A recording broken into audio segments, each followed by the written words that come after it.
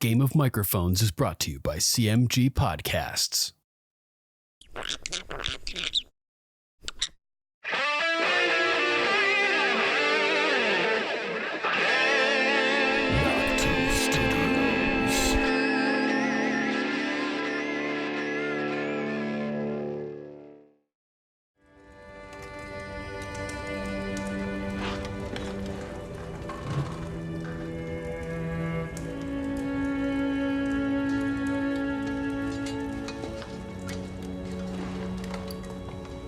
In the name of the warrior, I charge you to be brave. In the name of the father, I charge you to be just. In the name of the mother, I charge you to defend the innocent.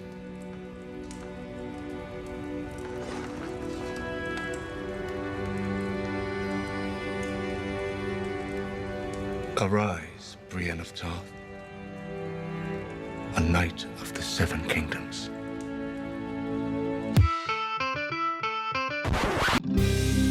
Keeping the torch lit through the long night. It's Game of Microphones. With Lord Sterling, Sir Duncan, and Lady Rachel of House Fox.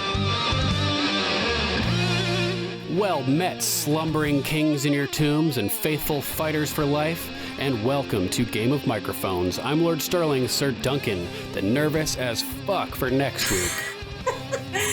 And I'm Sir Rachel of House Fox, Knight of the East Bay by the Sea. In the name of the Father, I charge you to be just. Excellent. You've been knighted, Yes. huh? I've been knighted. Amazing.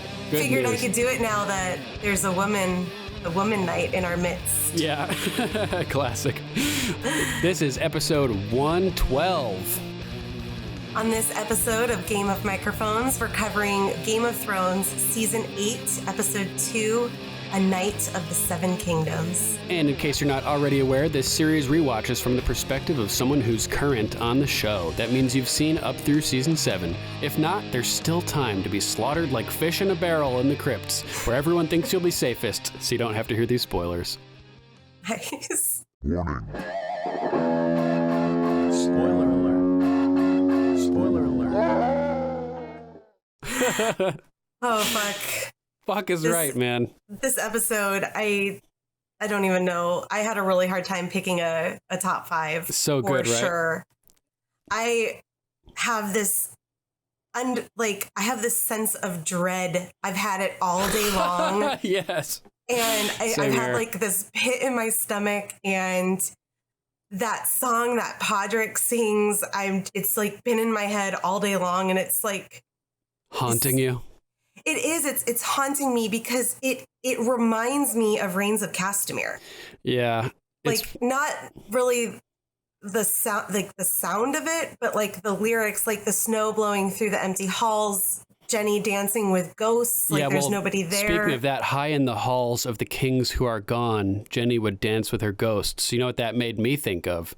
Speaking of the crypts of Winterfell, Yeah, with the I kings took who it are as like gone. in Winterfell and the crypts underneath with all the dead kings. Yeah, and a dance with ghosts sort of evoked a feeling of a fight against the undead to me. So I think it was kind of Yeah. foreshadowing that the people in the crypts among the halls Oh, of the they're kings who fucked. are gone, are going to be dancing with the ghosts. They're totally fucked. Oh, I just got goosebumps. Because everyone thinks the crypts are safe, and I'm sorry, I do not think they're safe at all. Especially, there's dead people in the crypts. Oh, dead things Like, lurking. Dead kings and direwolves. Like, I don't Direwolves. I didn't even think of the direwolves. that the crypts are safe at all. I think it's the worst place that they could be. They keep saying throughout this episode, oh, it's safest in the crypts. We'll get you down to the crypts where it's safe. As soon as they keep saying it over and over and over, that Oh it's my not God. safe. It's not safe. It's not safe. It's not going to happen. And then that image of, I don't know if you got this or have watched Titanic. I mean, when Titanic came out, I was like 12 years old. So I was like a Leo DiCaprio freak growing up. But Sam and little Sam and Gilly on the bed reminded me of this scene or like this moment in time in Titanic when the boat is sinking and like the third class citizens were locked in and they weren't allowed up anymore. And there was like this old couple that was laying on their bed, like holding hands together. And there was water like rushing underneath their bed.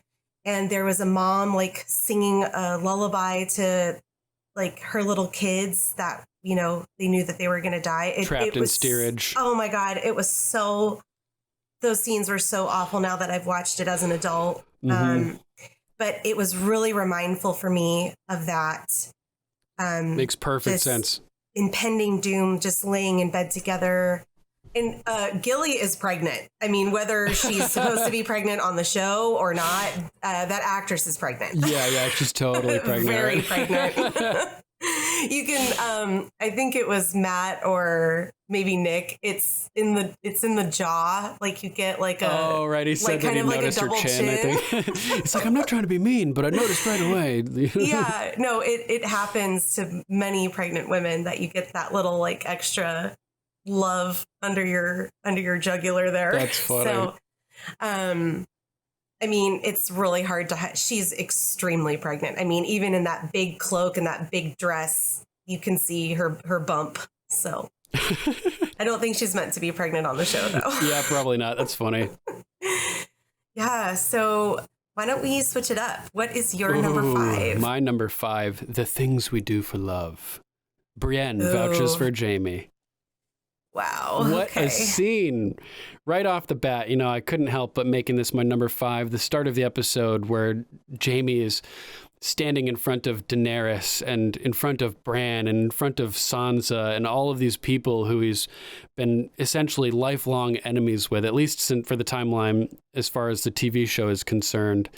And I mean, Dany, right off the bat, when I was a child, my brother would tell me a bedtime story about the man who murdered our father. And I was like, oh my God, dude, there he is right in front of her. What a fucked up bedtime story to tell a little girl, too. Like Viserys, what a dick. I was thinking that, too. Like, telling her, like, horror stories about how her dad died before bedtime, like, and the things that they would do sleeping, like, you know, like, terrified. Oh it's crazy. So, yeah, this evil man who stabbed him in the back and cut his throat, who sat in the Iron Throne and watched his blood poured onto the floor. And I was like, damn it sucks that he can't explain his actions. He's sitting there and I bet he wishes he could tell her, you know, like your father had wildfire ready to murder the population. Your father was a crazy person. Yeah, but unfortunately he's sworn to protect the king's secrets, you know. So, but if he did end up swearing a vow to Dany, he might be able to divulge it to Dany since she's the queen now and the daughter of the Mad King. So if he were to be taken into her service and swear a vow to her, it's possible that he could divulge all of the of Aerys's secrets to her, the way that Barristan had when he entered her service as her Queensguard. I would think that if he's given an opportunity, he probably will explain to Dany, because I think at this point in the series, Dany has kind of come to terms with the fact that her father was a really evil man.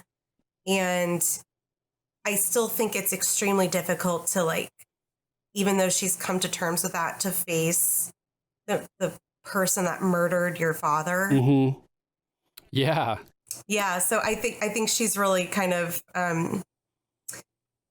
maybe surprised by her feeling when she sees Jaime of the, maybe there's hatred that is bubbling up that she maybe didn't realize was there until she came face to face with her father's killer. Right. Just the fact that he's there at all, it's like that he has the balls to be there. Like Tyrion said, why would he come here alone, you know, with nobody to defend him, like, unless he was telling the truth, knowing how he would be received, you know? So it's yeah, he knew what he was getting into, you know? Yeah. So Jaime unfortunately divulges to both Tyrion and Dany that the Lannister forces are not marching north. They're staying in the south and are joined by the Second Sons. Or I'm sorry, the Golden Company. Yeah, and Tyrion is like, what the fuck? Tyrion looks so pissed, too. He looks over at so Jaime does like, oh Dany. my God. Dany's like, yeah, she looks over at Tyrion like, what the fuck? Yeah, exactly. And it's so funny. Jaime, he says, even if we defeat the dead, she'll have more than enough to destroy the survivors.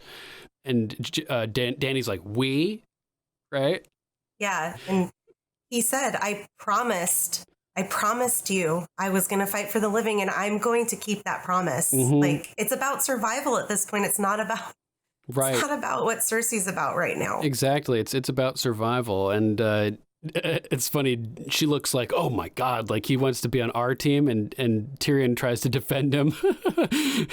Your Grace, I know my brother. And she cuts him off. Like you knew your sister. And oh my God, the amount of like venom and just pure authority that she's giving off in this scene is incredible. She seems really, really strong and in charge in this scene. I think she's really trying to hold back because I don't think she wants to berate Tyrion in front of everybody the way she's wanting to internally. Right. But I think that I think it's a very tense room with Jaime Lannister, the Kingslayer, standing right there. You have Jon, who's totally lost in thought over the revelation that he learned about last episode. Yeah, he is. And then to Dany's other side, you have this very stiff sibling of the man that you love. And you're face to face with your father's killer, and now you're pissed off at your hand, and she's doing a really good job keeping herself in check. Yeah, she is. Really good job. Yeah, there's that moment at the end after she lets Jaime into her service, basically, where Jon sort of like kind of makes brief eye contact with Dany and then turns and walks away, and Dany's left kind of wondering, where's he can't even look at her. Yeah, I was wondering, like, when I first watched it, I thought, oh, they already had the conversation and shit is awkward between the two of them. But later, obviously, we realized that's not the case, and he just can't even look at her, like you said, without like thinking about having to tell her, and he just can't do it yet. He's got to work his way up to it. He only figured out that he could do it like in front of his mother's statue to give him strength, you know what I mean, later on, and to cement the truth of it, to make it more believable. Yeah, so we get a little bit of kind of an agreement here between Sansa and Dany that Sansa agrees with Dany. We can't have the Kingslayer here because he tried to kill my dad in the streets of King's Landing. Right. And it's not safe for him to be here. But I love Jaime here because he refuses to apologize because they were at war and he was defending his family. Right. And he would do it all over again. And so I think at least maybe Dany gets that. I think Sansa is surprised because she kind of sits back a little bit, and she like snaps are you over crazy? At him. Her head snaps towards him, and she's like, "What did you just say? Like, you wouldn't take it back? You would do it again?" She's like amazed by that, and that's when Bran speaks up and says, "The things we do for love," right? And the look that Jaime gets on his face at that moment, he like turns to Bran and kind of looks aghast, and I feel like running through his mind, the memory of that instance of pushing Bran and having said that, which it lingers in his memory because he's repeated that same line on other occasions, you know, obviously thinking about that event, that horrible thing that he did. So when Bran says that, he looks at him with this look on his face, and I think that what he's thinking is, oh, that's the one thing I wouldn't do again. You know what I mean? Probably, and I think he was maybe waiting for Bran to continue that and like call out that it actually surprised me that they don't know that it was Jaime that pushed Bran out the window. Right. It seems like Bran has just never told anybody. It was only Catelyn Stark who kind of deduced it. She found the hair. It out. Yeah, remember she confronted him like, you were up there with Cersei, and you know you pushed Bran, didn't you? He confessed to her when he was her prisoner. Exactly. Too. Yeah. That's the conversation I'm referencing, and she and he's like, you know, I did it. Right? What do you want me to say? I didn't feel bad about it. Right. And so I think he was trying to figure out, okay, where's this going? Because he knows that's what he said when he pushed Bran out the window. So I think he was kind of waiting for Bran to continue. Everybody's airing their grievances with Jaime, listing all of his actions at this moment. Exactly. You know, so and he figured doesn't. Bran would take his turn. And so now Jaime's kind of like, what is going on here? What is happening? Like, amazing. are you going to say it? Are you not going to say it? Right. Like, He's just sitting there in silence until somebody else starts speaking again. But there's a brief moment too where Tyrion's like, why would he come here alone, knowing how he'd be received if he weren't telling the truth? And Dany has a really clever response to him. Perhaps he trusts his little brother to defend him right up to the moment he slits my throat. So crazy. I was like, oh, that is such a good point, because that's exactly how I would play it. If I needed to like infiltrate. Oh my God. So Dany questions him here though, like, well, you've abandoned your house now. Like, why are you abandoning them now? And I love that Jaime kind of glances over his left shoulder and he eyes Brienne. Because it goes beyond loyalty. It's about survival. And this like triggers her. We get that look of her at her before he says that, and we see that she's kind of anxious, like as all this is unfolding, kind of like nervous for what's about to happen to her Jaime, So he looks back at her. And, Jaime, I love that. He looks back at her and mentions what she said to him at the dragon pit, and I think that she has like an epiphany, like a realization in that moment that she's had an effect on him, and that he's being real. He's here for the cause and because he recognizes the danger. And I think that she realizes that she needs to stand up for him at that moment. I do too. So she does stand and she goes, you don't know me well, Your Grace, but I know Jaime, and he is a man of honor. And I love that she straight up calls it out that Jaime protected her even though she was his captor. And the men that captured both of them tried to rape her, and that's why he lost his hand. Yeah. He saved her, and he lost his hand because of it. He basically sacrificed one of the most important things that made him Jaime Lannister. His core of it, like the core of his identity. He was his sword hand, as he said. Exactly. And so I think it cost him an arm and a leg, you could say. And a hand and some fingers. And so I don't think that Dany necessarily buys it, because she still kind of has that like look on her face, but Sansa listens, and she kind of perks up a little bit. And Brienne, it surprised me too, not to cut you off, but just mention this quick before we get to the Sansa thing. Brienne mentioned how Jaime basically gave his hand up to protect her from being raped, but she didn't mention how he actually put his life on the line and threw himself in between her and a bear, even without his sword hand. True that. The next episode or that's couple totally episodes right. The later. Bear and the Maiden Fair. Yeah, so like Jaime has literally put his life on the line, put himself in immediate danger to protect Brienne and to save her life. So she probably feels like she owes him her life, and this is a moment where she can begin to repay him, at least for that, by stepping up. She actually turns to Sansa, I think, because she realizes that she has Sansa's ear, and she goes, without him, my lady, you would not be alive. He armored me. He armed me with his Valyrian steel sword. And he did it because he promised your mother that he would return you safe to Winterfell. Because he'd sworn an oath to your mother. I mean, what a revelation that was probably for Sansa. Her look on her face is like, oh my fucking God. That Jaime Lannister was the reason that Brienne was sent to her, basically. Yeah, I was surprised to find out that she didn't know this already, that Brienne it never came up. You know what I mean? Like, Jaime Lannister gave me this sword and sent me to protect you. And oh, yes, by the way, this sword is made from your father's sword. Does anybody know about that? Oh my God, I totally forgot about that. Like, she didn't explain anything about how she ended up going to find Sansa or anything like that, It's hilarious. Yeah. So, well, both the Lannister Valyrian steel swords are in Winterfell now. Ice is because Widow's Wail is there too. Mm-hmm. Wow, crazy! Isn't that crazy? Yeah, wow. someone pointed that out in our live show last night as well. Oh, nice! I haven't had a chance to listen to it. I saw that it came up on the podcast, so I will be listening to that tomorrow. Oh, it's all good, But yeah, I think that really surprised Sansa that it was Jaime Lannister that caused that whole kind of meeting up with Brienne. And Absolutely. so she asks him, so you vouch for him. And this is a moment of truth for Jaime because he's unsure if Brienne will vouch for him. And the camera zooms in on his face and we get this micro expression of satisfaction that flickers across. Oh my gosh. I do. It's like, Did you see it?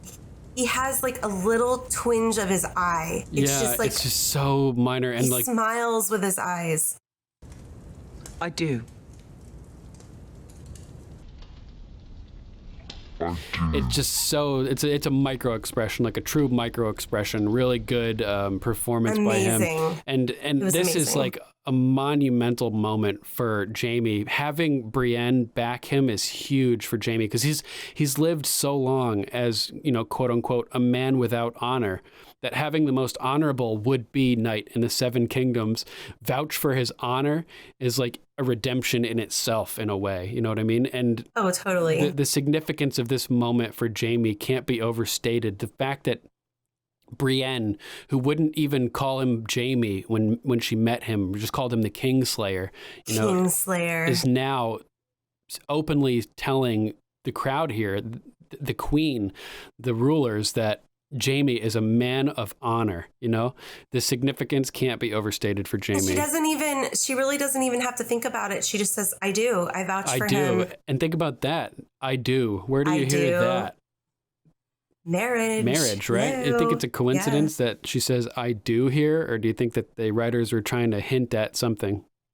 I don't know. I think Brienne is in love. I mean, I know Brienne is in love with Jaime, but I'm not sure that she herself has accepted that or has even addressed that in her own heart and soul. I think that what you're getting at here is perfectly accurate. That the reason why she can't admit it to herself is because she's got post-traumatic stress from that event from her childhood where all the boys that were dancing with her.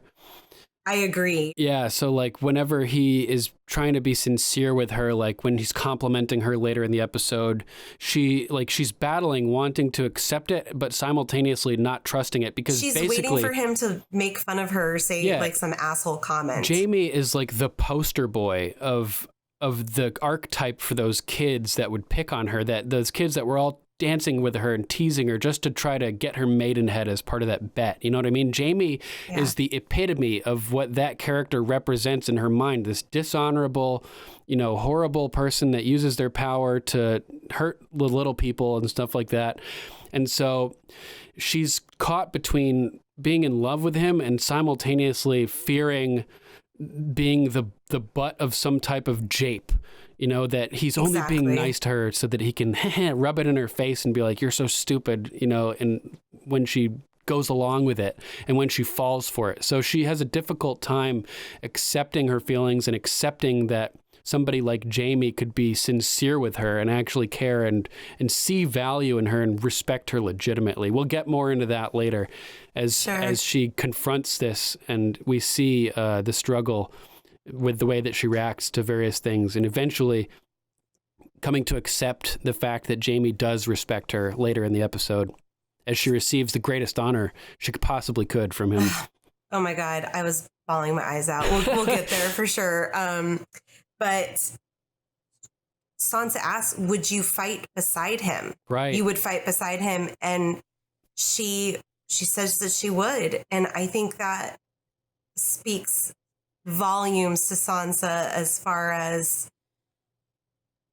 trusting Brienne and knowing how loyal Brienne is for her to basically sign off that Jaime is here for the right reason and that he's an asset and that he is honorable, that Sansa literally just takes her word and was like, okay, if you trust him with your life, we should let him stay because I know the type of woman you are, Brienne. And I trust you with my life. I trust you. And I love that because she's not saying, oh, okay, like welcome to Winterfell, Kingslayer. Right. And it's sort of like Dany. She says, I wish I could trust my advisors like that. And remember, she's like, he shouldn't have trusted Cersei. And Sansa's like, well, neither should you have, right? What Dany was thinking there and what she didn't want to respond because she just said she didn't trust her advisors basically was like, well, I trusted Tyrion, I trusted his judgment. Yeah. So, yeah. Totally. There's another interesting angle that someone brought up in our For the Rewatch chat last night about this scene, which I wanted to get your take on. When Sansa asks, would you fight beside him? Think about the scenario that they're in. Accusations have been made against Jaime here. He's the Kingslayer. He's in front of the daughter of the king that he slayed. So he's like kind of on trial. He's kind of on trial. Would you fight beside him? I think May also, the pointed way that she says it kind of implies like, it kind of evokes the idea of a trial by combat. Like, would you fight for him? You know what I mean? Yeah, I could definitely see how someone could view that as like have Brienne be Jaime's champion. Yeah, exactly, because he's missing a hand, and everything. And I felt like both she and Jaime understood that there was an allusion to a trial by combat here, and it sort of takes them both off guard. You would fight beside him. And Brienne hesitates just for a second before making the ultimate sacrifice and putting her own life on the line for Jaime, basically saying, I would fight beside him. I would stand with him and be his champion if it came down to it. I.e., I would fight for him too if it came down to it. Kind of I like that. That's a good pickup. I don't think I saw that in the chat, but yeah, it was pretty cool. I thought it was a neat interpretation. I really think that's a great idea. Yeah, so it's super cool. Again, another huge moment for Jaime where like the significance of what Brienne is doing for him, putting her honor on the line for him, it's not lost on Jaime. He understands what's going on and he realizes what she did for him here and realizes later on in the episode that he has the capability to do something that nobody else can do for her, which is awesome. Yeah. So Dany wakes Jon up out of his daydream. What does the Warden of the North have to say about it? And he's like, what? We need all the men we can get. Right. It's so funny. Like, it's weird hearing Jon being referred to as Warden of the North, right? Yeah, I mean, we had kind of talked about Sansa's role that maybe she was Warden of the North. Yeah, maybe under Jon. Looks like Jon is the Warden of the North at the moment. Yeah, so that's pretty cool. And I thought that was funny. And what does the Warden of the North say about Jon, we need every man we can get, and Jaime looks like kind of satisfied with that answer. Every man we can get. Which I was thinking Jaime. Like, that's the exact answer that Jon should say if he's for real about the dead invasion. That we need every man we can get. We got to take all fighters. We put our differences aside, work together. And Jaime's look here, the way that he reacts to Jon saying that, kind of like nods in agreement, that tells me that Jaime like really gets the situation and understands what's going on and has... I like the way the cameras were cutting. It was a shot of Jon and then it panned to Jaime. And then it was a shot of... First of all, it was a shot of Sansa that said he could stay, and then it panned to Jaime, and then it panned to Dany, back to Jaime, back to Jon, back to Jaime. So it was well done because we saw Jaime's reaction after everybody else's reaction. Yeah. And then the last person was Dany, and he was kind of like waiting. Right, like, oh my God, what's she going to say? She's like, very well, I don't like it, but... And Tyrion, I'm outnumbered here. Tyrion, I know. He's like my brother's back. He was terrified. He's so relieved. I'd say he's like on the verge of tears at this moment. Yeah, I think so. He gets his brother back. They get to spend some time together. And Jaime is very courteous as well. Thank you, Your Grace. Sansa bounces real quick, and this is that moment where Jon sort of like blows off Dany here, and I was surprised because she goes to say something to him and he just doesn't even say Your Grace or anything. Right. He's just out. Yeah, but it's like, peace. Like you said, it's because he's like, he can't even look at her. Like, he's so like nervous about telling her the truth. So funny. He knows that she's his aunt and doing it, and oh my God, I don't think I would be able to. That may not be that big of a deal in Westeros, because I mean, even Sansa, Lysa had betrothed Sansa to Sweet Robin temporarily, right? That's true. And they're cousins, which is a close, like a, I guess that's a degree further away from an aunt. But still, like it didn't seem like weird to Sansa, like that she kind of took in stride. So maybe this is not like outside of the bounds. I think she looked horrified in that scene. Yeah, maybe. Well, probably. I think it was more like less because it was her cousin and more because it was fucking Sweet Robin. Yeah, you know what I mean? Maybe a little bit of both. But yeah, maybe. I think he's hard to say. He's more concerned about how she's going to take the news that he's a male heir and is in front of her in the line of succession. Absolutely. I agree 100% on that. So yeah, that pretty much wraps up my number 5. That whole intro scene. That was my number 4 too. Oh, perfect. Yeah. So how about you? We move on to your number 5. So my number 5 is the strategy room. Awesome. When they are discussing the blue tiles. You notice the blue tiles?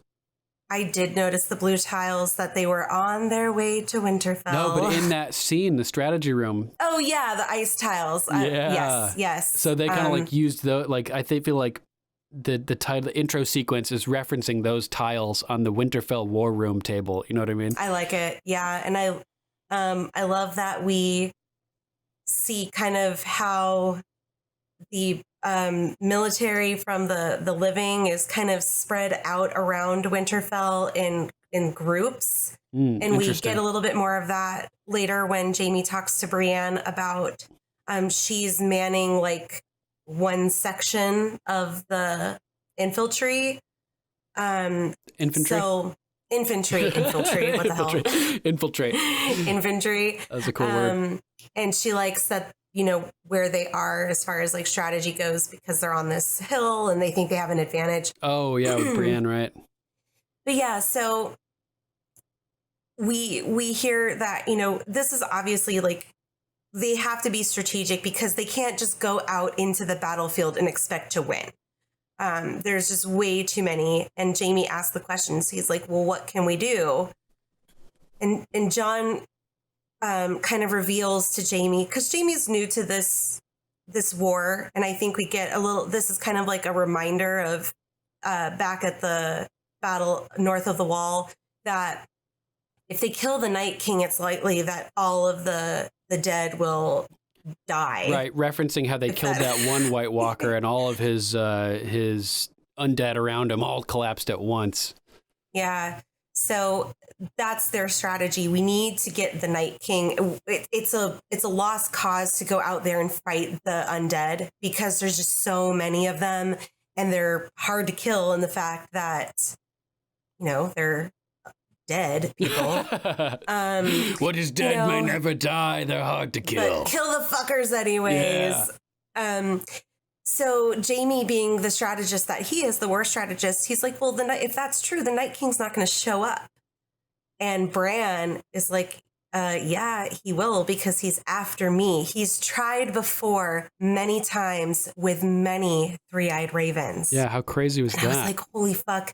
Is Bran really all of the Brandons in the histories? Like, has he been the three-eyed raven before? Like, I was curious what your thought process was on this, because that line kind of blew my mind. I was just sort of thinking that since the three-eyed raven is the memory of the world, that he's just sort of inherited the memories of all of the three-eyed ravens, just sort of have been conglomerated into his brain, and he's like downloaded all of them. I don't necessarily think that it... Download. Yeah, download data. You know, I don't think it necessarily means that he was all of the three-eyed ravens, but from his data download, he knows that the Night King is just constantly coming after the three-eyed ravens. Interesting. That's just the way I perceived it. You know, it could be... You're probably right, but it made me kind of like with kind of those Sir Patrick tinfoil theories out there that, you know, there was the theory that Bran is all of the Brandons and all of the histories, or that he has and always been the three-eyed raven, and the three-eyed raven that he met in the tree was him from the future, or from the past, or whatever it was. So many bugged out theories, totally. So, I mean, I felt like that line was pretty weighted the way it was said. So maybe I'm just reading a little too deep into it, but I thought maybe it could hint towards one of those theories. Sure, it totally could. Personally, until that line, never really thought that those had any kind of, solid ground as far as theories go. But the way it was said, he's tried before, because he says he'll come for me. Mm-hmm. He's tried before many times with many three-eyed ravens. So, I mean, like, it just felt a little heavier to me, but you're probably right, because those theories are kind of wishy-washy for me anyways. Well, hopefully we'll find out, I'd accept it either way. We discover what the Night King wants. He wants an endless night. He wants to erase this world, and I am its memory. Dude. And I loved that so much. Oh my God, that was like the best line. And Sam has a great response too, yeah. Well, that's what death is, isn't it? Forgetting, being forgotten. If that happens and we forget where we've been and what we've done, we're not men anymore. We're just animals. And I was like, oh my God, that's so hardcore. It's totally. So harsh, but it's true. Maybe that's what the Night King and his undead army represent, is like the constant battle between our lower and higher selves, and like fighting our demons and our angels, and the difference between civilization and savagery, and what happens when we lose touch with who we are. We just become animals, essentially, Yeah. I just thought it was an interesting metaphor. The Night King and his undead army representing ignorance, or the loss of yourself, Yeah. The battle between our base desires and our higher consciousness, and our capacity for evil, contrasted with more cerebral potential that we have. Sam continues that, and he looks over at Brienne. He's like, but your memories, they don't come from the books. Your stories aren't just stories. If I wanted to erase the world of men, I'd start with you. Dude. Like, oh my God, that's so intense. Yeah, and it harkens to all of these instances in history where conquerors have erased the history of the people who are being conquered, whether it's the Incan ropes or any place, basically. When it's conquered, the history is destroyed. One place that has survived that and escaped that fate is India, whose history is largely intact. Just a very small percentage of it has ever been translated into English.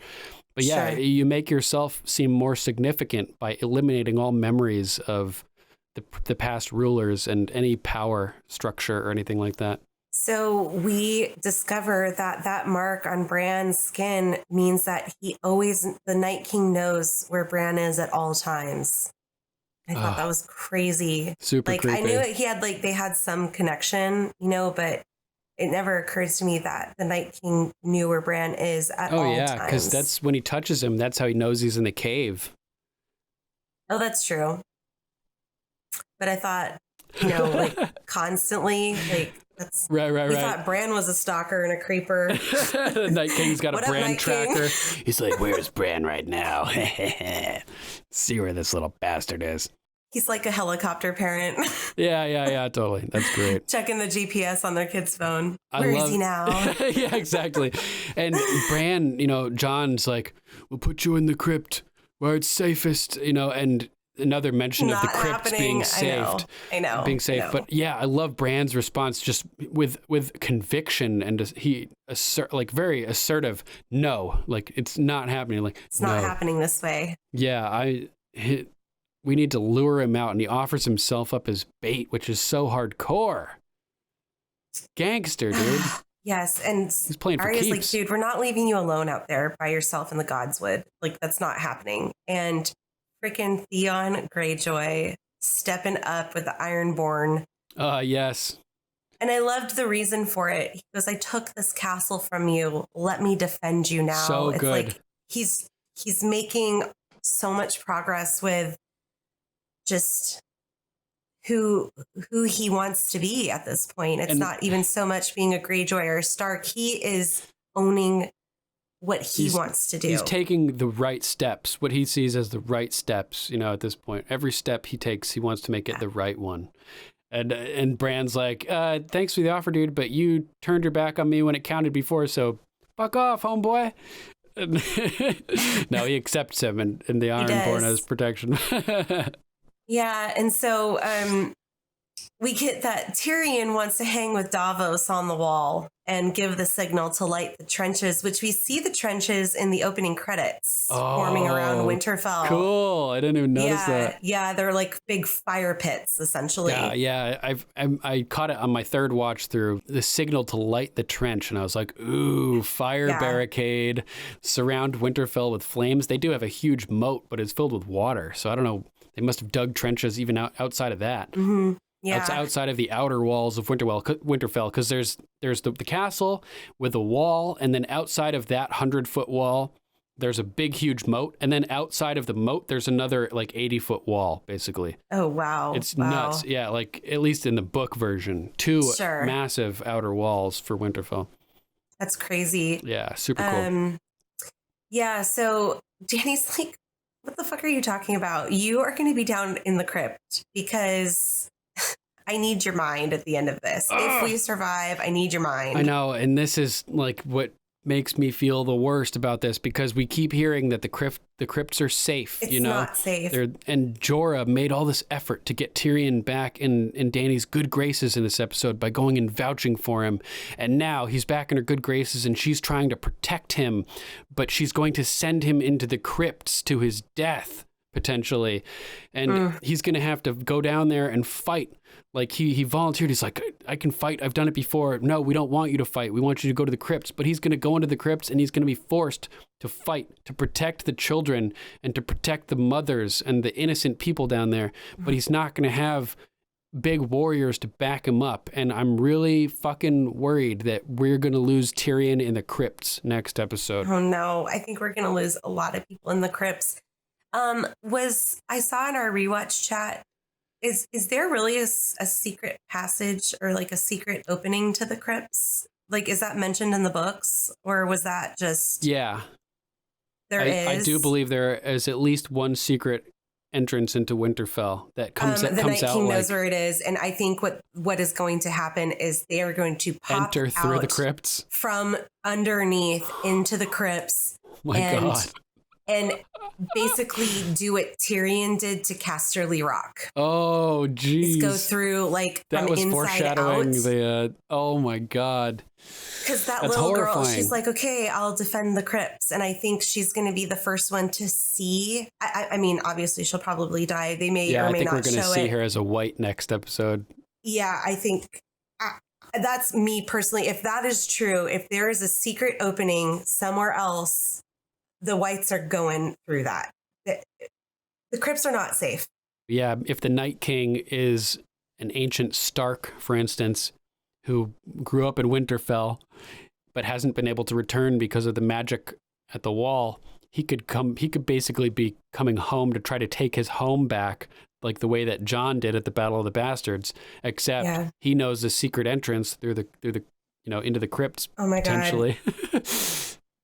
That is my personal feeling of what's going to happen. They will probably attack. They have they have over 100,000 plus, undead people. So I'm sure that we will get the outside battle too. But there's going to be a group of them that go up through the crypt to basically penetrate the castle and get inside.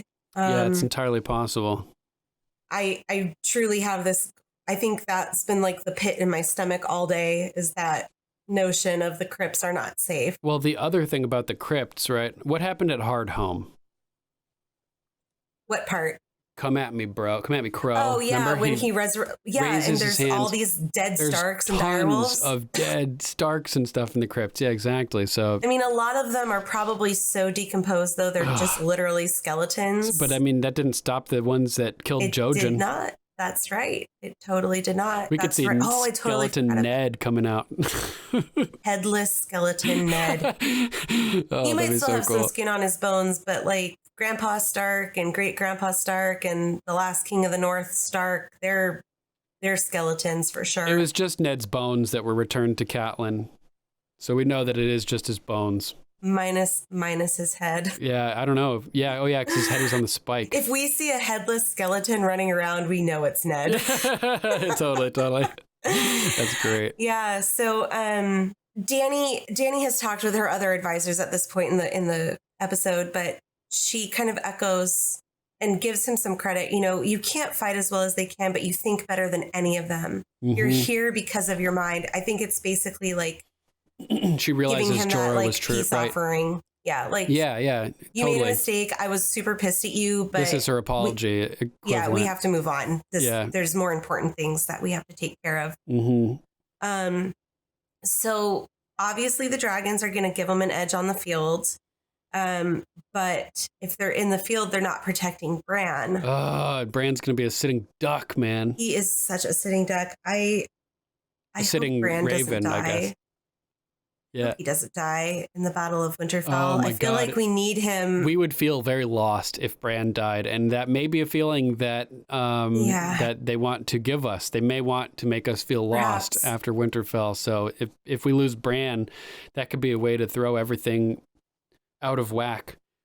Yeah. So they decide that they do need to leave Bran, alone, or else the Night King's not going to come if there's two dragons like peering down the Godswood. Mm-hmm. But they need to be close enough to get at him quickly if and when he does come. And we actually don't know if Dragonfire will even stop the Night King. No one's ever tried. Well, and the Night King walks through those flames, and every time his lieutenants or the Night King walk through the flames, they separate. They dissipate in anticipation of the White Walkers coming through. I feel like Dragonfire is not going to affect the Night King. I think that's too easy of a death for the Night King. I think he has to be stabbed with either Valyrian steel and Valyrian steel only, or dragon glass or Valyrian steel. I think it has to be like, it's poetic in the fact that he had that dragon glass stuck in his heart to be created. Mm-hmm.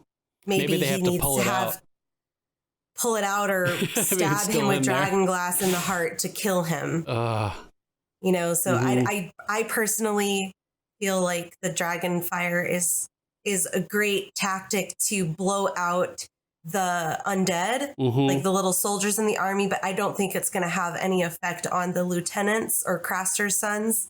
Damn. and the Night King.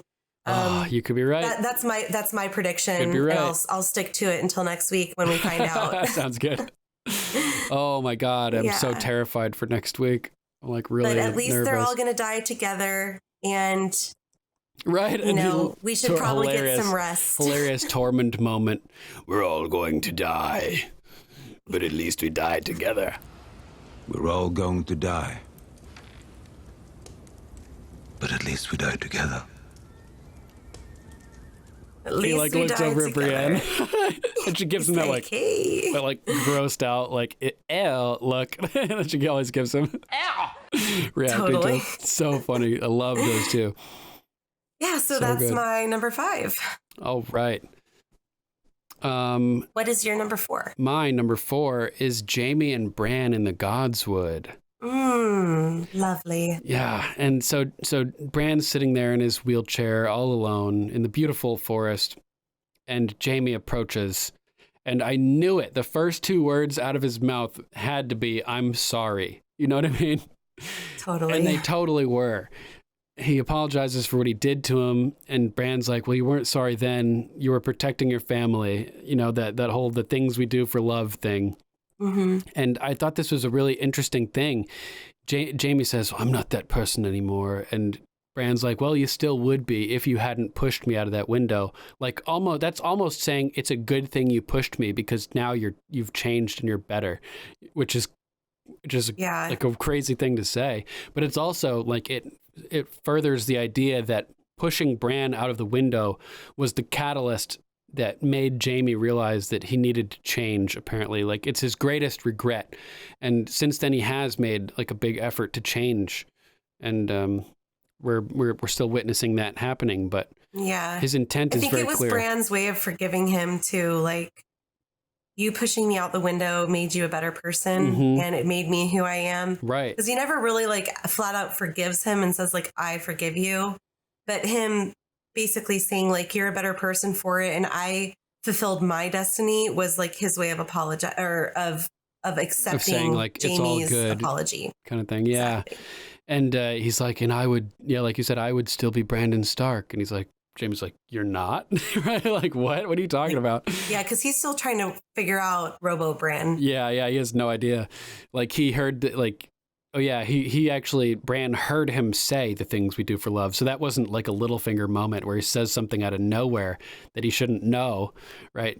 Jaime said that too. Although he did not remember anything when he woke up after his fall. Right. Yeah, good point. So, I mean, maybe he remembered like that specific line because it was right before his fall, but he couldn't remember who pushed him out the window. Right. After it first happened. So, he's surprised that Bran doesn't seem like mad about the whole thing, you know, like, well, you still would be that douchebag if you hadn't pushed me. So it's kind of good you did. And he's like, you're not angry at me. And Bran's like, I'm not angry at anyone. I love that he also says, I'm not, what does he say? Sorry, hold on. Oh, I'm something else now. He doesn't even say I'm someone. I'm something. Yeah, it was really interesting. Like, so Jaime's got to be like wondering, like, what is he talking about, right?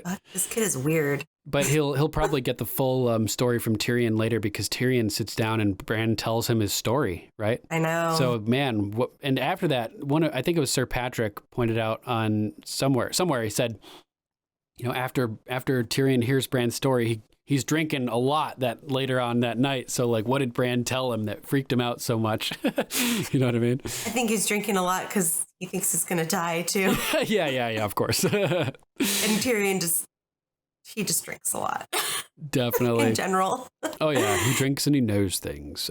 Yes. So Jaime's like, why didn't you tell them that I pushed you, basically? And he's like, well, if I told them, they would have killed you and you wouldn't even be able to help us do what you're here to do. And like, it's amazing that Bran kept their secret like that, you know? And Jaime's like, well, what about like, oh, I wouldn't be able to help you, but what about afterwards, you know? Like, will you turn me in then? Are you planning on letting me help you and then you letting them kill me afterwards, basically? And a chilling response from Bran. He's like, how do you know there is an afterwards, right? I was like, oh Jaime my God. Jaime contemplates it too. He's like, I don't. Yeah, he's like, nobody does. Yeah, even Jaime's like, fuck, right? God damn, I'm so nervous for next intense. week. I'm so nervous. I'm telling you, I've had a pit in my stomach all day. It's awful. So ominous. Oh, God damn. Yeah. It's not good. Like, it's good. I'm really nervous for Tyrion, because later on too, he's like, I think we might live, you know? And I'm like, fuck, everybody in that room is going to live except Tyrion. I thought that too, but I thought Tyrion might live too, because I hope so. I think he's maybe not going to go down to the crypts, even though Dany told him to. Oh man, I would feel a lot better if he didn't. That's for sure. Me too. But yeah, that's it for my number 4. Bran and Jaime in the Godswood. What do you got for your number 3? Let's see. My number 3 is Dany and Sansa bonding over Jon. All right.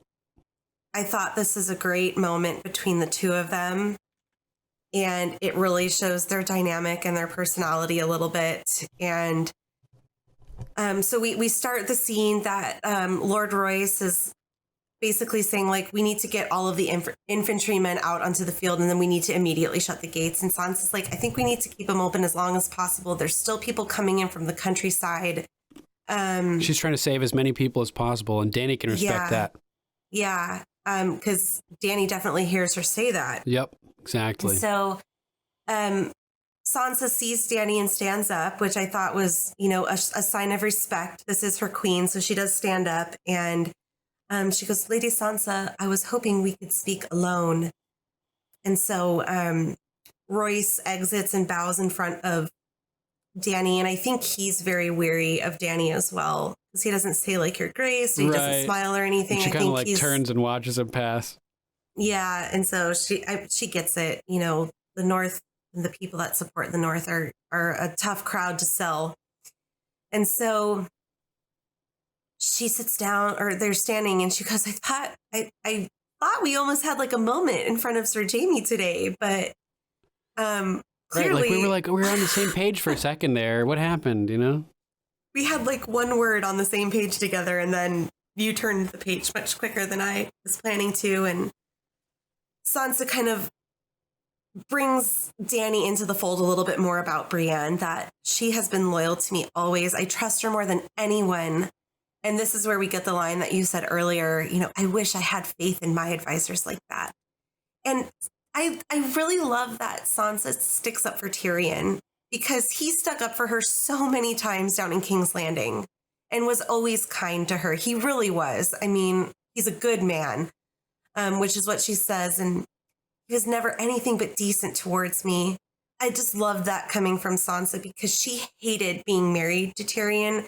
She was grieving the loss of her family. The Lannisters killed her family. She was married to He was a Lannister. twisted little demon monkey monster, you know, that with a horrible reputation, the horrible imp, right? But exactly. Since then, she's come into contact with real monsters, and real monsters, you know, and she now has a greater perspective to see that people like Tyrion or the Hound aren't monsters. They may look like monsters, but you know, they're not.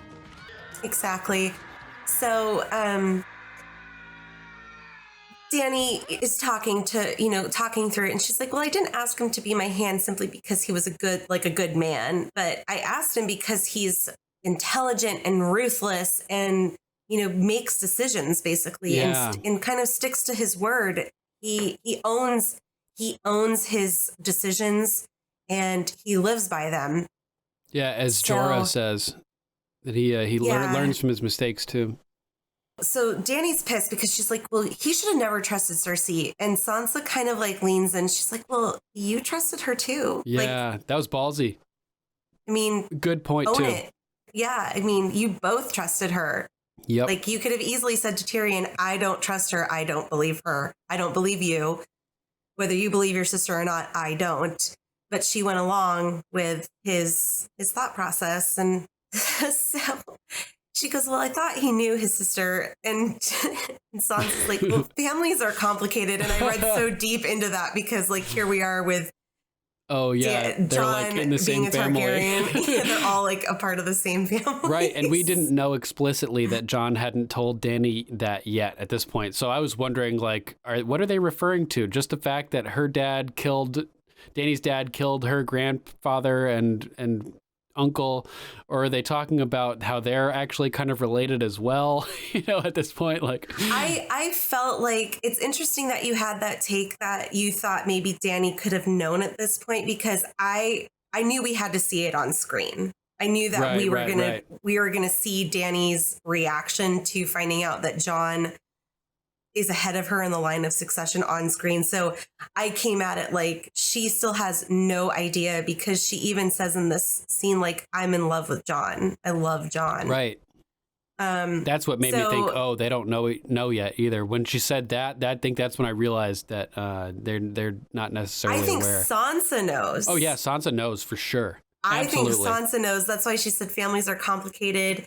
And Dany replies, well, ours certainly have been. And Sansa says a sad thing to have in common. And I felt like that was kind of like a hint towards, yeah, girlfriend, you have no idea what's going to hit you later on tonight. Right. And what are you thinking is the thing that they have in common? The deaths and murder of Rickard and Brandon Stark by Mad King Aerys? I think they've both had major deaths by the Lannisters. You know, Dany, her dad was murdered by the Kingslayer, and then, you know, chased out of Westeros. And Sansa, like, her whole family was practically murdered by the Lannisters as well. So, and it's complicated in the fact that it fucked their houses up, essentially. I mean, it made life super complicated for Dany, being on the run, being sold off to a warlord, and having to fight, like, literally fight her way back to Westeros. And then Sansa, I mean, we know all the terrible things that happened with Sansa as well, like being tortured by Ramsay and basically being, you know, married to Tyrion against her will, and all the torture that Joffrey had her go through, being beaten by Meryn Trant.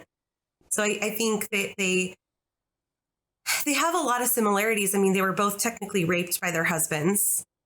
They've had family murdered by the Lannisters. So I think they have more in common than they care to even admit at this point in the game. Although they do start talking about things that they have in common. Dany brings up they both know what it means to lead people who aren't inclined to accept a woman's rule. And that they've done a damn good job of it. I loved she throws that her a line. compliment there. Yeah, they've done a great job. And I love her body language in this. Like Dany's. She kind of leans towards in. She goes, her and yeah, and yet, and she kind of like makes herself smaller.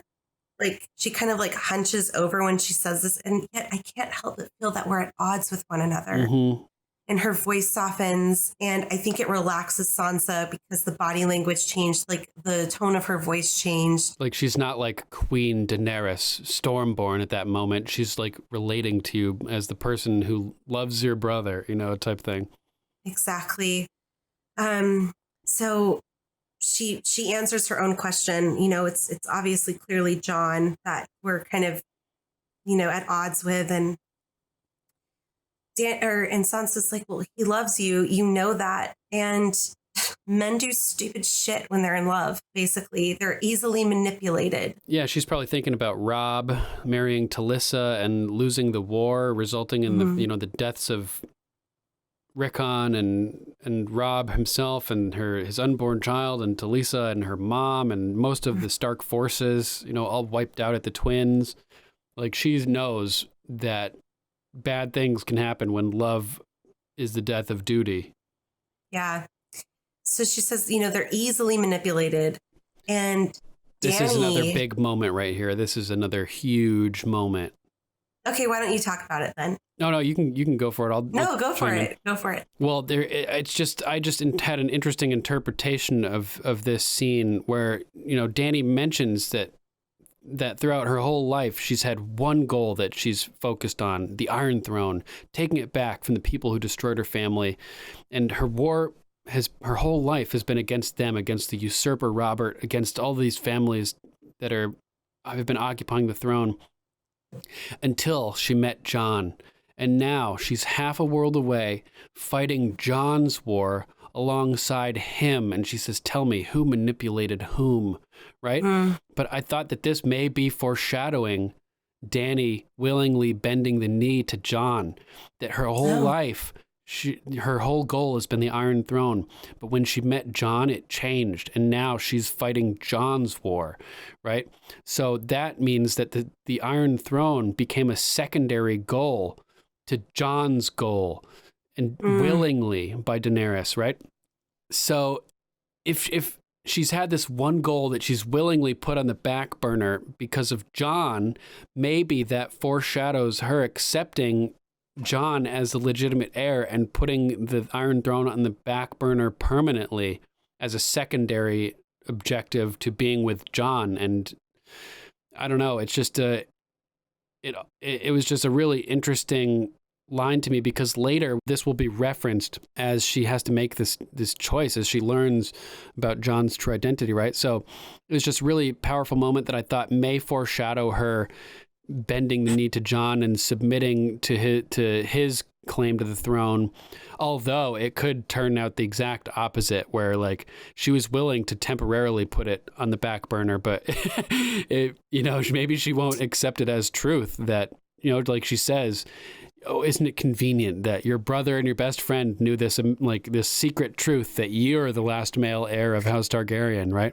But then again, in this scene here with Sansa, she tells her, I'm here because I love your brother and I trust him and I know he's true to his word. So when he's standing in front of Lyanna's statue, telling Dany that Rhaegar didn't rape Lyanna, that he is the result of their love, like, if she trusts him and believes that, and knows he's true to his word, will she accept it?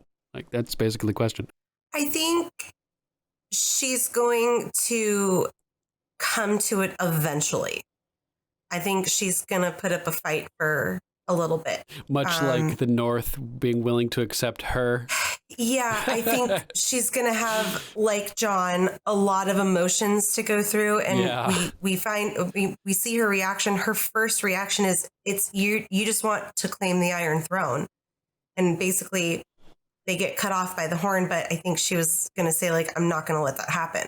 Yeah, it's entirely possible. And he could point out, like, I never wanted a throne, you know, like, they named me King of the North. I didn't suggest it. They named me Lord Commander of the Night's Watch. I don't think Jon really wants the throne. Yeah, right. Like, it's not as long as they're defeating the Night King and his army, I don't think it's something that's necessarily important to Jon at all. And I think maybe that's what he would have said before they got interrupted by the horn. I think so. Like I never... It's I never don't been even about want titles. it. Yeah, exactly. Like, let's like try to survive tonight. But then again, if he were to say that, would there be an element of like Brienne where she's like, I don't even want to be a knight, and like kind of lying to herself? You know, if Jon were to say like, I don't want to be king, you know, I don't care about the title, you know, like would there be an element where he's lying to himself, where inside he's really like, I was a bastard my whole life. I have this bastard chip on my shoulder. I'm going to take my kingship, you know? Like, I think he knows what it feels like to be a ruler, and I don't think he likes it. Yeah. I agree with that for sure. Being like the Lord Commander of the Night's Watch and being named King of the North and having to deal with all of those like nasty personalities or, you know, like, I'm not sure he would do it if it was the right thing to do and was necessary.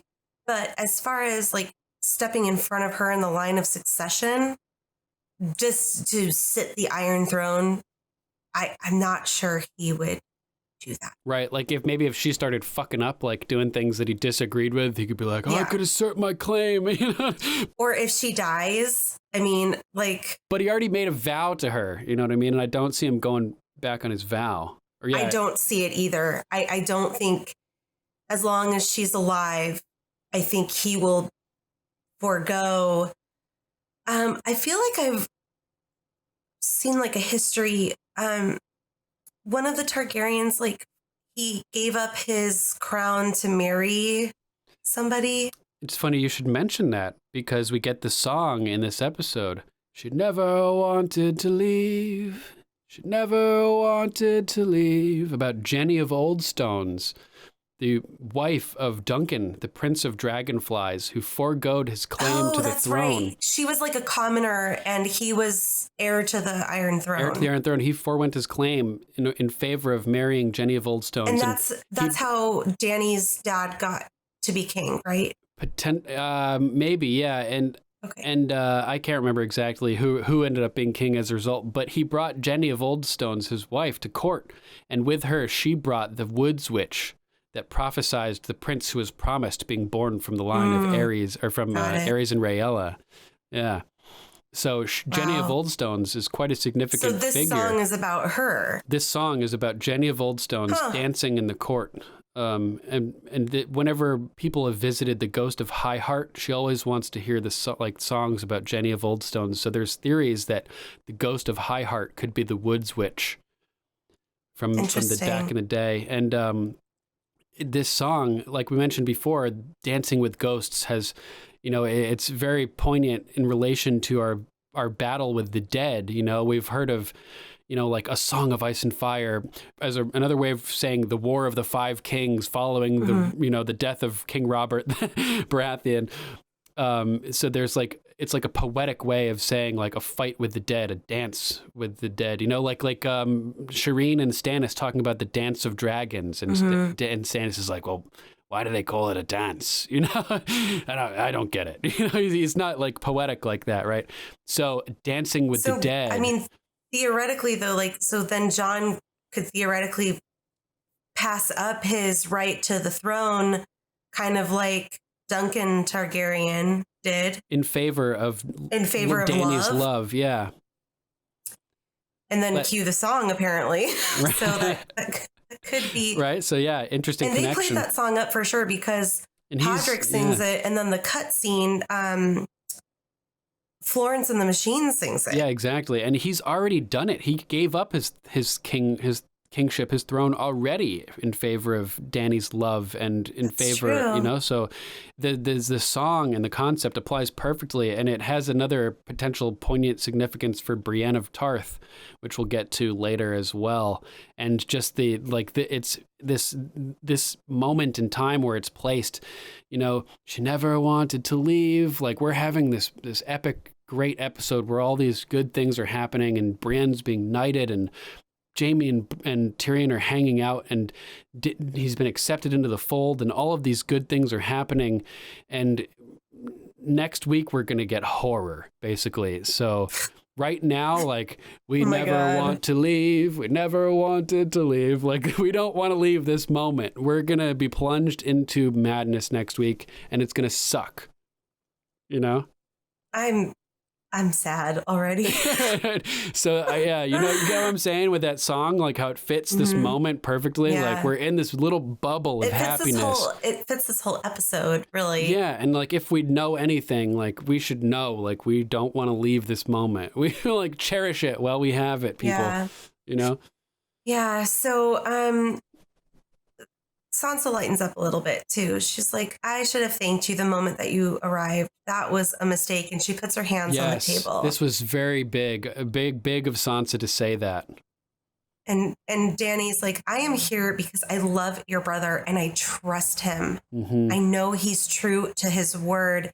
And I think that is going to come into major play for Dany in processing the information that she received this episode. Exactly. That he is true to his word. He could have lied and, obtained Cersei's armies, and instead he divulged the truth and sabotaged their plans just because he won't tell a freaking lie. George Washington style. Yeah, but then he's telling her the truth about who he is, and she doesn't believe it at first. And so I think she's going to kind of like replay those moments in her mind, and because he says it's the truth, Dany. Right, right. I wish it wasn't, but it's the fucking truth. Search your feelings, Daenerys.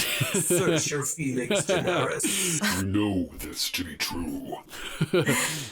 So, he's only the second man in my life that I can say that about. And who's the first one? Who do you think it was? Somebody taller. We know that. Was it Dario that she trusted implicitly? Was it Drogo who she trusted implicitly? He said he's going to ride his wooden horses across the salt sea. Like, he was going to do it. I think she's talking about Drogo. Drogo?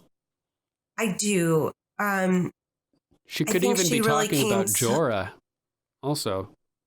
She could be. That's true. I think she really came to, because if her son and this stars, person, she trusted him, and he was true to his word. And I think Drogo really loved Daenerys. And if he were to have remained alive, he would have fulfilled those promises to her. Yeah, I agree. I think she's talking about Drogo here. I believe it too. And she didn't mention who it was because she doesn't want to bring up the X type of thing. You know what I mean? Like, probably. Yeah. Even though she was widowed. Right. So someone taller, and they both kind of laugh, and then Sansa gets all serious again. Right. Getting ahead of yourself, dude. Like, why are you even worried about this? Leave it be. Just shut up. Just work together for now. Like, what's important right now, Dany's put aside her concerns for the Iron Throne for now to come fight the undead. That's what you need to be worried about. Don't worry about what's going to happen with the North afterwards. Like Bran said, how do you even know there's going to be an afterwards? I was just going to say, Bran nailed it. It's like, we need to get through this night. And it's going to be a long one. I mean, who knows who's going to survive? I mean, Dany could die, and this could all be a moot point because Jon would take the Iron Throne and could give the North to Sansa, or Dany could survive and Jon and Sansa could die, and she could say, fuck this. It's a part of the Seven Kingdoms. I want the North. I mean, it's a crapshoot right now because there's an army of dead people marching on Winterfell. This is Sansa needs to get out of the traditional thought process of she's not on hierarchy. The level yet.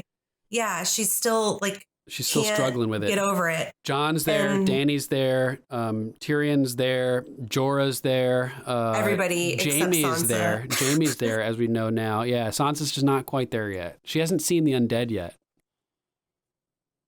That's right. And everyone else has. Basically. So maybe that'll do it. Yeah, maybe they're like cutting her some slack right now about it. Maybe Dany's like, she still hasn't seen the undead. Wait a couple hours and she'll understand that she needs to chill the fuck out. Worry about this first. When she sees a dragon spitting blue flames out of its mouth with an ice king, night king on top of it, and an army of dead people like rushing the castle. Or when she sees her dead ancestors chewing their way through her bedroom door. Oh, fuck. You know what I mean? Oh, man.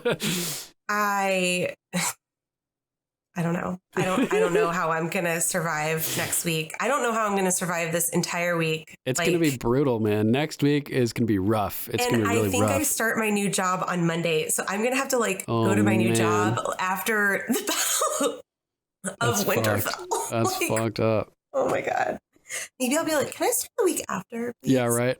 After Game of Thrones airs. Thank you. Thank you. No, I gotta go. Yeah.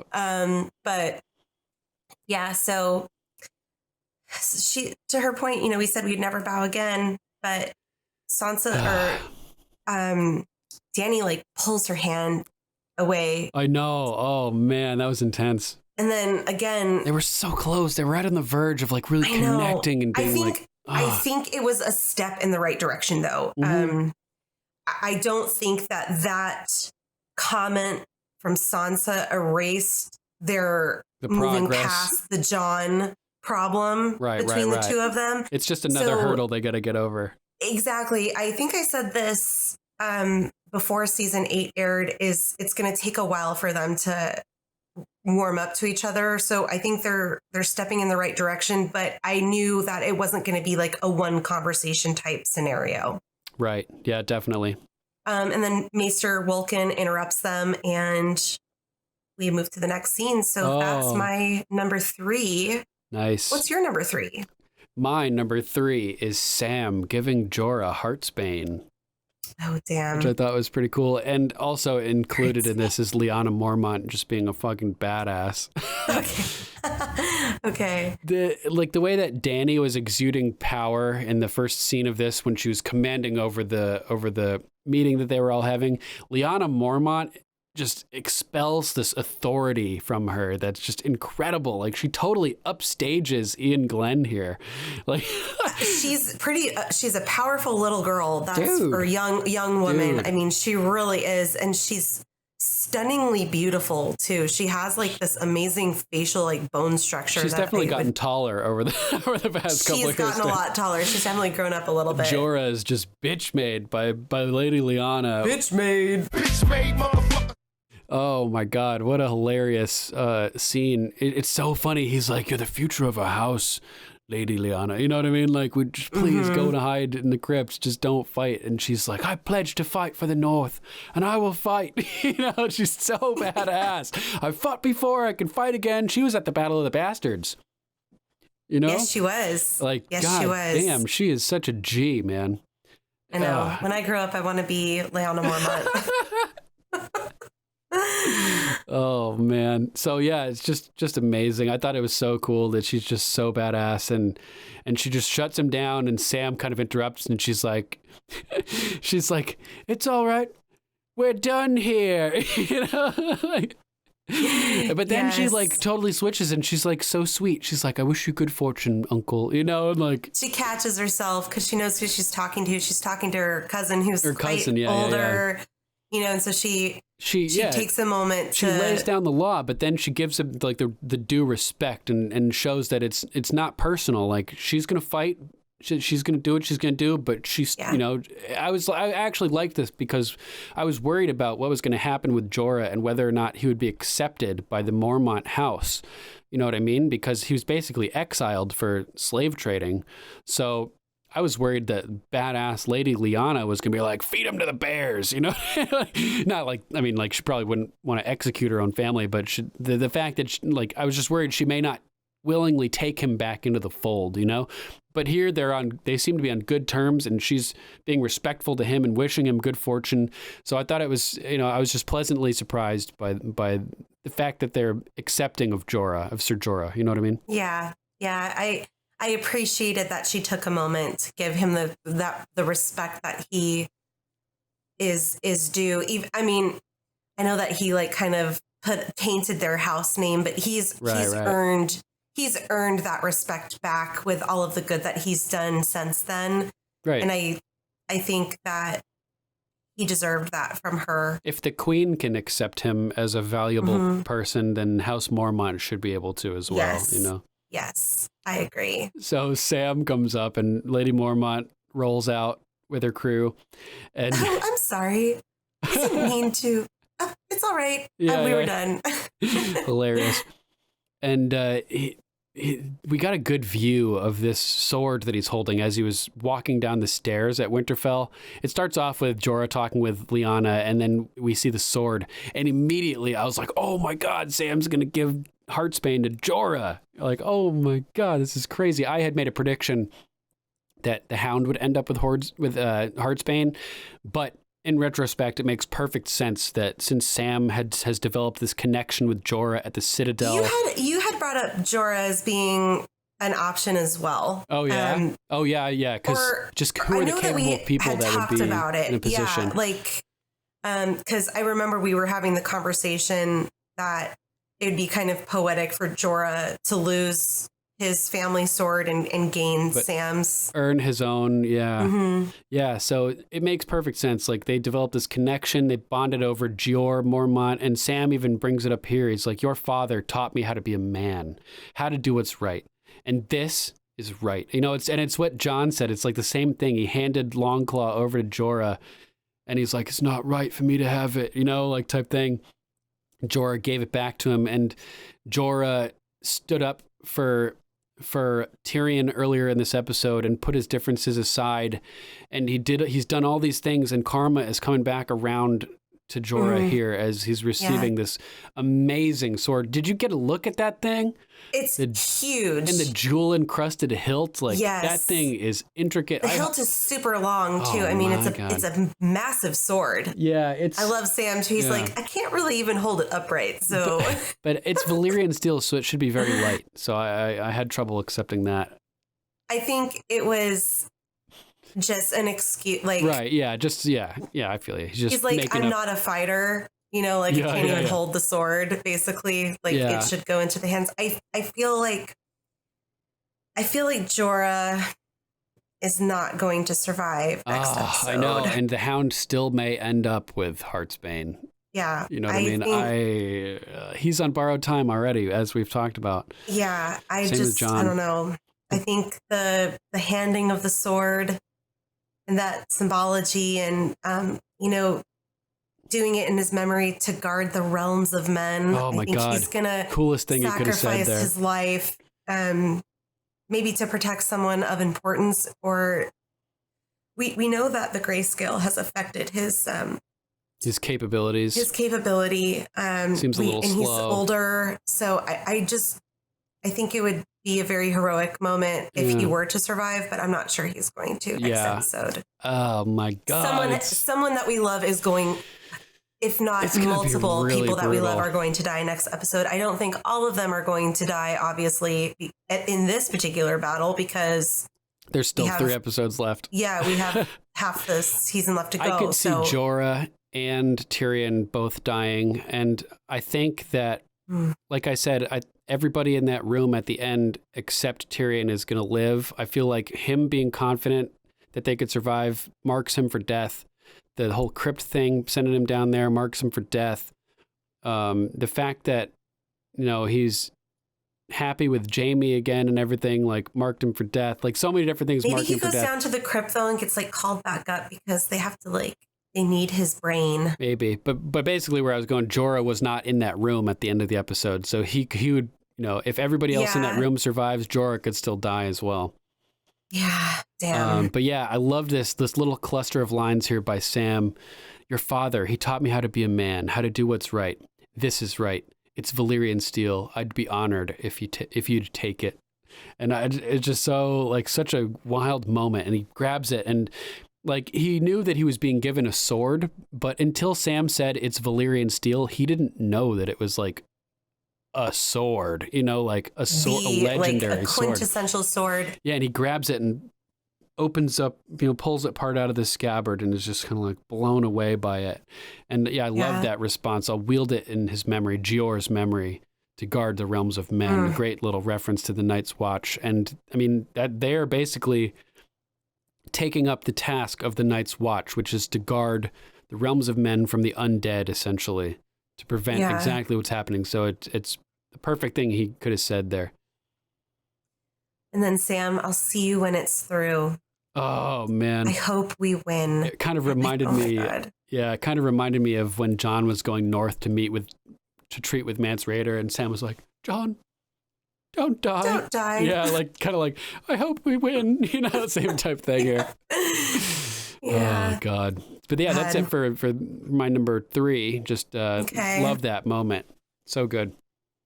So what's your number 2? My number 2 is Dany discovers Aegon Targaryen's 6th of his name and all of that. Same here. Nice. Man. I think I know what your number 1 is. Yeah, I think it's so. the same as mine. Yeah. It's gotta be. Okay. So Jon is in deep thought. He's staring at his mother's statue.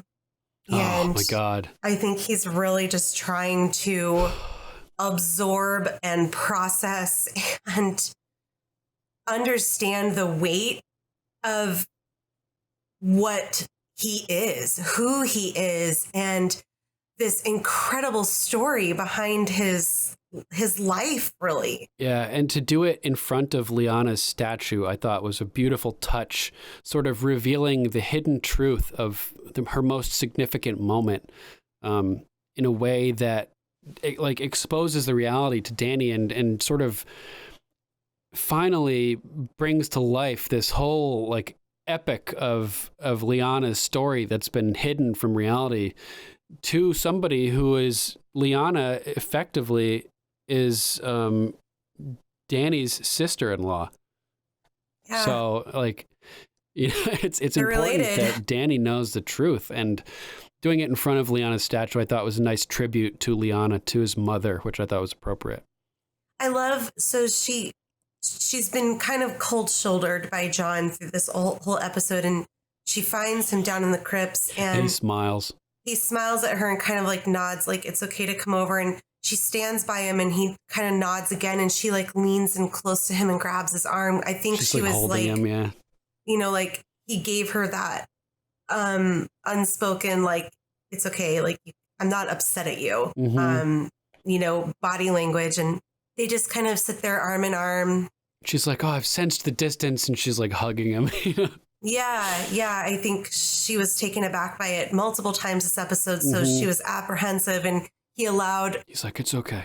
He allowed that, for a moment, and I love her face when he says who it is. It's Lyanna Stark, and she almost gets this guilty look, kind of. Oh my God, my brother. Right. Because that's the only story she knows. And she goes, my brother Rhaegar, everyone told me he was a decent man. Decent. It seems just so basically out of character that he would rape this woman.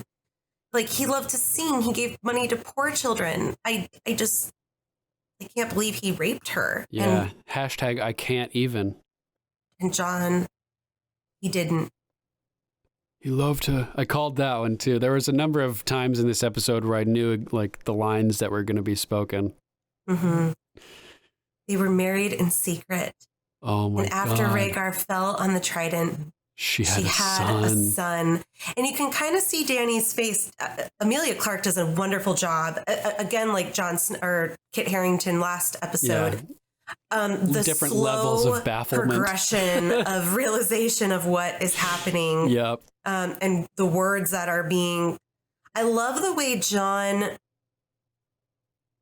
tells it from a third person perspective. Right. Yeah. A story. It's and very craftily told. I thought it was amazingly done. I really liked the way that he told this story. I feel like it eased the blow a little bit, because if he just popped out and was like, hey, I'm your nephew. It was he telling a story like about these people and making it relatable. Like he knew that Rhaegar would. Well, Robert would have murdered the baby if he ever found out. I mean, Dany ran from Robert her entire childhood. So she understands that feeling, and Lyanna knew it. Mm-hmm. And the last thing she did as she bled on her birthing bed was give the boy to her brother, Ned Stark. I love that he gave the name, and you kind of see it wash across Dany's face. She's starting to kind of figure it out. And to raise as his bastard.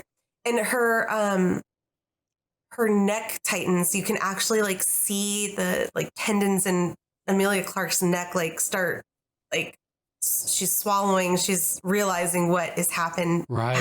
And this is when he drops the big bomb. And she's not even blinking. She's just like her eyes are wide open, like just taking it all in. And yep. And this is when Jon transforms it from third person to first person, you know, using his real name to raise as his bastard. And then he says, my real name is Aegon Targaryen. And she got goosebumps all over my arms. And she like turns, like jerks away from him. Did you notice that? I know. She like it was almost like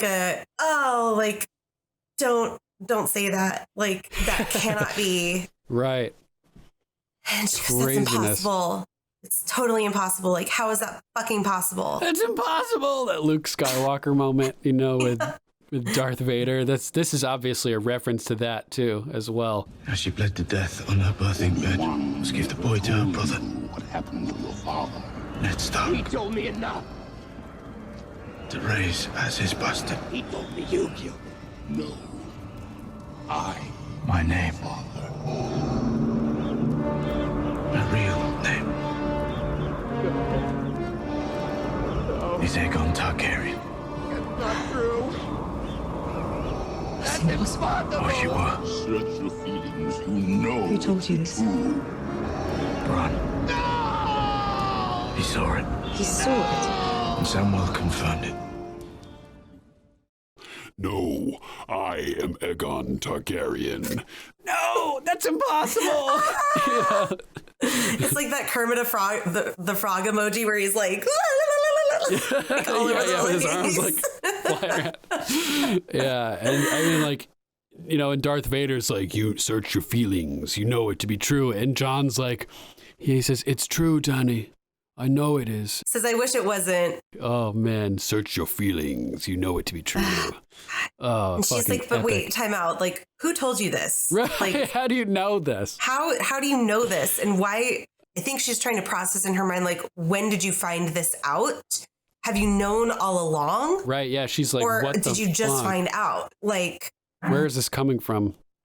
It was interesting, too. Like you said, she's like, that's impossible. And he says, I wish it were. Like, it's taken a toll on him, you know, like, and he knows that the strain it's about to, too. Yeah. And he knows the strain it's going to cause between him and Dany. And it's like the same thing that Ned was, he's like, he knew that he had to do this thing that was going to cause a problem with him and Catelyn in their marriage too, you know, which in Ned's case was not telling the truth, was hiding the truth. But now Jon is faced with this similar type thing where he has to tell the truth, even though he knows that it's going to potentially affect his relationship. So it's a similar burden for both of them to bear. Yeah. And so she's like, well, you know, Jon was like, well, Bran saw it. It's like, he saw it? Like, what are you talking about? I think in hindsight, she's going to look back because of the war table, like the strategy, like when they're going over the strategy for the tactics that they're going to do to try to take out the Night King, that Bran is the world's memory. I think that's going to start playing in her mind. Like, he saw it, like he sees everything. Cause I think she's going to need to talk to him and have him tell her something. You know what I mean? Like I've mentioned before that in the books, we probably won't get this, but I could see it happening in the books. She keeps having this recurring dream, like a memory, a longing for this house with the red door where she remembers growing up in like Bravos or something like that. So yeah. So I could see her going to Bran to be like, what the fuck is going on, basically. And him saying something like that, like the house with the red door, like something from her past that triggers for her that he knows.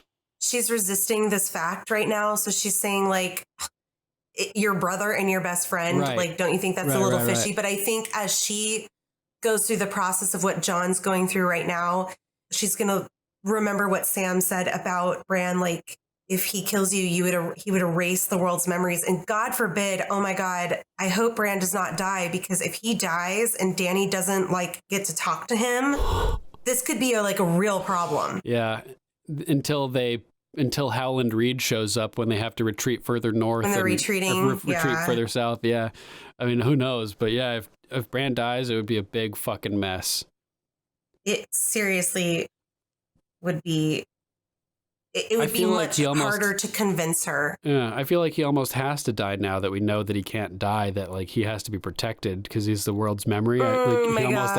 It's like he's like the wall now. The wall has to come down, right? God damn it.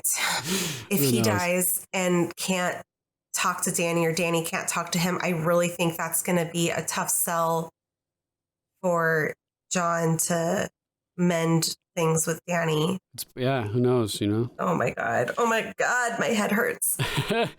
So he mentions that Bran saw it, and he says, who told you this? And he says Bran told him, but Sam told him, so that was kind of inaccurate there. But he says Samwell confirmed it. He read about their marriage at the Citadel without even knowing what it meant at the time. And this is when she's like, really, a secret no one in the world knew except your brother and your best friend. It does seem really fucking suspicious, like super suspicious, but so suspicious that it would be completely unbelievable if it weren't true. You know what I mean?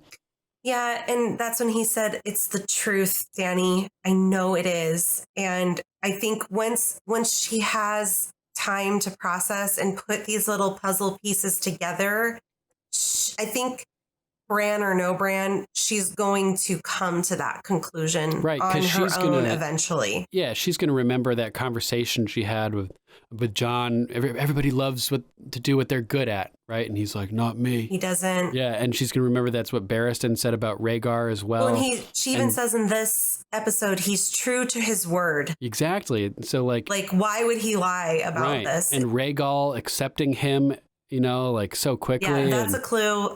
Only Targaryens can ride dragons. Yeah, all these things, and just the general mystery surrounding his birth. Obviously, it's not it's an open secret. Everybody knows that nobody knows who Jon Snow's mother is because Ned never talked about it. Sure. Everybody knows that. So when Dany learns that nobody has ever known who Jon's mother was all throughout his life, that's something that plays into the secrecy that would surround hiding a prince. You know what I mean? Well, and I'm sure Sam still has the diary, so he can show her at least, he did annul his marriage and get married to Lyanna Stark. Yeah, hopefully he has it. Yeah, and the histories. Sir Arthur Dayne was guarding the Tower of Joy, which is in Dorne, which is where Sir Jon Arthur was Dayne. born. We're going to get to talk a little bit about him later on too. Yeah, so I think it needs time. Yeah. I mean, as does Jon. I mean, we knew that we weren't going to get oh, okay, well, here's your crown. We knew that they're both going to really struggle with this probably throughout the entire season. And right away, she's like, if this were true, it would make you the last male of the House Targaryen. You'd have claim to the Iron Throne. And then before Jon has a chance to say, I don't care about the Iron Throne. Yeah. 3 blasts. 3 blasts, people. Damn it. Oh my God. Oh my God. It's going to be crazy. What the fuck? Next episode is going to be bonkers. It's going to be so intense. I can handle it. I don't think I can handle it. I think you're going to have to find a new host. I don't want to watch the show anymore. I'm just kidding. Yeah. I'm just kidding. Of course. Anything else you want to add about this amazing scene, Dany learning the truth, or shall we move on? We can move on to our joint number 1, Giant's Milk. The Night of the Seven Kingdoms. Yeah, of course, not Giant's Milk. It's the Night of the Seven Kingdoms. A Night of the Seven Kingdoms. Brienne. So we are gathered back at the hearth, and we'll talk about the earlier hearth fire scenes later on. But man, what a scene this is! This this is just so, I mean, it's just so good, right? It just, oh man. And we're getting these good moments like this. It just tells us they're going to destroy us next episode. I know. Like if there were tears of joy this episode, there will be tears of sorrow next episode. You've had 2 episodes that are of like happy feeling and then the kind of the quiet reminiscent before the storm. Like, yeah, definitely. We're fucked next episode. Yeah. So it starts off with an interesting revelation that Tyrion has made. It's strange, isn't it? Almost everyone here has fought the Starks at one time or another. And here we are in their castle, ready to defend it together. Which I thought was a pretty awesome, that like it signified the whole trend of like at the beginning of the season or this series, how would you describe Game of Thrones? A looming undead threat rides south from beyond the wall while 5 kings squabble over their petty differences in the southern kingdoms, oblivious to the northern threat.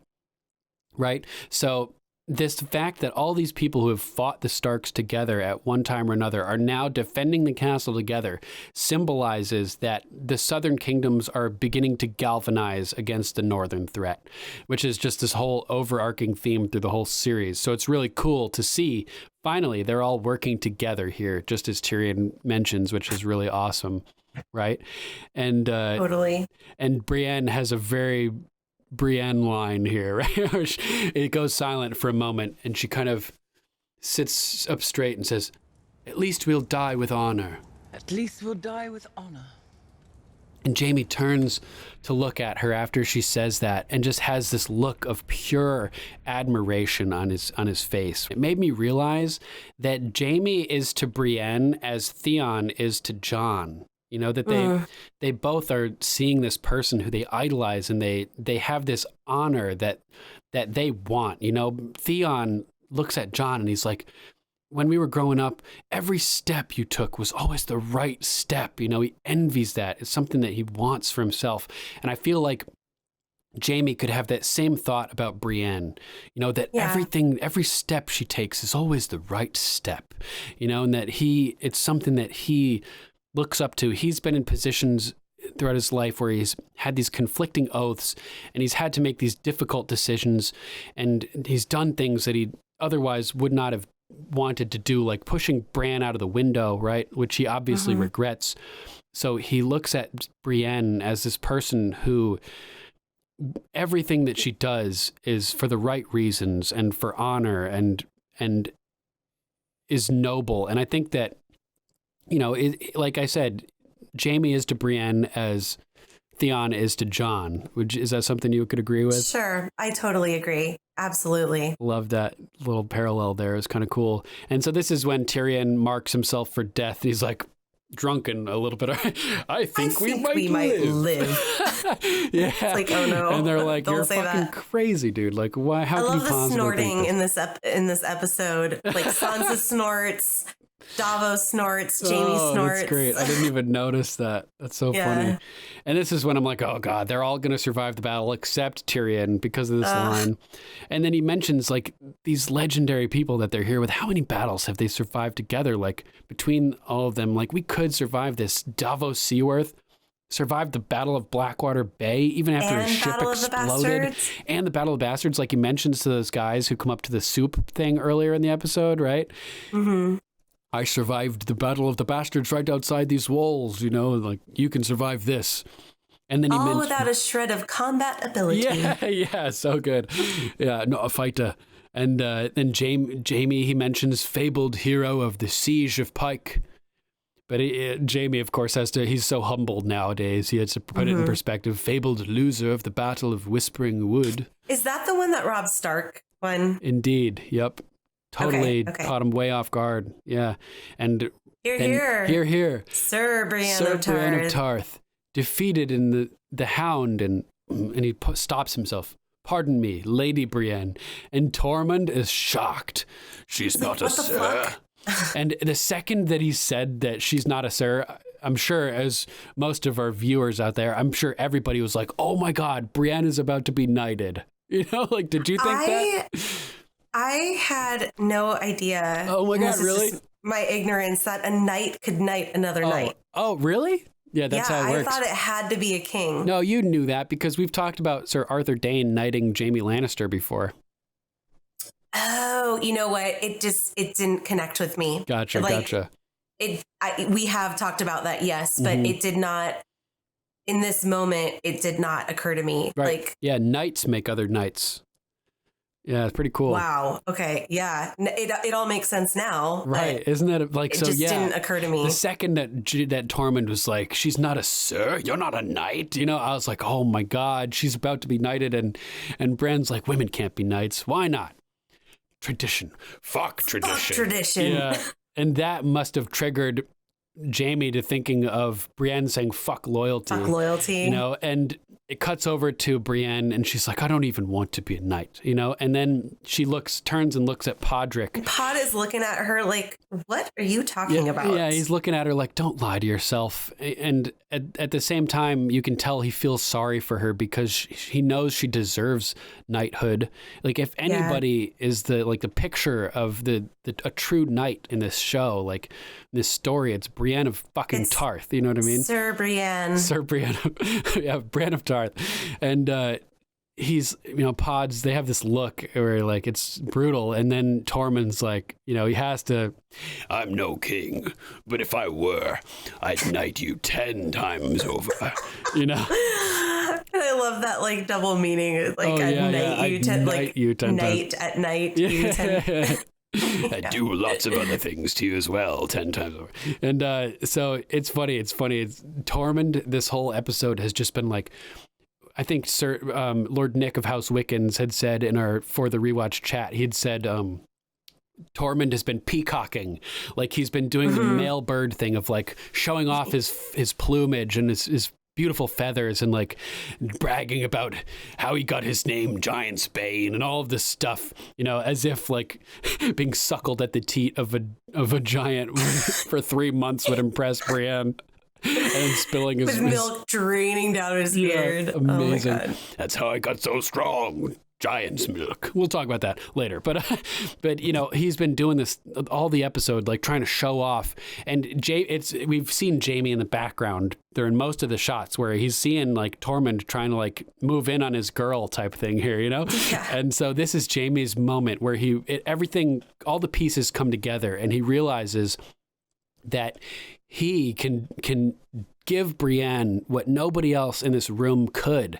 That Tormund would knight her, except but he can't. Sir Davos. Oh, he is a knight, He's a knight. That's true. I forgot about that. Good point. But yeah. But it wouldn't be as poetic. No, it wouldn't. And it wouldn't like, it's not something that he doesn't know Brienne. Like, sure. So he doesn't know how worthy she is type of thing. Exactly. But Jaime does. And so he realizes, Tormund's been trying to show off all night. Now's Jaime's moment to show his plumage, right? And he's like, I can do it, and like he's like, you don't need a king to make a knight, and everybody kind of like turns and looks at him, and he's holding a goblet in his hand, which he had just gotten for himself. It's any knight can make another knight, and he puts the cup down. I'll prove it. And like, I'm just like, oh my God, my heart stopped at that moment when he said, I'll prove it, just overcome with emotions as he says, I'll prove it. And he like dramatically unsheaths that sword and like swings it around and points it down at the ground in front of him. And he's just like, kneel, Lady Brienne, and I'm like, oh my God, this is so badass. At it, yeah. And this is that thing that I'm talking about. She thinks that he's joking. Right. It's that post-traumatic stress that she has from that experience where all these guys were asking her to dance and telling her how beautiful she was. And then it turned out that it was all like a joke and that she was the butt of this cruel jape, right? Mm-hmm. So I think that she's having trouble. Like even earlier in this episode, Jaime goes up to her and he's complimenting her like, oh yeah, like I'm sure you'll train Podrick great. Yeah, you're right about this hill giving us a potential advantage. And she's like, what are you doing? Like why? Like we've never talked this long without you insulting me. She has difficulty accepting that Jaime, like I said, who's like the poster child for this asshole male archetype that picked on her as a kid, it's hard for her to accept that he's being sincere with her and that he respects her. So at first, you know, she's surrounded by all these people, men, and Jaime's asking her to kneel. At first, she's probably thinking like she'll walk over there and then Jaime will pull away the sword and laugh at her or something like that, just from her post-traumatic stress from this experience where she's like having this beautiful experience with all these men dancing with her, and it's all a lie, you know? So she has this fear that it's going to be a lie, you know? And then she realizes, though, the look on his face, he's serious. And so she gets up and even before she gets up, he's like, do you want to be a knight or not? Kneel, you know? And then this is, again, she looks over at Podrick, right? And he's like, kind of gives her the okay, like, go do it. Do it, you know? And then she looks back at Jaime and he nods at her again. And I think this is when she realizes it's not a jape, like that this is her moment. I mean, it's just so beautiful. It's like she gets this like look of, okay, this is happening. Again, like the process of realization of something amazing that's about to happen. And she stands up and she walks in front. She stands up straight and Tyrion looks at Jaime in the eyes. Yeah. And Tyrion stands up. He realizes like, this is something that we need to like see. This is amazing. An amazing moment. The first like Westerosi female knight potentially. And also like, it's Brienne of Tarth. She's fucking amazing. She's like, what did the Queen of Thorns say her? She's singular in her her, you know, like this is like a huge moment for. And now she is officially singular because she's the only female knight in the Seven Kingdoms. Yeah. For now. Yeah. So she stands in front of Jaime and her eyes are wide and, you know, welling with tears, and she takes this breath in and she kneels and puts her hand behind her back. Just like she did with Sansa and Catelyn. Yes, and Renly. And she's just so she's official. Done, you can see how nervously Jaime's gripping the handle of Widow's Wail as well. His hand is like opening and closing. Oh. He places it on her shoulder. In the name of the warrior, I charge you to be brave. And then switches her, you know, the shoulders. It's so cool. In the name of the Father, I charge you to be just. Then he puts it back over. In the name of the Mother, I charge you to defend the innocent. And those three things, bravery, just, defending the innocent, that is what embodies Brienne of Tarth. Definitely. She's like like you said, the embodiment of those characteristics. She is the true knight, which is so funny. Some like a couple characters in this show who are like some of the most true knights of all never were really knights. Like Sandor exhibits very many qualities of a true knight. And this is also, he says, "Arise, Brienne of Tarth, a knight of the Seven Kingdoms," and that is like and Tormund's like doing the major clap. Oh, I forgot to mention too. The second Brienne kneels, Tormund stands up. Oh, he's like, "Damn, this shit's about to go down. My girl is getting knighted." Yeah. Love it. Jumps up too. Man, what a scene! And yeah, she has this great emotion of like this beautiful smile just like goes across her face, and her eyes are welling with tears. And for the first time, I think in her life, she truly feels validated for the person that she is, her soul. Absolutely. Who she wants to be.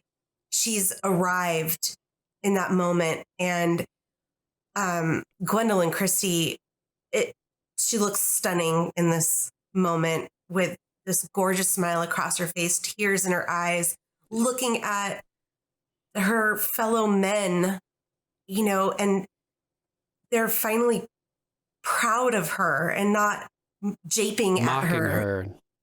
Yeah, it's just so beautiful. It's so good. So he says, "Arise, Brienne of Tarth, a knight of the Seven Kingdoms." And man, his voice in this whole scene, like we're really getting like a bassy, gravelly tone from Jaime that we don't typically get.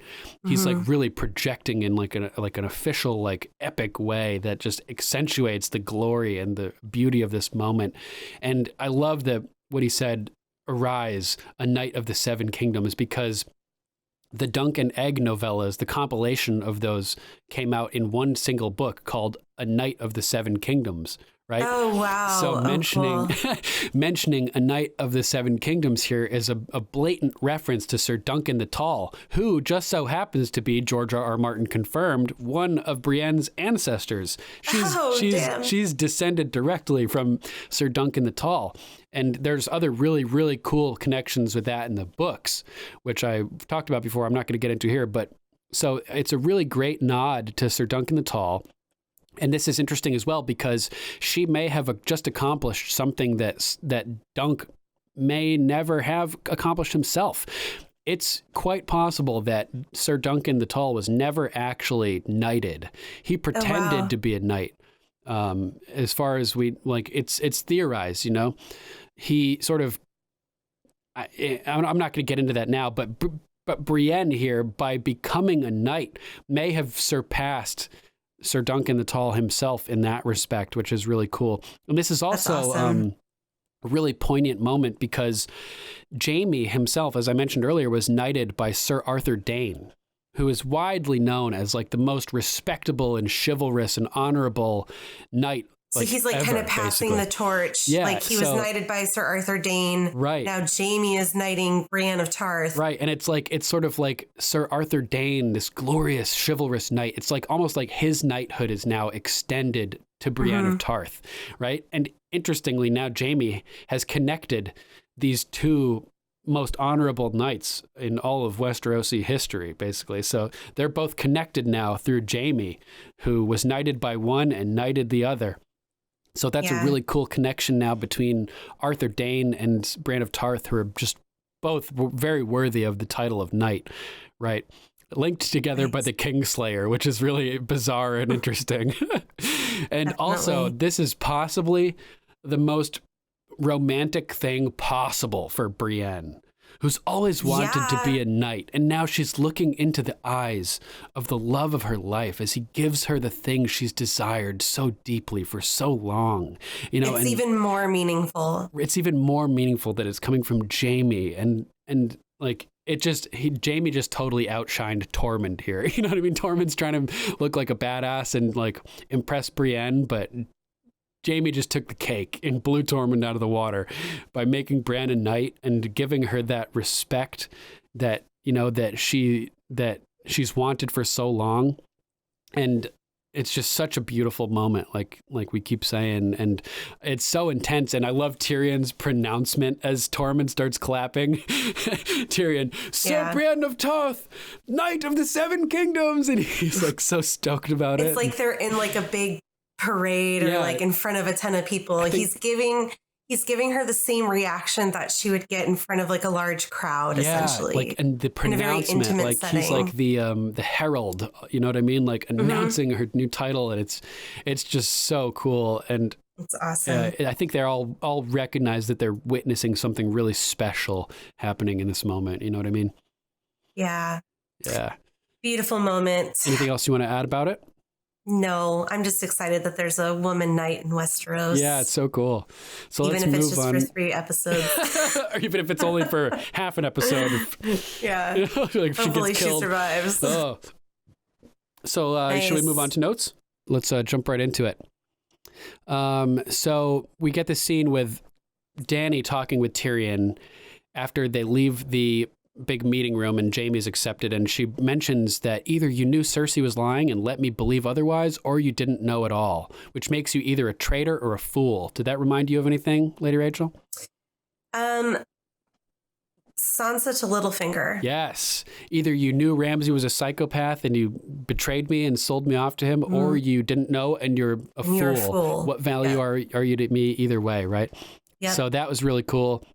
Like that connection, especially since we have Dany and Sansa facing off and being compared in this episode. It's like bringing up things that are similar about them, that they even handle things similarly. Yeah. So she's super pissed. And she's like, if you can't help me, get my crown back, I will find another hand who can. And Tyrion says, I suspect one of you will be wearing this before it's all over, like referring to his pin. And this made me think, fuck, like, I'm thinking maybe like he is gonna die. Yeah, somebody else may be wearing that pin. Well, then it might be either Tyrion or Jorah then, because it's unlikely that she would pin Varys. I think it would be Tyrion or right. Jorah. So maybe it's Tyrion or Jorah who's going to die. Yeah, one of the two. One of them might die. Oh, so I'm worried that somebody else may end up wearing that Hand of the Queen pin, but not because Dany took it away, but because Tyrion is dead, sadly. She's pissed. She's like, Cersei still sits on the throne, and if you can't help me take it back, I will find another hand. Super pissed. And as we learn later, she's going to send him down to the crypt. This made me think of, there's a scene, I don't remember how much in detail they go into it on the show, but remember when Bran and Rickon and Hodor and Osha are hiding in the crypts, and they go to emerge after Ramsay Bolton sacks Winterfell and runs off with Theon. And I don't know if this was in the show. They're sort of trapped in the crypts. Something has fallen down onto the doorway of the crypts, and Hodor has to really strain and like lift the door up for the crypts. Can you see where I'm going with this? They're hiding from the Ironborn, I think. Right? Yeah. But that's right. But I feel like that may be foreshadowing the people in the crypts end up being trapped in the crypts and are unable to escape. What if it's Hodor that comes in? That'd be so cool. But he spent time down there and may know where the secret entrance is. You mentioned Titanic before, and remember how all the third class people ran up the stairway and they couldn't get past the gate, and then somebody dropped the key, and the water was rising and the key was down underwater, and they were like diving down under the water to try to open up the gate, to grab the key to open the gate so they could get out of there. I feel like people are going to be trapped in the crypt, and something is going to happen, and the gate to the crypt is like the door to the crypt is going to be jammed shut, and a lot more people are going to die than necessary because they're going to be trapped down there. I think a lot of people are going to die next episode. Definitely. Like main characters possibly, and also just casualties. Yeah. So next we're moving on to Gendry, and he apparently doesn't understand yet that it's really important to make Arya her weapon, because she's like, you got my weapon, man? And he's like, yeah, after a few thousand more of these.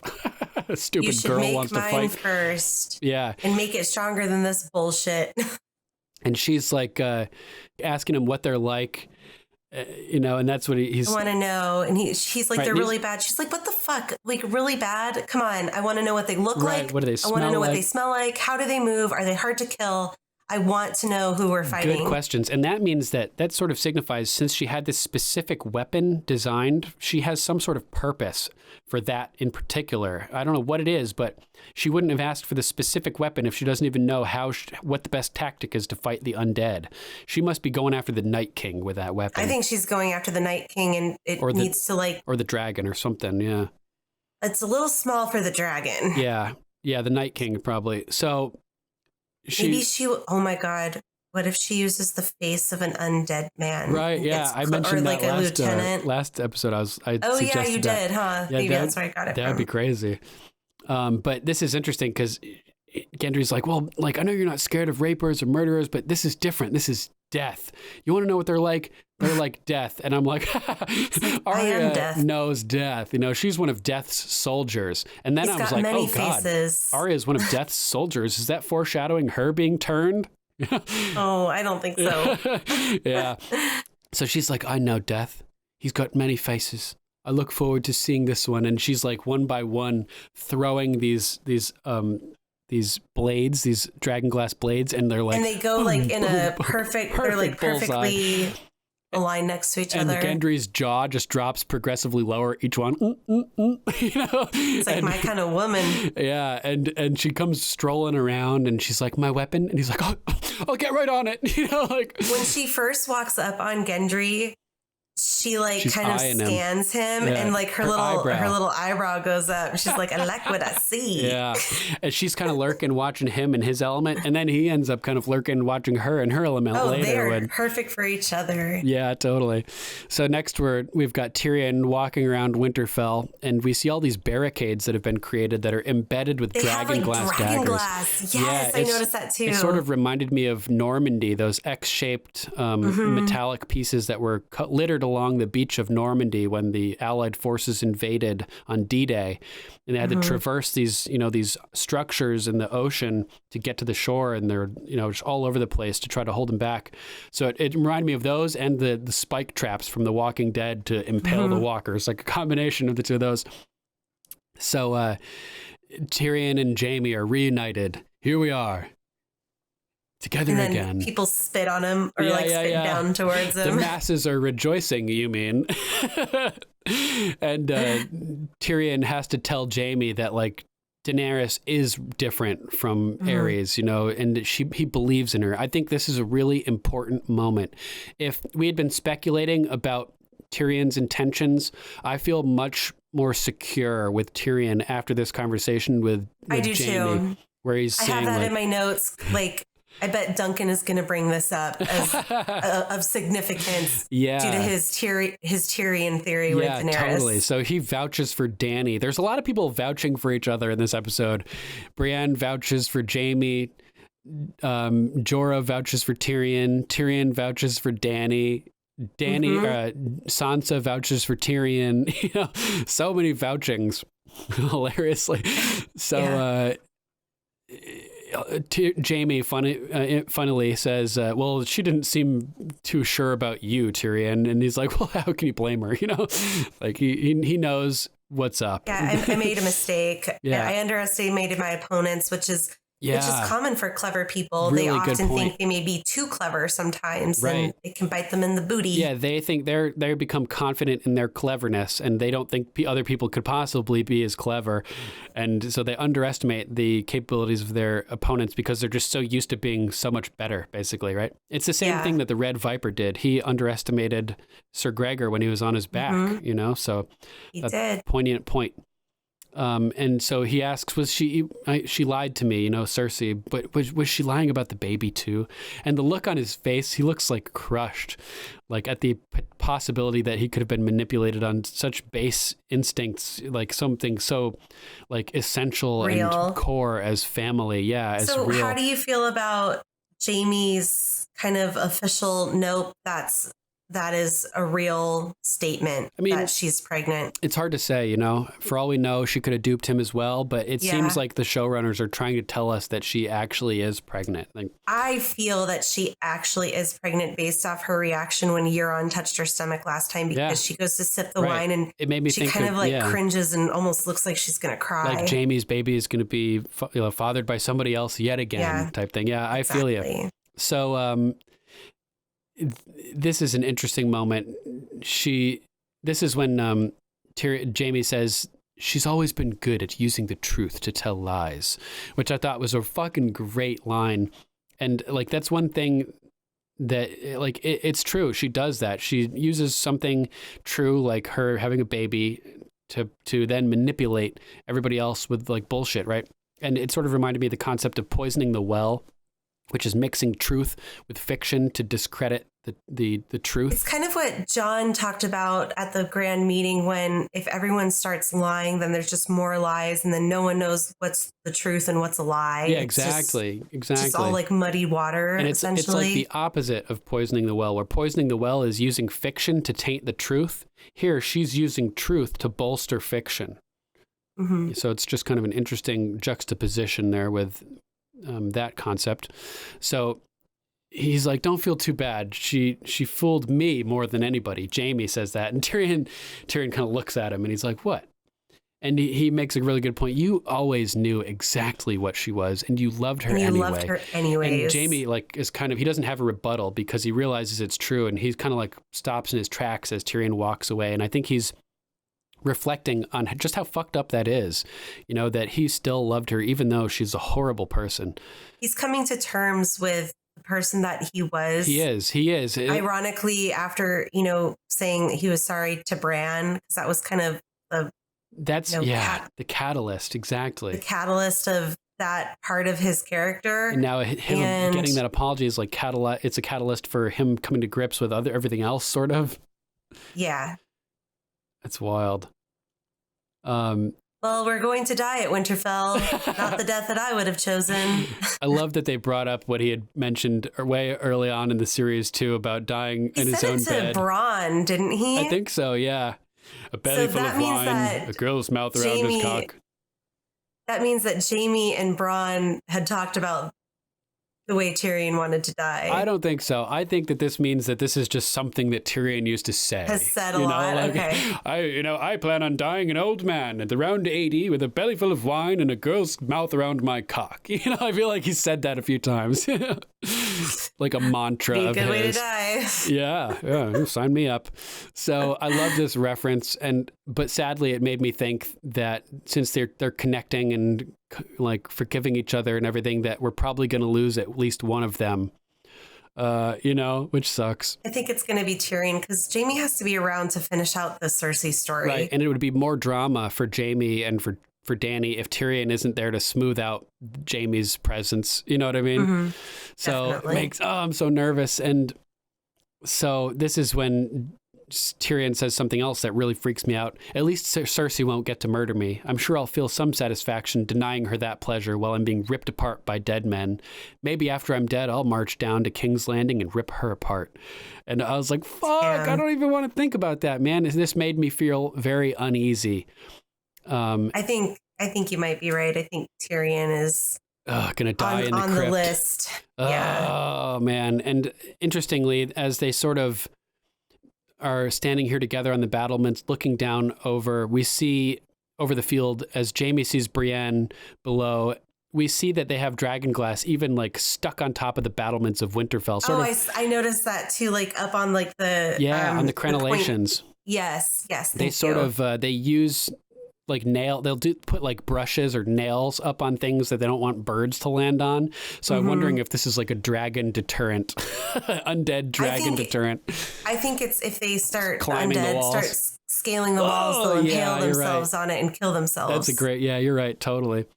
So Jaime sees Brienne and he's drawn to her, and surprisingly, he goes down there and Podrick is kicking ass, man. I was surprised. Like, I got the vibe. He's teaching other people how to fight. Yeah, it shows you this actor who plays Podrick must be a very good actor, because I got the impression that the actor was actually uncoordinated before. Like he was so convincing with his like fumbling and blundering like around riding the horses, which drove me insane. I thought that he was actually like an uncoordinated person. So I'm pleasantly surprised to see that this actor is actually physically gifted, as he's, showing some good, and vocally good gifted skills too. here. He has a great voice. Great voice, yeah. I've heard people have definitely mentioned to me that they like his speaking voice, which apparently sounds different than his character's voice. Oh, interesting. Yeah, so he does have a great voice. So good acting. I like that. And Jaime comes and, Sir Jaime, Lady Brienne, and they're talking about, he says he's come a long way, talking about Podrick. So essentially complimenting her teaching, right? And she's like, he's still got a lot to learn. He's got a lot to learn. And he compliments her again. I'm sure you'll teach him, like another compliment to her skills. And then they're talking about the rise on the hill and how it might give them an advantage. And he's complimenting her yet again. Yes, I think you're right, he says, complimenting her planning. And so like we talked about, she's got this traumatization. She's waiting for the other shoe to drop. Right. She's like, where is the jape coming in? Like, you can't just be complimenting me. You're like, she's not used to having men be sincere, So it's really sad the way that she reacts. Sad for both of them, because she's like, what are you doing? I think And he's like, I truly don't. Like, I honestly don't know. Yeah. I don't have a clue what you're talking about. Right. Like, we've never gone to have a conversation this long without you insulting me. Not once. And the little back and forth there was so funny. You want me to insult you? No. Good. I'm just waiting for it. It's such a funny little back and forth, like a little heated, thing where like they're both frustrated and they want to get along, but Brienne thinks that he's messing with her and he's sincere, and she's frustrated by how she's reacting, not believing that he's sincere. And so we get another huge, huge moment to hear where Jaime shows Brienne his belly. You know what I mean? And he submits to Brienne and takes the secondary to fight under your command. Yes, this is a heavy and moment, she nods man. to him like, yeah, like you can do it. And you can do it. He pledges his sword to her, and he's very honest with her as well. He tells her, I'm not the fighter that I used to be. This is dangerous information. Like, this is not information that like the public can be aware of, you know, for his safety. Mm-hmm. So the fact that he's telling her that means he trusts her. The fact that he pledges her his sword, it's huge for both Brienne and Jaime. Brienne realizes she's finally earned Jaime's respect and his admiration, and the sense of accomplishment that Jaime felt by having Brienne vouch for him in the first scene of the episode and putting herself on the line for him. I think it's equally as impactful for Brienne now in this moment to realize she's earned Jaime's sincere respect. The way that he always used to treat her, you know, he was essentially representative of those arrogant jerks from her childhood. I think so. I think you really hit it on the mark with that whole right. Thank kind you. of that closure that she needed, and it all came to fruition when he knighted her. Yeah, exactly. I mean, this. I think that PTSD might be. I think she was releasing a lot in that moment where she smiled finally. Absolutely. Releasing a lot. I mean, we've never seen her smile in the presence of Tormund before. We've seen her smirk, but we've never seen like something like that. That was like, I mean, oh my God, an extraordinary smile. I had tears instantly in my eyes when I saw that smile. I'm trying to hold them back right now. I have goosebumps all over my arms. So it's just, I really love where you're going with this whole thing, because this scene is reminding us of that PTSD. And then we get the knighted scene. Right. That kind of closes that chapter in Brienne's book. Right. She can't like fully accept it now. She's like so shocked by this that he's like, you know, I'm not the fighter that I used to be, but I'd be honored to serve under your command if you'll have me, right? And she can't like fully come to grips with it all right now. Like she nods to him and then she's just like, I gotta go, you know, and like kind of runs away before she starts crying, you know.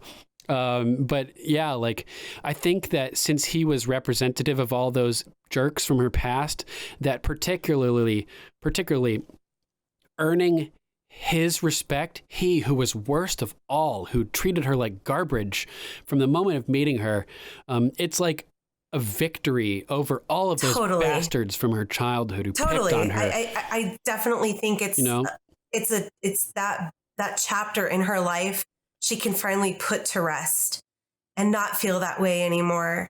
Yeah, earning Jaime's respect, who symbolizes all of them. It's like he's more powerful, bigger, badder, more badass, more cool, you know, than any of them ever were. So if she earns his respect, it's like all of those low down, no good schmucks from her past, those low people, like their opinions are worthless compared to Jaime's. You know what I mean? So if she wins his, all that is like nothing anymore. You know what I mean? So it starts here, and it finishes with, like you mentioned, him knighting her later on, and her learning in truth that she's earned his respect. And this is like a whole new chapter for Brienne, and hopefully it's longer than just a page. You know what I mean? I hope so. I think it will be. It could be a short ass chapter. I think she'll stick around a little bit. I have a feeling she might survive.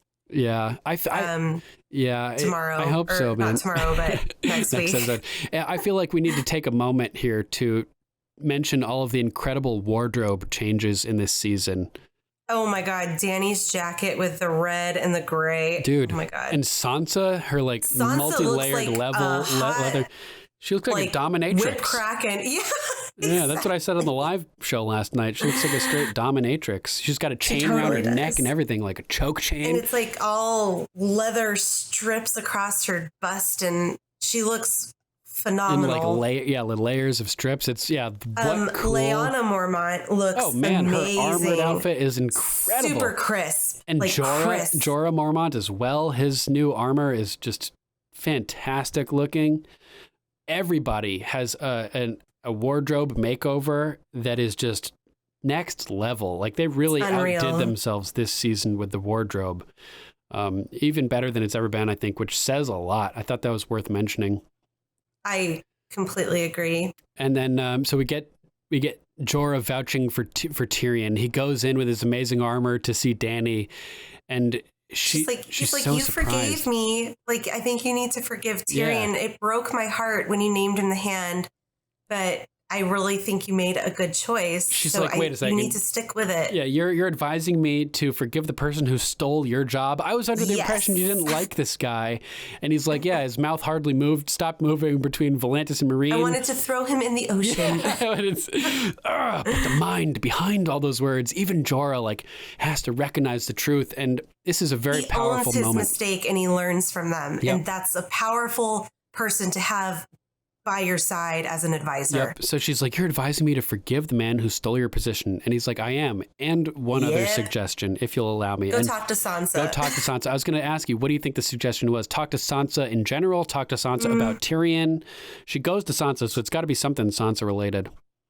I think it's work on the relationship because she is a lady of Winterfell in the North. The North follows Sansa. So if Dany wants the North, she's got to go through Sansa first to get it and make. Yeah, she's got to work out her differences with Sansa. I think that's the message. Like, because forgive Tyrion. I think it's tangible. Figure it out with Sansa. I think they're clashing and their tension is tangible to the people around them. Yeah. So. Definitely. Man, so we got the next scene where she meets with Sansa. We talked about that. And now it's Theon. Oh my gosh. And they walk in together. So Sansa and Dany walk in together and Theon looks over at Sansa and then he looks at Dany and he goes and kneels in front of Dany and goes, my queen. She asks about Yara. Well, she's safe. She's good. She's on her way back to the Iron Islands. She's going to take them back in your name. And Dany's like, well, why are you here? And he looks at Sansa when he says, I want to fight for Winterfell. Yes, Lady Sansa, if you'll have me. Just the way that Jaime had said to Brienne, if you'll have me. Mm-hmm. You know, and like, just like I said, Jaime is to Brienne as Theon is to Jon. You could also apply that to, you could just say as Theon is to the Starks. Right? The Starks in general. So that parallel is made plain here by them using even the same language. And I love that Sansa doesn't even like say a word. She just runs up and just gives him the biggest hug. And Dany, I think, was a little taken aback by that. I don't think that Dany, I don't think either Sansa or Dany realized that the other one had any type of connection or relationship with Theon.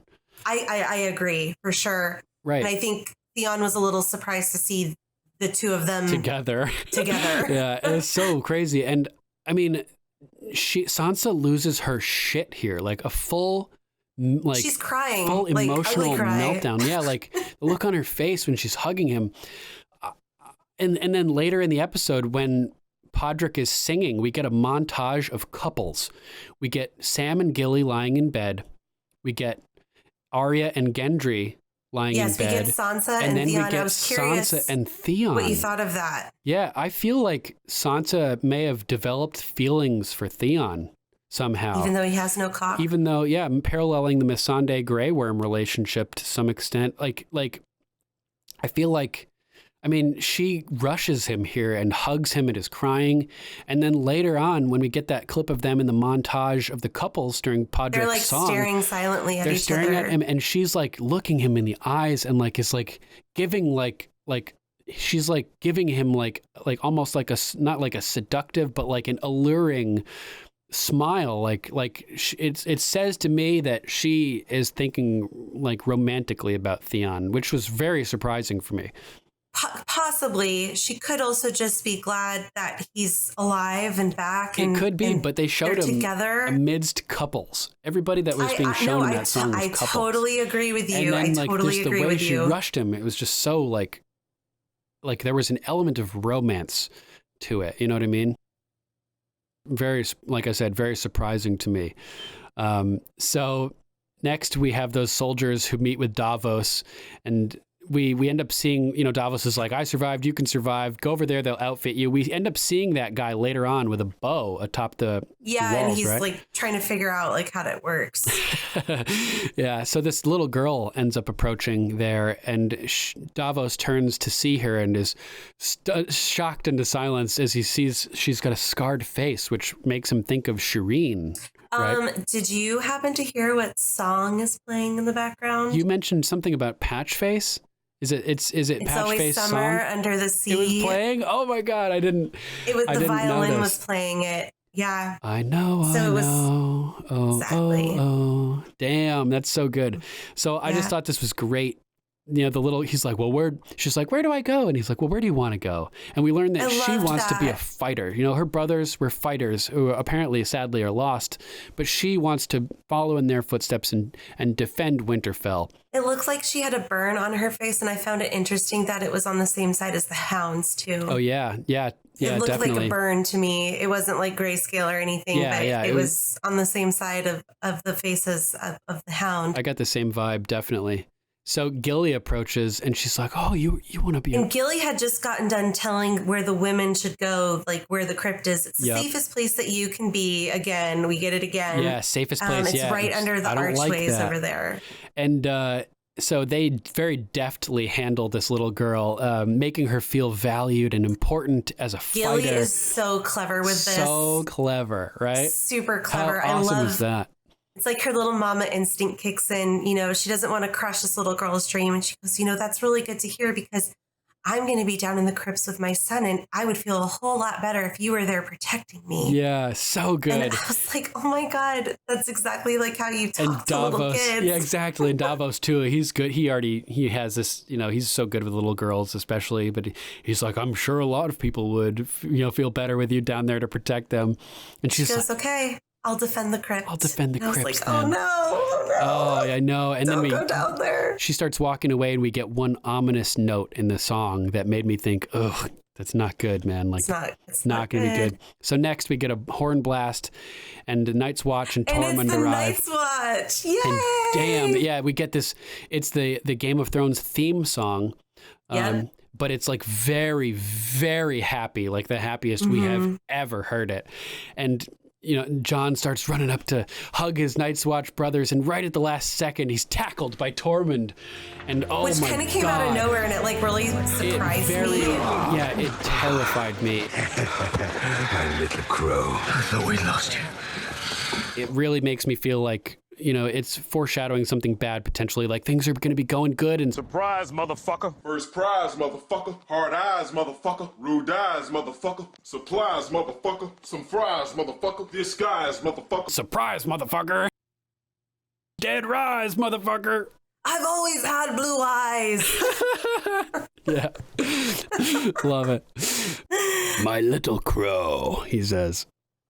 Yeah, we discovered that they have to go around the army to get there. Oh, and Jon's like, well, how long do we have? And Tormund looks at him and goes, before the sun comes up tomorrow. Over Santa Monica Boulevard. And is the big woman still here? Yeah, I love his love for Brienne is just amazing and beautiful to me.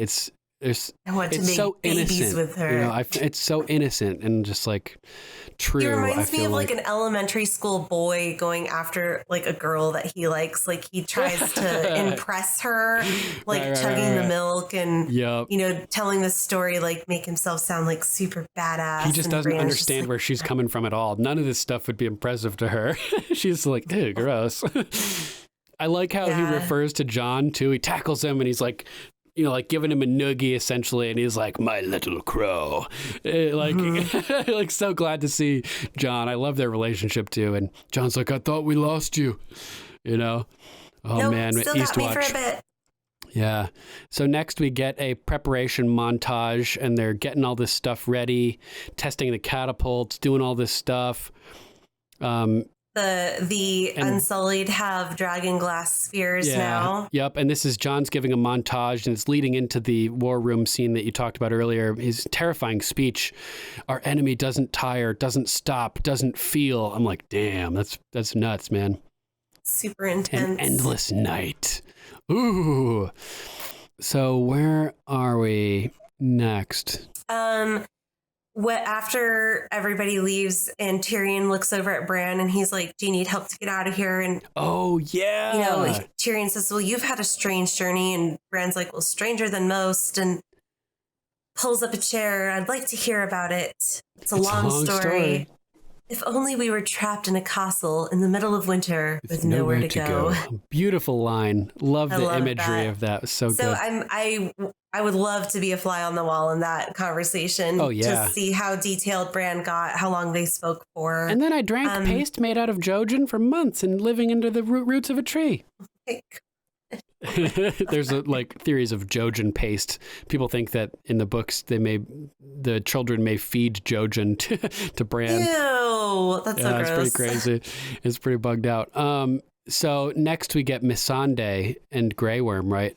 And she gets totally snubbed by those little girls. Yeah. So again, I think Grey Worm might see his end. Oh, yeah, he has to. Because they're talking about the future and I'll take you being to the loyal beaches. to the queen, and that he'll kill all of our enemies. But when it's all over, I want to take you somewhere. Where would you like to go? And she goes, I want to go home. I want to see North again. Oh, it's so sad. But my people are peaceful. We can't protect ourselves. Right. My peaceful or not peaceful. We will protect you. But it's so sad. She's like, I'd like to see the beaches again. And he's like, then I will take you there. Yeah.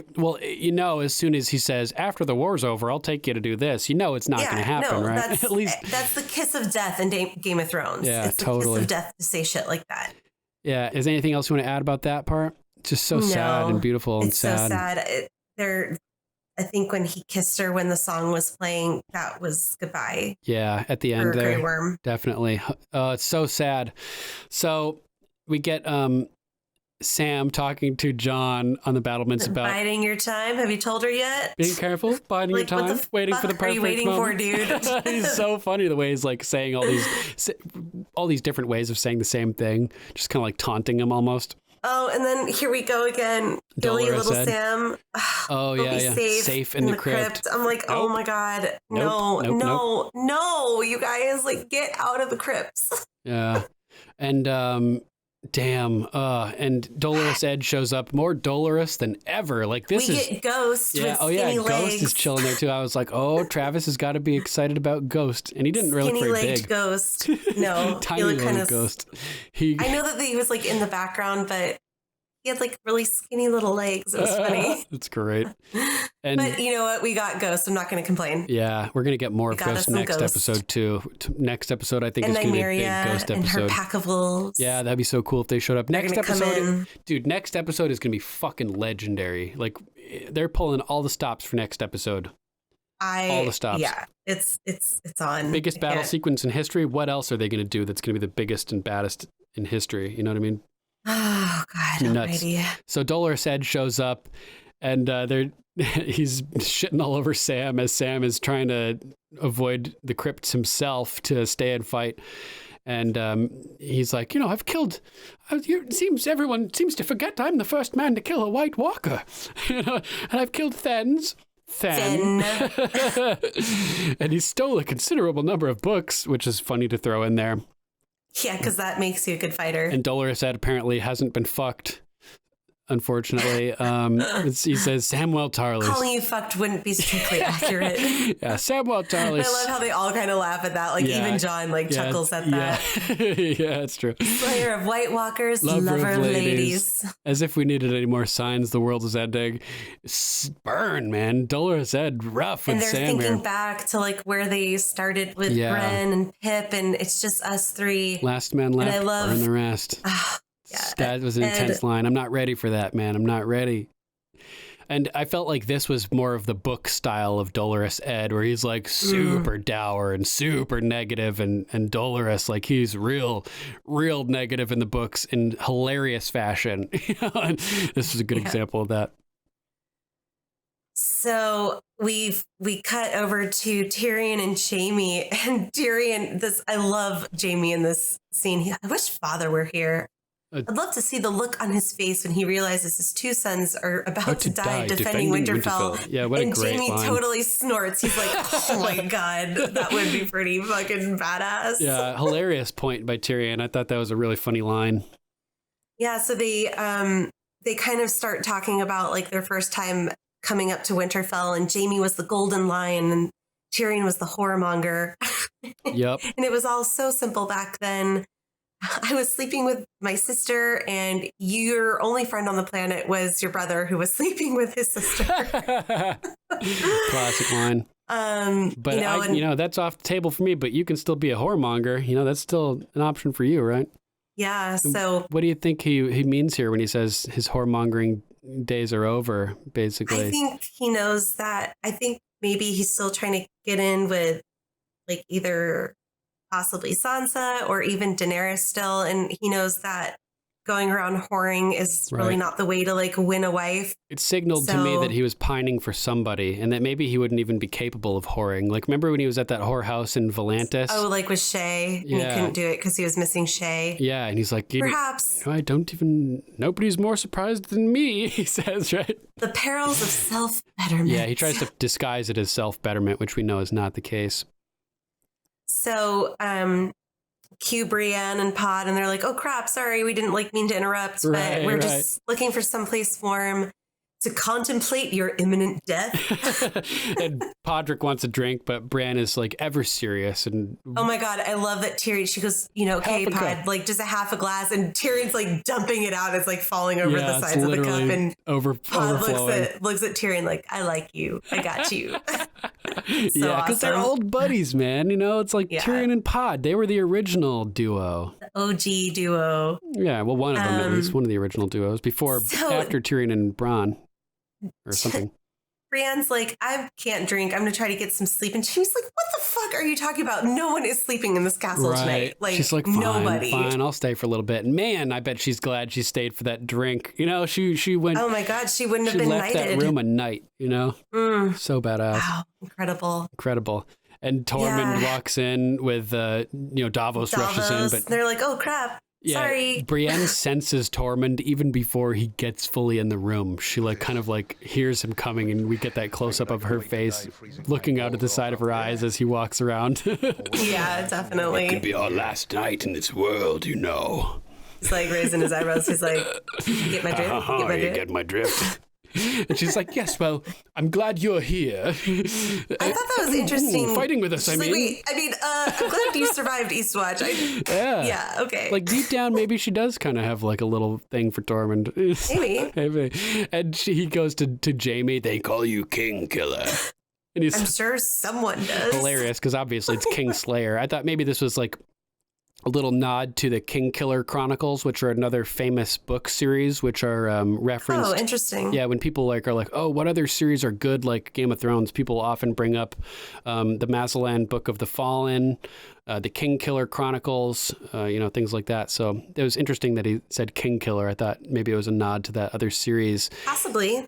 And this is when we get the Giantsbane story, how he killed a giant when he was 10 and climbed into bed with his wife. Suckled by a giant teat for 3 months, and that's why he's so strong. Giant's milk, yeah, hilarious. And then he starts drinking out of that awesome horn. I want a horn like that. Huge horn. Travis, I think, sells horns like that. I think it's that fermented goat's milk that John tasted up with Mance up in the north, up beyond the wall. It's rugged, whatever. That made him choke. He's like, "What the fuck was that?" And he's like, "It's a proper drink." Giant's milk. It was so over the top the way he was spilling it and as he's drinking it. I know, and it's draining down his beard, and Brienne's looking at him, and Jaime's like, "This is happening," and Tyrion's like, "I don't know, this is weird." Maybe I will have that drink. We're all thinking "Oh, this is so gross. It makes me not want to drink," But then Davos has the opposite reaction. He's he sees how much Tormund is enjoying it, and he's like, "Maybe I will have that drink." And Tormund's like, "Join the club. It's good shit." Yeah. And then Arya's going to see Sandor, and she sits quietly next to him, which I thought was so fucking cool. And he's like, "You never used to shut up. Now you're just sitting here like a mute." And they're the same person sitting there, they the totally same expression on their face, I thought it was just so cool. She's like, "Guess I've changed." And she's like, well, she gets serious, real with him. She's like, "What are you doing up here?" Because they haven't really had a chance to talk. She defended Gendry, but she was more interested in talking with Gendry at that moment. So she's asking him "What the hell are you doing here? You fought with Jon. You joined the Brotherhood. You went beyond the wall. You're here now. Why?" And she's like, you can tell she still has a little pent up frustration with the Hound. I think she's still angry with him in a way. She's processing it the way that, Dany's going to be processing the new information, or the way that we were talking about somebody else processing something else in this episode as well. Brienne processing Jaime's sincerity. I think that it's going to take, a little bit for Arya to fully get on board with the Hound, but I think that they will reconcile before all is said and done. Before we lose one of, if we lose one of them, I think they'll put their differences aside before that, maybe in that last moment. But she's mad. She's like, why are you here? When was the last time you fought for anybody but yourself? Like you're just a selfish didn't prick. I? Right. And that's such an amazing moment. He turns to her and they look each other in the eyes and he's like, I fought for you. Didn't I? Like, I died for you, basically. Yeah. Like, I fought that beast of a woman and to protect you, and it cost him a lot. And I think that, she realizes that he's right, and she doesn't have like some snarky response or anything like that. But they're also cut off because Beric shows up. He's like, it may as well be a bloody wedding. And I thought that was kind of interesting. The Hound gave Arya his giant wineskin as well, too. They shared a drink, which I thought was pretty cool. That says a lot without saying anything. Yeah, like sharing wine together. And of course, Beric has to like preach, and the Hound has a great line. Thoros isn't here. I hope you're not about to give a sermon, because if you are, the Lord of Light's gonna wonder why he brought you back 19 times. 19 times. Just to watch you die when I chuck you over this fucking wall. And that was a Arya's great like moment. looking around. She's like, I'm so over this. Stupid. Yeah. I'm gonna go fuck Gendry now. Yeah, I'm not spending my final hours with you two miserable old shits. Miserable old shit. Yeah, so she goes down to the most shocking scene for me. Oh man. Oh my god. Yeah, we got Gendry lurking as Arya's in her element now. And we get Arya's I was really mystical surprised. music playing.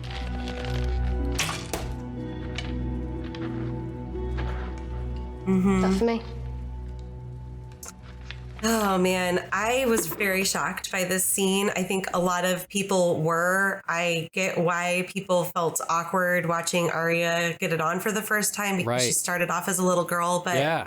I mean, I guess I felt the same way, but I was more shocked that it went from like 0 to 100 just in so fast. One episode. Yeah. And I think I said it in our group chat. It's like, I think that's going to be like my mantra is I knew it was going to happen, but I didn't think this would happen this soon, like whatever this is. Yeah, it wasn't quite one episode though, because we did get that moment last episode, remember, where she tells him to make the weapon and then she walks away and she's like, I'm the only rich girl, and she kind of like spins back towards him. And like, I was referencing that episode as being one episode and it happening in this episode. Okay. Yeah. In the span of one episode having elapsed. Gotcha. Yeah, because like they just reunited like one episode ago, and now this episode, so funny. Like they went from like, I mean, it's magnets, and he divulges to her, "I'm Robert Baratheon's bastard," dude, and she like stops, kind of like looks. She's like, "Oh my god, what?" Yeah, she stopped dead in her tracks. Yeah, what? What? And she starts asking him about the Red Woman, because the last time they had seen each other, the last time they had seen each other, they were together. They were going north with the Brotherhood Without Banners. And when they were in the cave before Sandor's trial by combat, the Red Woman arrived and took Gendry away. Yes. So Arya starts asking him like, oh, it was funny too. Was that your first time? And he's like, yeah, it was the first time somebody put leeches on my cock. Yeah. She's like, no, having sex, with a woman. Were there other girls before that? Well, Gendry's like, no, I wasn't with her. And she's putting names on her list. Yeah. Hilarious. Yeah, I saw that meme. So funny. I think Princess Sarah sent that to me. But she's like, were you with other girls before that in King's Landing? And he's like, I don't mean 1, 2, 20. He's like, I didn't keep count. And she's like, yes, you did. And he's like, yeah, you're right. Okay, 3. And she, like you said, total acceleration, 0 to 60 in 0.2 seconds. We're probably going to die soon. I want to know what it's like before that happens. Arya, no. Yeah, and she just starts, she goes at him. She's like breathing all heavily and just like ripping his clothes off and shit. God. I was like, damn. It was like, oh my God. I feel like crazy. I can't believe this is happening. Yeah, really, really crazy. Super surprising. I was like, oh my God. I felt like she was going to show her boobs. And I was like, You know, like I was really kind of worried about that. Yeah. I was like, oh my God, I don't know how I feel about that. Yeah, I still see her as like a kid. You know what I mean? Like, I know. It's just like, it's awkward. We basically got boobs because we did see like side boob and nipple probably as well. It was kind of hard to see the nipple. It's definitely a body double. I was looking and like not looking at the same time because like she's like, I don't want to look. I know she's like 22, but I know. It's weird. It's weird. Yeah. I'm glad they didn't go full frontal with her because she was a kid on this show. Like, I know. Even if she's not a kid now, she was a kid on this show. It would be weird on this show. Same with Sansa in the rape scene with Ramsay. I was really concerned that we would see her, and I'm glad that they didn't do that with both Arya and Sansa because of that reason. But I mean, and then she's a grown up now. I mean, sure. Is. So she's like, I'm not the red woman. Take your own bloody pants off. And they're like making out and doing it and everything. And good for her. You know, she stood up for what she wanted. I loved it. I think it's empowering for her. She was a child on the show. This is a show about sex and violence. And she became a woman in front of our eyes. And it is what it is. I mean, it was a bit awkward, but a lot of the sex scenes in the show are a bit awkward. So I just thought it was awkward because it's Arya and because we saw her as a kid. You know what I mean? Like we came to know her as a kid. That's what was awkward. I don't think the scene, most of the internet. Yeah, I don't think the scene itself was awkward at all. I thought it was really well played by both the actors. I thought that it made sense and flowed and just fit and like it was believable. I thought the scene was good. I just felt awkward because I think of Arya as a child. Like most of the internet. Yeah. Felt that way. Definitely. So nice. Where are we next? We better get some rest. Yeah, we're back in the hall. Let's stay a bit longer. Hearthfire, yeah, but they're out of wine. Oh, Jaren's man. like, damn it, I'm not drunk enough. Yeah, and this is a great scene. This is the last scene we have to talk about, right? This is a great scene to end on, but we'll get to that. So Tyrion has the idea of, like, maybe we should have a song. Anybody? Sir Davos? Nope, I'll just pray for a quick death. No, if you hear me sing, you'll pray for a quick death. Oh, that's what it is. It would be torture, basically. You don't want to hear me sing. Yeah, Sir Brienne. The first time we hear her called Sir Brienne, after the knighting. I'm not used to that. That's weird. Nope, don't have any songs. Nope. Tormund, nope. I'm surprised Tormund didn't sing. He seems like the kind of guy that he must be really drunk. He just seems like he's like, oh, like I'm like. Well, he chugged all that fermented goat's milk. Yeah, he's probably just too out of it. He's fucked up. Yeah, and then like you said, Podrick starts singing, right? Oh. High in the halls of the kings who are gone, Jenny would dance with her ghosts. The ones she had lost and the ones she had found and the ones who had loved her the most. This song has haunted me all day. It's haunted me all day, you guys. Yeah, me too. I can't get it out of my head. I love Florence and the Machine. I listen to them. It's so good. And everyone just kind of zones out and just takes it in. And like you said earlier, we start getting that montage of couples and... And this is potentially the last time Grey Worm and Missandei see each other. Like you said, the Unsullied are preparing for battle, and they have a passionate kiss, and he walks off and... I think maybe, it's horrible. That bed scene. Like the Titanic, like you said, like it really gave me. I had that same vibe for that whole scene. That really ominous feeling, especially Sam and Gilly just laying with each other with little Sam in the middle. She never wanted to leave. Goosebumps, people. Goosebumps thinking about it, and like never wanted to leave. Jenny of Oldstone's dancing in the court with ghosts. Never wants to leave with the ghosts of the kings, and then it's like Grey Worm, you know, he's kissing Missandei, and I'm sure he never wants to leave that moment. And Sam lying with Gilly, and Theon and Sansa connected together, and Arya and Gendry. Like nobody ever wants to leave any of these moments, you know, like it's everybody seriously around like the fire. emotional for me. This song, it like put me in a weird funk all day. Because I rewatched it again this morning. It's really powerful. And it's the way that Podrick sings it. So good.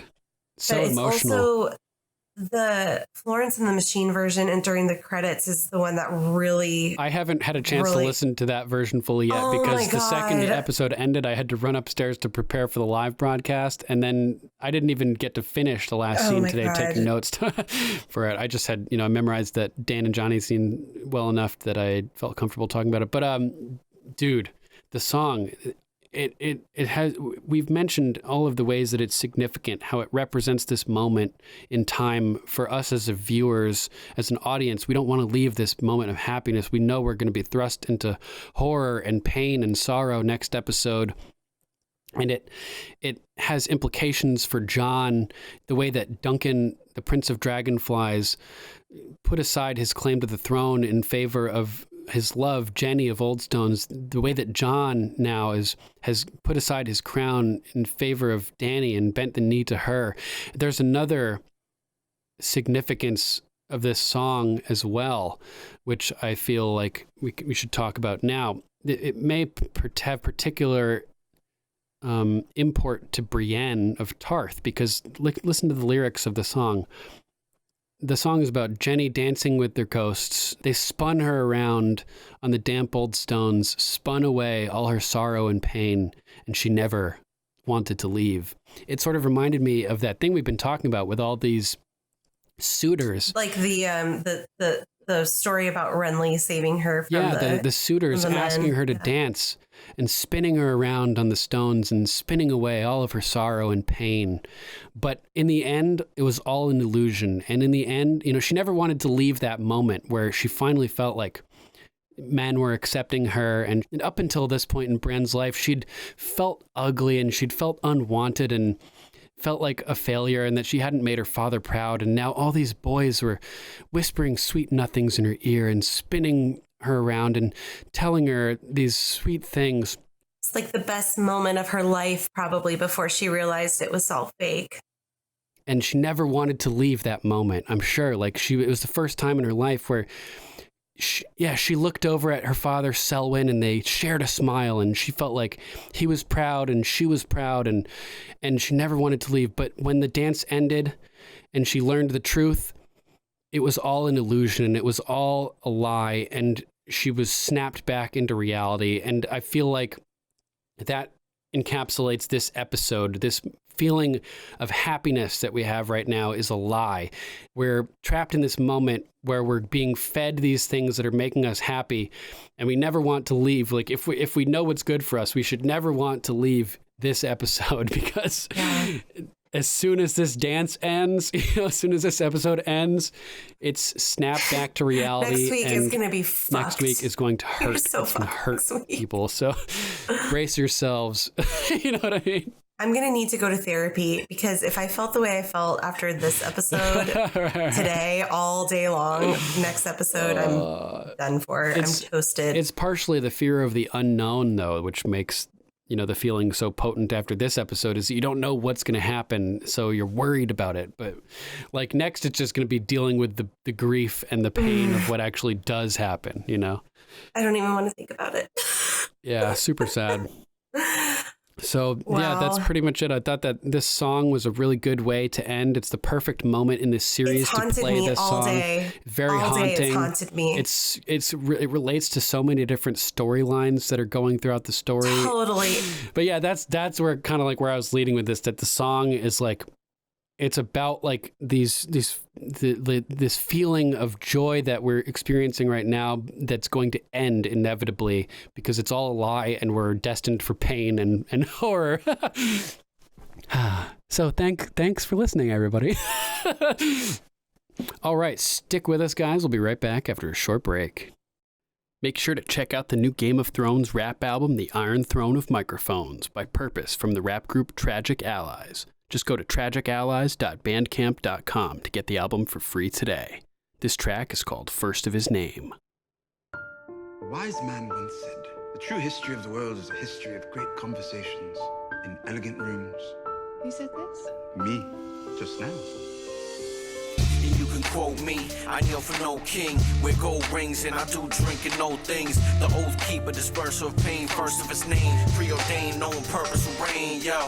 And you can quote me, I kneel for no king. Wear gold rings and I do drink and know things. The oath keeper, disperser of pain, first of his name. Preordained, known purpose will reign, yo. From this day until my last day, I'm trying to fight. For this life, I paid the iron price, escaping the lion's bite. Divide and strike in different places, my men are faceless. Leave no traces, poison that is tasteless. Master of the water dances patience, provokes greatness. Foes be hating cause they mostly basic. Kill a soldier and see ghostly traces move through the sky. Man who sees nothing really has no use for his eyes. Stick him with the pointy end till he dies. It's a murderous trend. There are things to even learn from the dead. They said I'm monstrous and even dying inside. But monsters are dangerous and kings are dying like flies. Eye on the prize, be quiet, observe. Some wounds will never truly heal and bleed again. At the slightest of words is cast in doubt. The day will come when you think you're safe and happy and the joy will turn to ash in your mouth. And you can quote me, I kneel for no king. Wear gold rings and I do drink and know things. The oath keeper, disperser of pain, first of his name. Preordained, known purpose will reign, yo.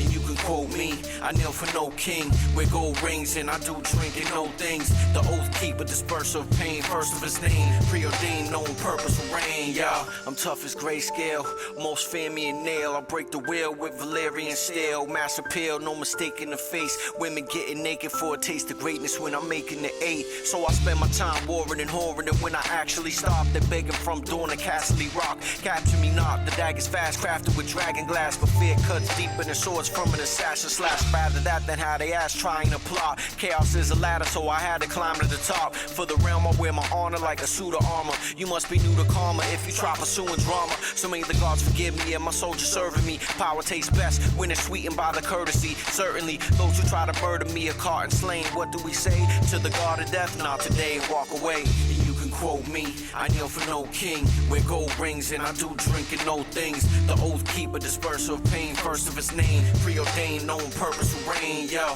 And you can quote me, I kneel for no king. Wear gold rings and I do drink and know things. The oath keeper, disperser of pain, first of his name. Preordained, known purpose will reign, yo.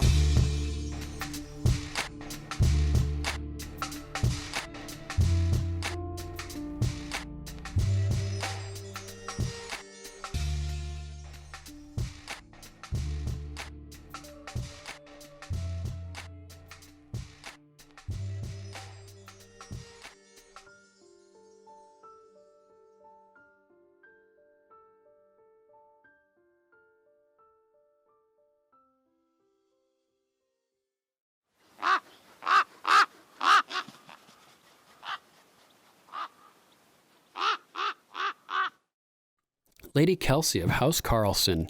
This episode had so many good moments for me. I was laughing my butt off most of the episode at all the irony and funny moments. It scares me for next episode. I really liked Sam giving his sword to Jorah. I felt it came full circle with Jon having his father's sword, and then now he has another Valyrian steel sword, but not one of birthright, one he earned. I'm nervous about the dynamic between Jon and Dany. I also feel like y'all do a lot of ripping on Sansa, but I'm much more willing to see her position. I'm sorry. but I'm much more willing to see her position than Dany's. Dany is impatient and seems unwilling to put in the work it takes to earn loyalty and prove her worth. Yes, she brought a phenomenal army and dragons, but she hasn't proved herself to Sansa. Also, I think you forget that Sansa is a victim of prolonged and varied abuse. Good point. Very good point. Yeah, this distrust would be normal for someone who had been through what she has. She's proven certainly more clever than Tyrion. If Dany wanted to win her over, she would seek her counsel and listen to her knowledge of the realm. The Arya/Gendry scene was disturbing. It's the only scene in the entire series that I couldn't watch. I know the actress is 22, but it still felt yucky. Yeah. I feel you, Lady Kelsey. Thanks for writing. I like your perspective. And just to clarify, Sansa is actually one of my favorite characters on Game of Thrones. Mm-hmm. So I hope I didn't bash her too much the first episode because I do love her And I love the point that you make about, being a victim of abuse.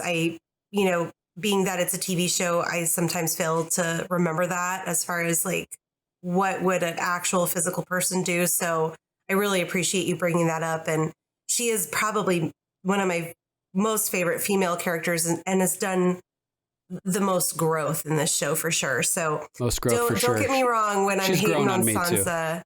I do love her as a character. She's one of my favorites, but it was a little off-putting for me personally, her reaction. But I love the point that you bring up about being a victim of abuse. I think that's extremely important in her situation. Mm-hmm. Definitely. Sir Matthew of House Rep. The calm before the storm. That fireplace scene just might be my new favorite scene in the entire series. Damn. Jaime knighting Brienne was so beautiful. Agreed. I loved how she looked to Pod for reassurance. Speaking of Pod, he seems to be an accomplished singer and a competent swordsman in addition to his other gifts. Oh, his other gifts are strong too. What we do for love. Here we have Brienne reading quotes off the Game of Thrones IMDb page again. Classic. Tyrion tells Jaime that he always knew what Cersei was, but loved her anyways. Why have the gods made me love such a hateful woman? Oh, that's a great quote to bring up. It's true. Jaime recognizes it as well. He, like that quote says, he recognizes that she's hateful, but he's stuck loving her anyway. Totally. Why does everyone think the safest place to hide from the dead things is underground among a bunch of dead things? I don't see this having a very happy outcome. Yeah, they should have seen this coming. Jon should have been like, oh, wait, I remember Hardhome. Not a good idea to hang out near the dead stuff.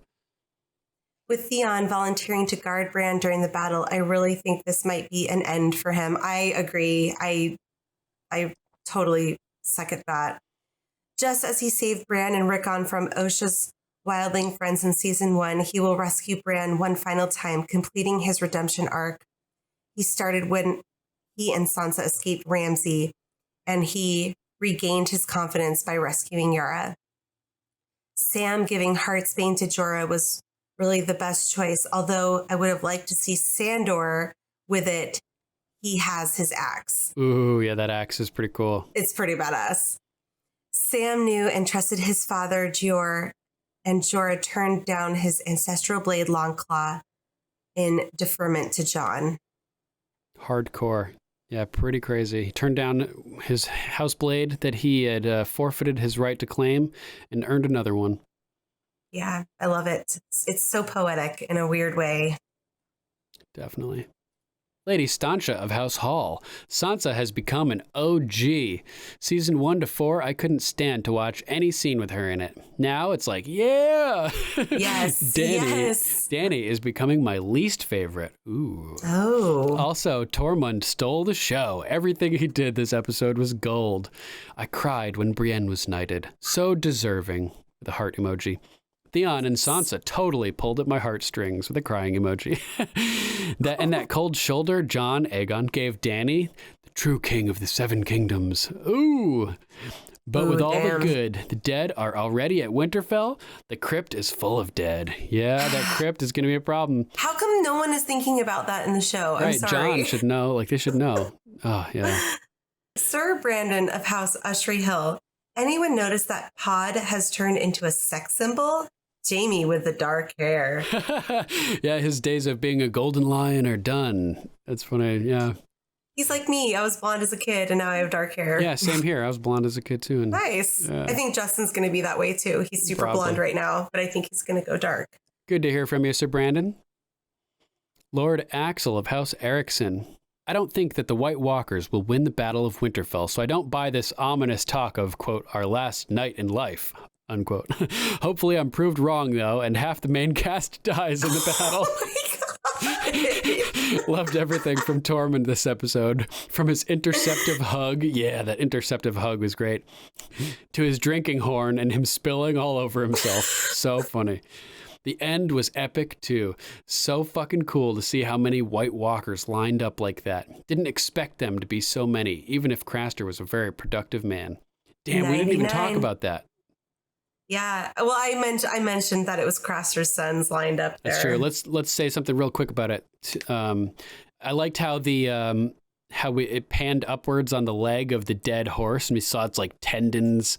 Yes. Like, oh my God. Like, silhouetted. And then we just see a huge line of White Walkers. And yeah, and it could be a lot of them maybe Craster's sons, but then again, the Night King has had like thousands of years to prepare this army, so that's true. It could I think a lot of them could be Craster's sons, because otherwise, what's the point of that baby scene with him turning that baby into a White Walker? He definitely needs to maintain his sources of humans to create his White Walkers, so. One of our fans, and I'm sorry, I can't remember who it was, or I saw it somewhere, said that the Night King, while he may be after Bran, could also be after Gilly's baby. Yeah. He was denied that last child. It's mine by right. Yeah. That's crazy. I thought it was very like kind of a doomsday approach to go from the ground up. And I thought it could perhaps be a foreshadow for what I think is going to happen, that the White Walkers are going to find that secret entrance and go from underground up through Winterfell. Just the way it was. The show does crazy things like that, like little nuances here and there. Like definitely. The first image that we see of the Army of the Dead goes from the ground up, and being that we've been talking all episode and all night like about the dead rising from the ground up. Yeah, the crypts not being a safe place, that the dead come out from the crypts and infiltrate Winterfell. Yeah, that's hardcore. So I think it could be a little foreshadow there. Definitely. Lady Felicia of House Kirks. Oh my God. I love this part. I was like, hell yeah. And Jorah getting Sam's sword was awesome. And there was just so many talk-worthy moments. Also, love your guys' after shows. Nice. Oh, cool. Thanks. Yeah, glad you so enjoyed glad. the after show. Sir Joel of House Erickson, great episode. So many highlights, but Brienne being knighted was the best for me. I was tearing up. Her smile was perfect. Agreed. Truly was. Sir Juan of House Diego. Seeing Brienne so happy after being knighted was so heartwarming, but it made me nervous for her fate after the battle. Also, I really hope Grey Worm and Missandei get their happy ever after in Noth. But I'm not sure it will happen. I agree. I don't think that's happening. Yeah, it's not looking good. Lord Rocio of House Alvarado. Great closure for Brienne. Don't think she'll make it out alive next episode, and might even come back as a white. Oh! Also, Ghost is back! Yeah! Yeah, finally. Good to see that little bugger. Lady Janelle of House Nagar. I agree with so much in the other comments. This was an episode that brought laughter and tears at all the right times with all the right characters. Troubling to want a good end, but knowing that it is not how this game is played and won. Yep. I totally feel that way too. Sir Charles of House Christensen. Arya and the Hound one-on-one was weak. Could have made that scene longer and added more material. Oh, wouldn't that have been nice? I would have, I can always go for more Arya and the Hound. Yeah. Sir Ade of House Tai. My girl Sansa showing just how badass she has become since season 1. I love how she has grown and am giddy when she shows a backbone and uses the hard lessons she's learned since leaving Winterfell. Go, Sansa. I hope you don't die. I hope we win. I know Dany isn't winning any fans in the North right now, but I think once they see her rain fire down on some whites to save them, they might warm to her after. Although I don't know if she'll turn against Jon later on, and if briefly or permanently. Ugh. I felt happy and sad at the fireplace scene, all Jorah scenes, Sansa and Theon, Lady Mormont, Grey Worm and Missandei, the Hound and Beric, and you know what? Even Arya and Gendry.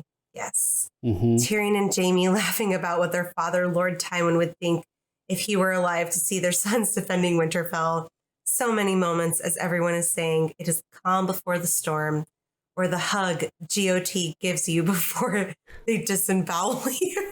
Awesome. Love it. Sir Ken of House Tomlin was a really great episode. Was a little bit shocked by Dany's reaction to Jon's news. A very little bit. Ha ha ha, with laughing emojis. Either she's going to get over it, or I see a fight brewing in the future. Lord Luke of House Pilling, Knight of 7 Kingdoms. Luke the Low Duke. Oh, is that Luke the Low Duke? Okay. I believe so, yeah. Sir Luke the Low Duke, Knight of the 7 Kingdoms. More evidence of the link to Sir Duncan the Tall. What a truly emotional scene. Is this the first proper smile we see from Sir Brienne? Can't wait for next week now. It is the first proper smile we have seen from her. She always smirked. She's never totally smiled, and I loved it. Sir Justin of House Serwinski honestly adored this episode. Seems like classic Thrones to me. Characters we've seen and loved throughout the entire series are finally together, planning and making the most of their final hours. I thought the dialogue in this episode was actually really good, and I think the lead up to the White Walker's arrival at Winterfell was perfect. Brienne's knighting was fantastic. Bran's explanation and aid in planning for the attack was intriguing and refreshing. Sansa's approach to leading the North and sassing Dany is making her one of my most liked characters. Theon and Sansa's reunion was heartwarming. Pod's singing, paired with the montage, was ominous. Arya's scenes were simultaneously badass and humanizing, and a reminder that the next episode will likely lead to several premature deaths. I could go on. Sad face. I could go on, but overall, I thoroughly enjoyed each scene, and I'm worried for the battle. I have a feeling many characters were stripped of their plot armor this week, and I'm not ready to see some of them go. Agreed, Sir Justin. Agreed. You are not alone. Lady Sarah of House Larkham loved this episode. Sam giving his family sword to Jorah, Lyanna and Jorah, Sansa asking Daenerys, what are your intentions if we actually manage to defeat the Night King, and Cersei? It was actually a really smart question because Daenerys doesn't really know. Brienne defending Jaime was awesome, and Jaime pays her back by declaring her an actual Knight of the 7 Kingdoms. That really meant a lot to Brienne because she always has been an outsider, and now she feels like she belongs in a world that doesn't accept female knights at all. Yep, you totally nailed it too, Duncan. Same sentiment there. For sure. Jorah defending Tyrion was really sweet, and he totally meant it because Jorah really thinks that Tyrion is a smart person. I think Brienne is starting to like Tormund because they are sort of similar and have a lot in common.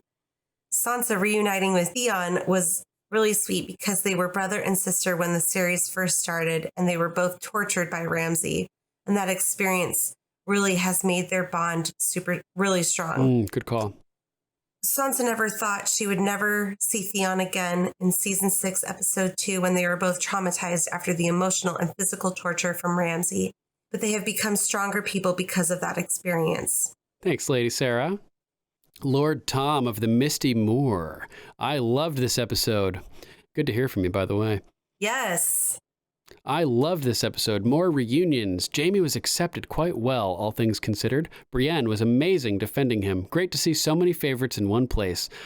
The battle planning scene was awesome, but I felt sick to my stomach with the knowledge that they're so close to Winterfell. Sir Brienne of Tarth. Awesome. She deserves it, and it was great to see her smile. A Knight of the 7 Kingdoms. Obviously a nod to the Duncan Egg novellas, and pretty much confirmation she's descended from Sir Duncan the Tall. There you go, Duncan. The scenes in front of the fire were lovely. Nice to see Tyrion pouring wine and chatting. His face when he filled Pod's cup. Classic. What is Arya's weapon? It looks like a bow staff with dragon glass spear tips, similar to the staffs like she trained with in the House of Black and White. Her original design looks like a blow dart, though, so maybe it has a projectile element. Arya and Gendry. Unusual to see Arya being sexual in any way. They make a nice couple, though, and would unite the houses of Stark and Baratheon. Finally, I have a son, you have a daughter. We'll join our houses. Yep. Dany's reaction to Jon. She's so threatened by the news. She would definitely not give up her crown the way Jon would. No one has mentioned the fact that they're related yet. I think it's kind of an unspoken fact. Yeah, they're like, we just don't want to address it. We don't want to talk about it. Are they okay with the incest? Using Bran as bait. We'd better hope Jon and Dany are going to defend him with the dragons. I think they're both going to be flying around, man. That's going to be fucking crazy. Predictions for who will die next episode. Tormund, Beric, Sandor, Jorah, maybe Jaime, Brienne, Theon, Grey Worm, Drogon, and Rhaegal? Damn! I would shit if that happened. I actually forgot to mention that because after their scene, Dany and Jon, when the horns blow, they go stand on either side of Tyrion, and Jon kind of nods at Dany, and Dany walks off, and Jon follows right behind her. Yeah. I think they're going to mount the dragons. Yeah, I thought that same thing. Yeah, we didn't mention that. So nice to get these warm, funny moments this week before the heartache and terror of episode 3. Miguel Sapochnik will do an incredible job. Ooh, Sapochnik's directing it. I just got chills. It literally just like shivered up my body. I think how tense I was watching Hardhome and the Battle of the Bastards. This is going to be so tough. I can't imagine Jon or Dany are going to die. But then this is Game of Thrones, and it's been so safe for a while. Will the Great War be all over after the next episode? The Night King's motives. Is he an ancient Targaryen? He can ride dragons, although maybe Viserion is a drone like all the others now. They said he just wants an eternal night, but why? I don't think he's an ancient Targaryen because the Targaryens weren't... the Night King was created like 8,000 years ago. Old Valyria didn't exist until about 4,000 years ago. And the Targaryens were like a newer... much newer house than the Starks, for instance. Yeah, they were a Valyrian house. The Iron Throne needs to be destroyed, and something new needs to exist in its place. If Jon is king, maybe he could make Winterfell the new seat of power. Can't imagine he'd want to rule in King's Landing. Would it be renamed Queen's Landing if Dany takes the throne? We know she's all about powerful women and renaming things, titles, etc. Yeah, good point. Nice. Lots of good points there. I liked her point about ruling from Winterfell because in the opening credits, for all this time, it's gone south to north, and now it goes north to south. Oh, yeah, true. Very interesting. Could be. Lady Mary Patricia of House D'Arrigo. I think I'm going to need a lot of tissues next week to dry my tears. Girl, me and you both. Definitely. Oh, and why isn't anyone talking about the undead dragon on its way to Winterfell? Yeah. Love this episode. My God. I know, right? Maybe it's not on its way to Winterfell, though. Maybe it's heading down to King's Landing.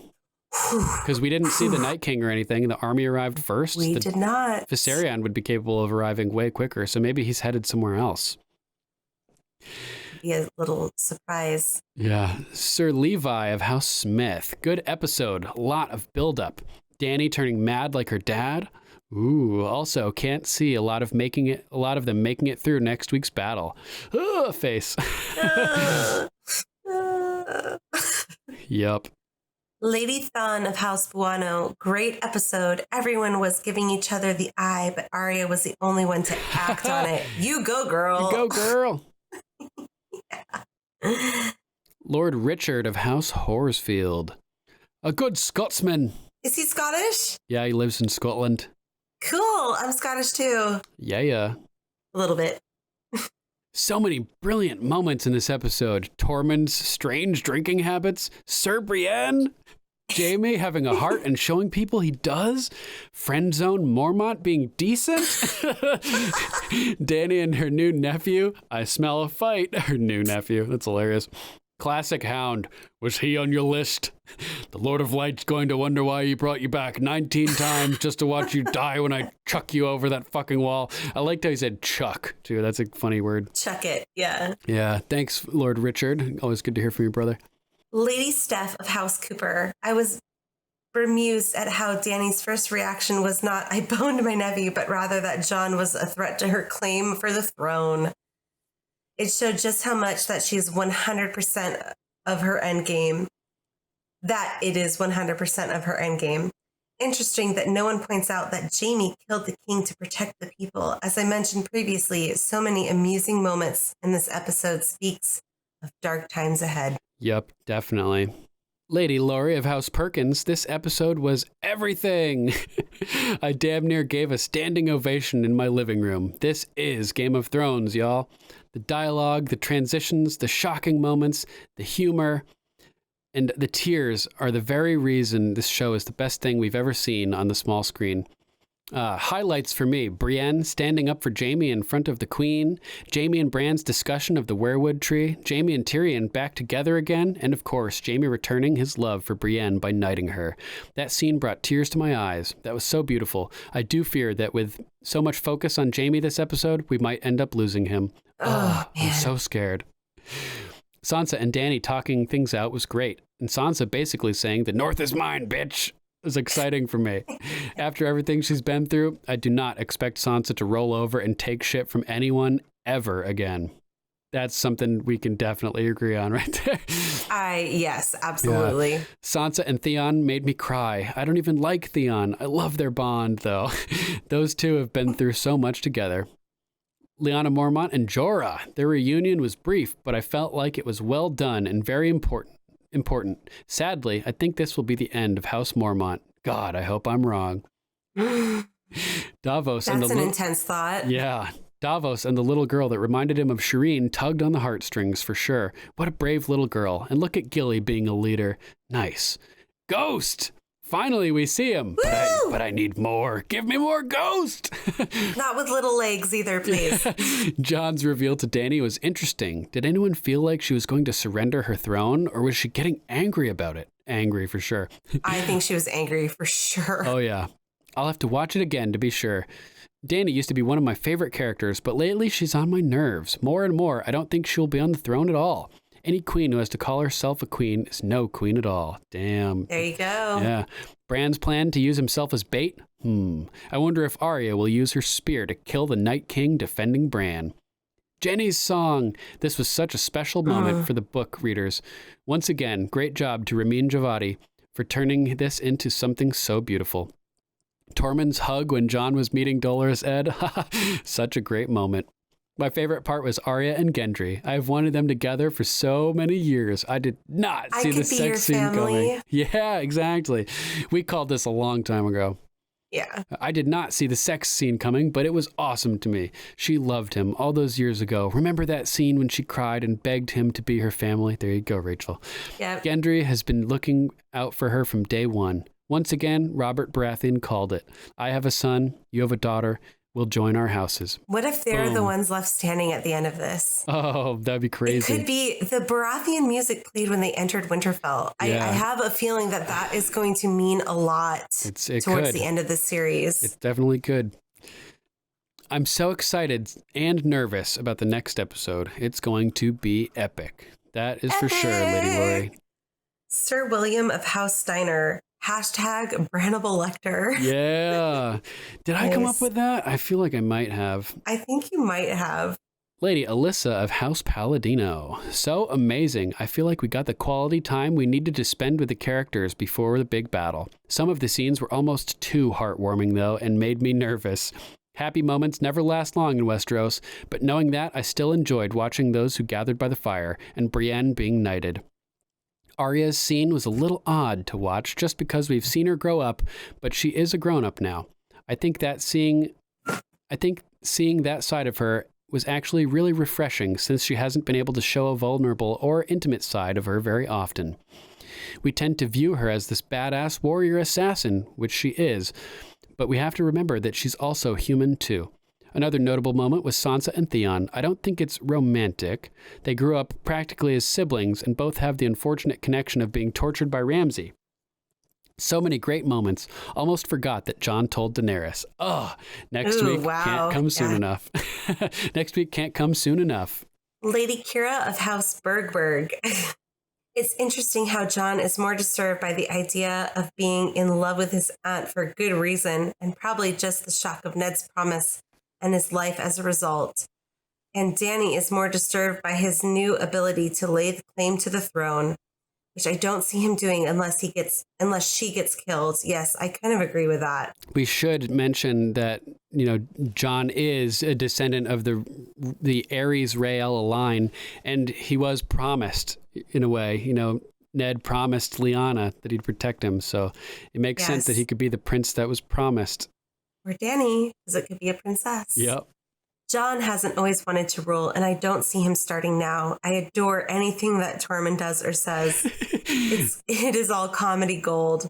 That giant story was insane and hilarious.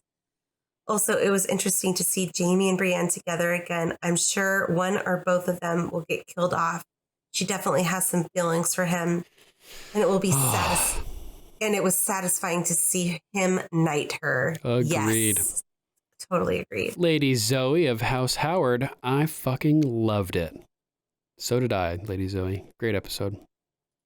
Lord Bryson of House Wolf, another epic episode. I'm so pumped for the coming Great War, regardless of who ends up dead. I'm not sure why Daenerys was so mad at Jaime for killing her father. She acknowledged he was a bad king and he saved thousands of innocent lives.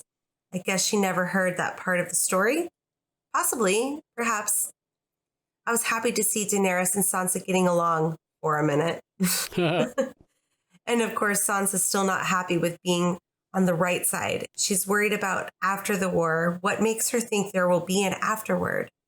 Just get on board and worry about that after the Great War if you're still around.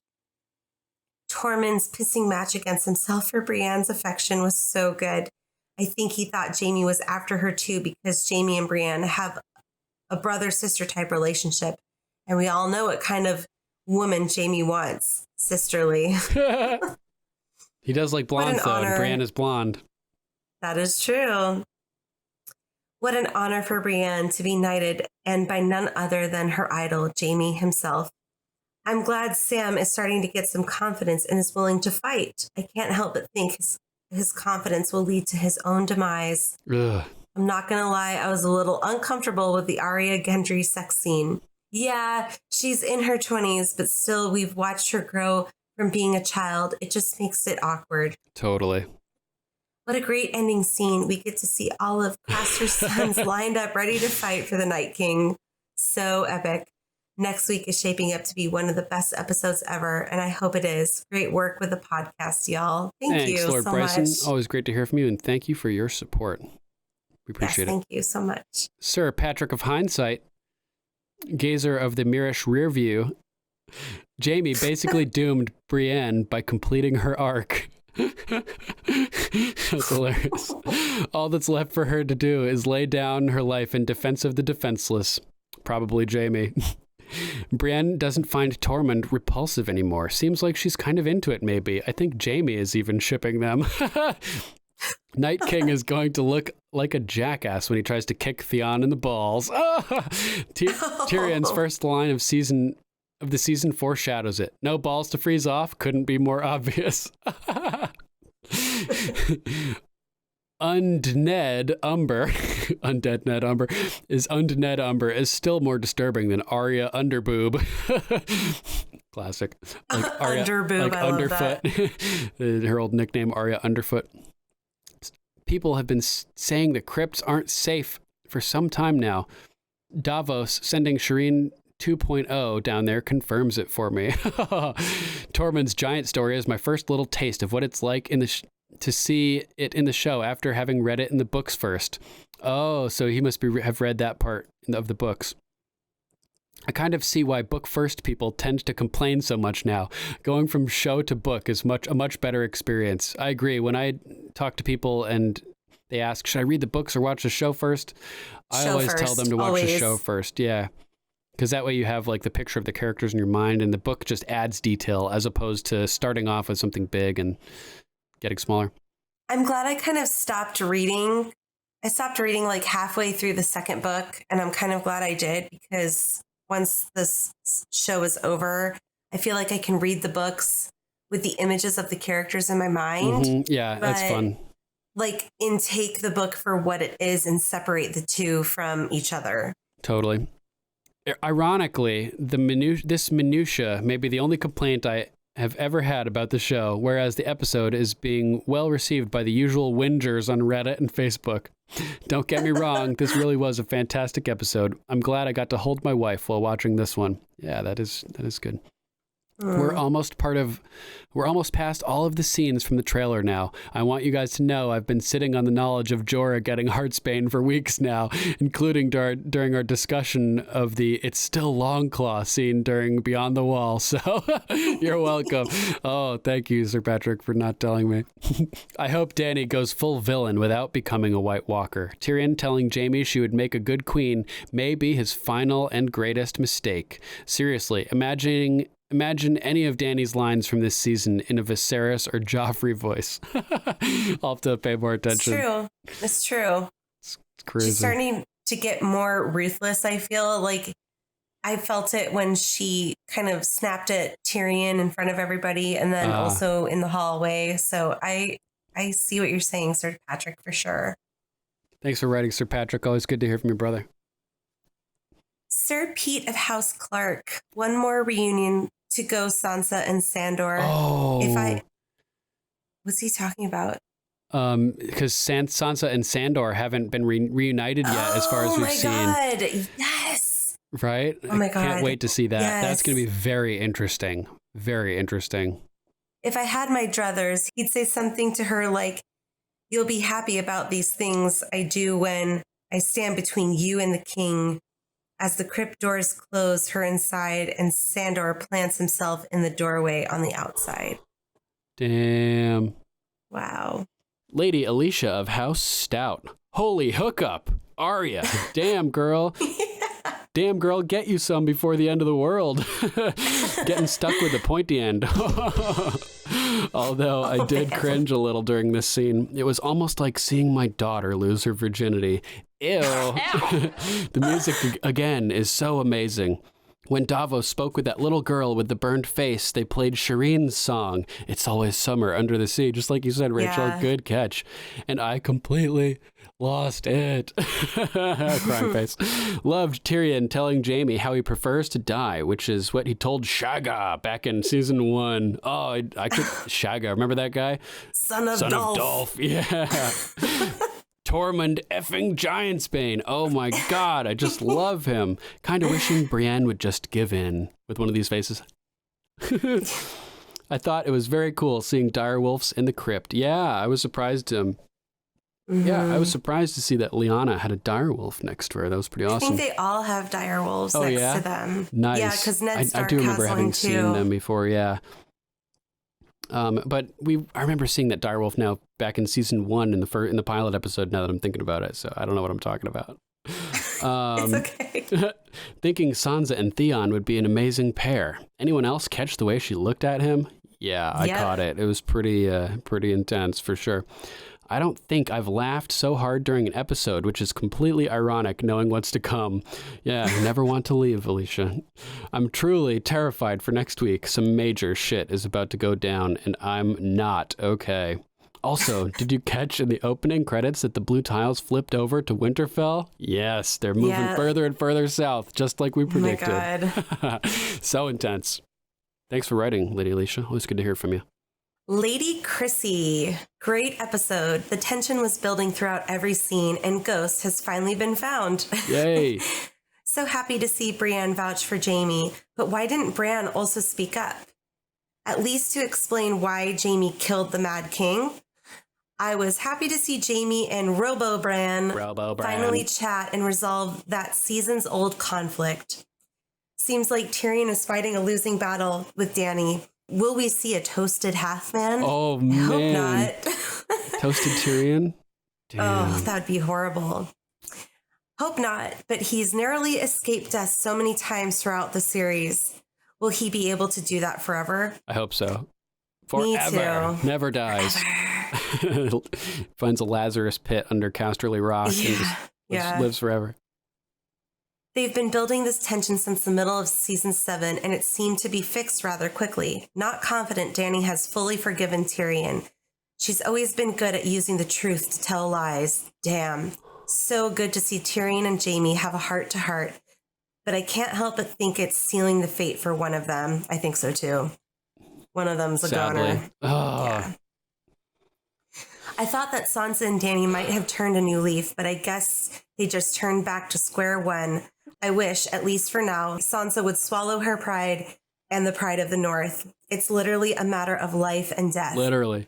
Have this fight when the real war is done. Loved everything with Tormund in this episode, his reunion with Jon, but more importantly with Brienne. So good to hear his stories, which I'm sure are totally accurate. Am I the only one who thinks this is a terrible battle plan? No way the Night King falls into a trap. He's the one who sets traps. Oh, man, that's what Theon said about Ramsay, right? Or Sansa said it about Ramsay. Yeah. Ramsay. Oh. I think we're going to lose Bran, Theon, and more if they stick with this. I think they're going to lose everyone that's in the crypt, too. Fuck. As if we needed any more signs the world was ending. Oh my gosh. Ed's one of the most underrated characters. Brilliant. Arya and Gendry. Oh boy, where to start? I know Arya's changed, but she's got some weird ass version of foreplay asking about the whites. That's funny. And it's working on Gendry. Wasn't expecting to see our little Miss Maisie like that, but hey, probably their last night alive. I don't blame her. However, I feel like we'll lose one of them in the battle next episode. Going with the title, the highlight for me was Sir Brienne's knighting. Yeah. And by Jaime, I couldn't have made that more special for my girl. LLL inspires me every moment she's on screen. We love little Lady Lyanna Mormont. Yeah. I think it may even be quadruple L at this point. Legendary little Lady Lyanna Mormont. There you go. Damn, Pod has some pipes. You know nothing, Jon Snow. Don't give Dany any reason to feel threatened right before the battle. All I know is going to be a long week. Yeah. It is going to be a long week for sure. Thanks for writing, Lady Chrissy. Yes, nice thank to hear you. From you. Lady D. So I wanted your thoughts on this theory. At the end of the episode, they show the White Walkers on a hill, but you cannot really tell where they are. So it could be possible that they're not going to Winterfell and they're going to King's Landing. If the Night King is in fact a Targaryen, then it would make sense they will want to build a bigger army to take out the Queen and then go for Winterfell. You guys are so amazing. I love your show, and thank you for all of your shows. Thank you, Lady D. Thank you. That's so nice. I'm pretty sure they're at Winterfell, but who knows? I think that the Night King may be going to King's Landing, so I think you're onto something about at least part of the army potentially going even further south. Roast in Cersei and then fly back up north. Or maybe giving her the ice touch. Lady Anika from actual Westeros. Is it Vasteras? Vasteras. But we would love to know the actual pronouncing of that. Yeah, where is that? That's cool, man. We would love to know where that is. Is Cersei really pregnant? Who knows? But I don't think the health authorities in Westeros tell you wine is forbidden for pregos. Yeah, probably not. I was thinking that too. Maybe we need some other proofs of pregnancy. And what if the real battle of the Iron Throne will be between Jon and Dany? They kill off the Night King and end winter in episode 3 and can spend the next 3 episodes fighting over the Iron Throne. Whoa, that'd be kind of crazy. Oh, totally. Maybe Jon won't want to marry his aunt and decides to ditch the North even more and try to become king over the 7 kingdoms. Jon or Dany can fight together with Cersei in her golden company. Ooh. Damn. Wow. That would be nuts. I don't see either of them siding with Cersei. I don't know. But who knows? Anything could happen. Lord Ty of House Gorman. Jam-packed episode with a ton of scenes. What did Johnny Stitches counted them? I think he said there was 26. Yeah. I'd noticed no scenes in King's Landing. I feel as if the show writers may have done that intentionally to emphasize that the threat to the south is really not important right now. Dany's grammar impressed me when she said, "Who manipulated whom?" Stannis would be proud. Well, you know, we've said before, grammar reigns at Dragonstone, right? So anybody who spends time at Dragonstone comes out knowing their grammar. They have good English teachers there. Yeah. Also, perhaps she was referring to Batman when she mentioned the someone taller she loved and trusted. Yeah, maybe Barristan. I was thinking that could be possible too. Great seeing how everyone deals with the potential last night of their lives. I think we lose some favorites next week. I think so face too. With a single tear. And that's frowning face too. Yeah. I'm worried. Definitely worried. We're gonna lose a few, and then everyone in the crypt. Whoever's in the crypt is donezoed. Toasted crypt dwellers. Yep, they're gonna be flash frozen into astronaut ice cream. There you go. Lord Paul of House Walmsley. Hey, something to think about regarding the last episode. When Brienne was knighted, did you not get Sir Duncan the Tall vibes? Oh, yeah. Especially when Jaime says he can knight her because he is a knight.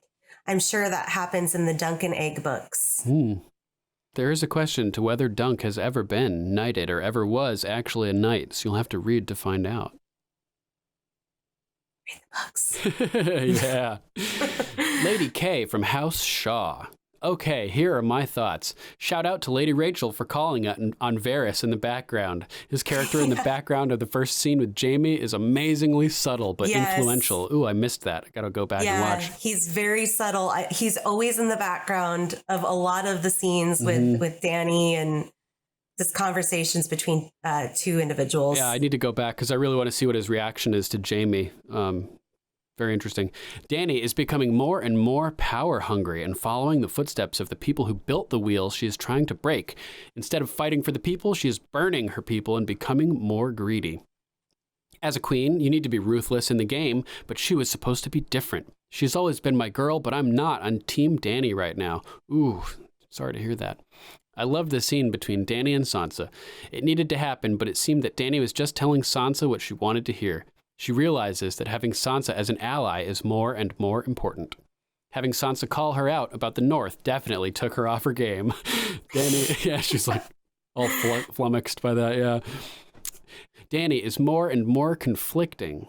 We all know her greatest goal is to have the Iron Throne, but her reaction to Jon telling her that he is the rightful heir didn't seem like it was the loving response that someone would give.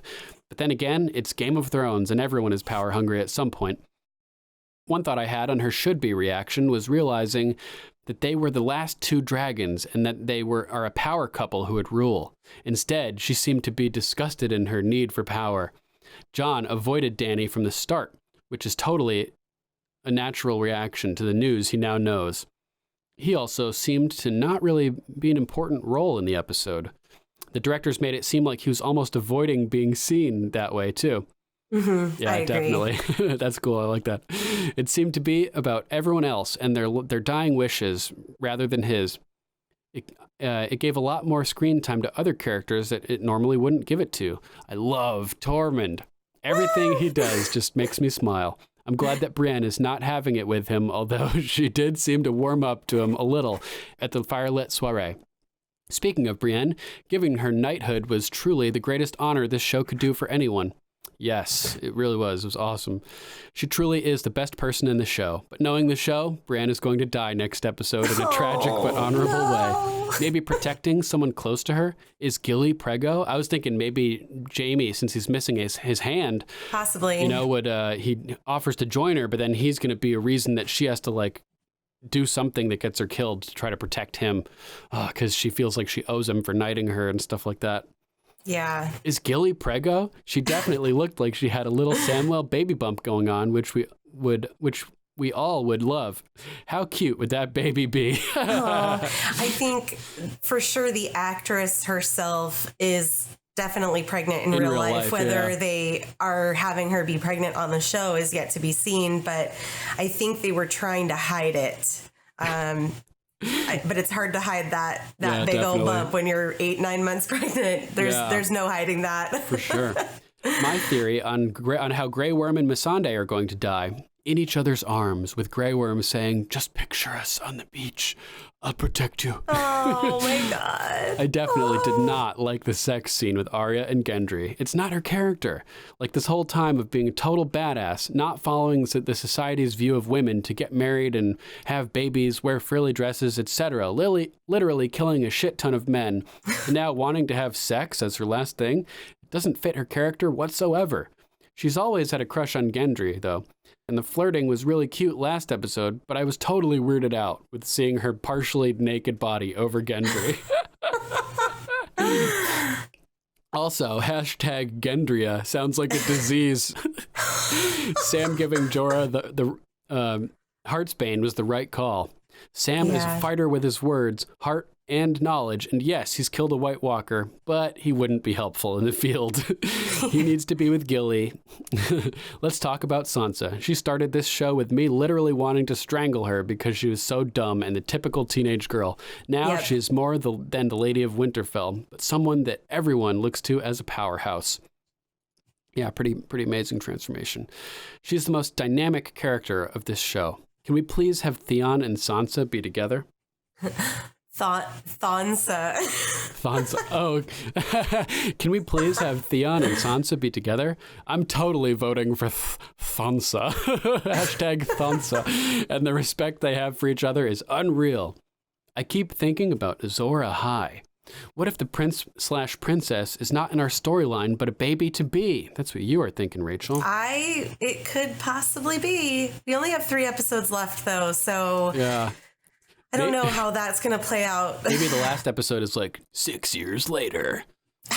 Oh, that would be so weird. Yeah, it would. Maybe Jon and Dany's baby? The theory that Jaime might be it is really interesting. But Beric keeps coming back from the dead a shit ton of times for some reason, too. The Hound had a brief moment in the episode, but his self-pity that he's taken on after Arya left him to die is becoming more strange. When he looked into the fire with Beric in Season 7, he was so quick to see the White Walkers at Eastwatch through the Lord of Light. For someone who is defiant to any religion, literally says fuck the gods, he was quick to see the Lord of Light. Now he is just sitting on the wall of Winterfell feeling super down. His character doesn't seem so strong anymore, and it worries me that he's lost his inner being that made him such an asshole who he always loved in the first place. Maybe his brother needs to show up so he can remind himself that. Clegane Bowl, 2019. I think he's just relaxing a bit before the battle, just trying to conserve his energy. That's my take. There are so many things that happened in this episode that set up for the battle. I can't wait to see what happens, as this is what we have been waiting for since the beginning of the conflict with the White Walkers. It also allows us to have a better idea on how the series will end. It's true. Yeah. We didn't really mention it. This is like what it's all leading up to. It's true. Sir Mihai of Math and Science, guardian of tensors and father of lambdas. Ooh. Math man. Hello, Sir Duncan and Lady Rachel. Just watched the 2nd episode and wanted to give you some quick reactions.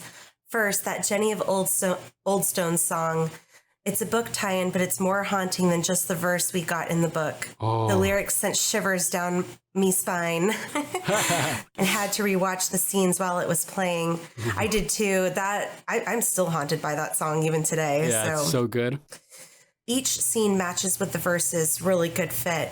Not to mention the song being a favorite of the Ghost of Highheart, which might be the same witch from the legend of Jenny and Duncan Targaryen. There you go.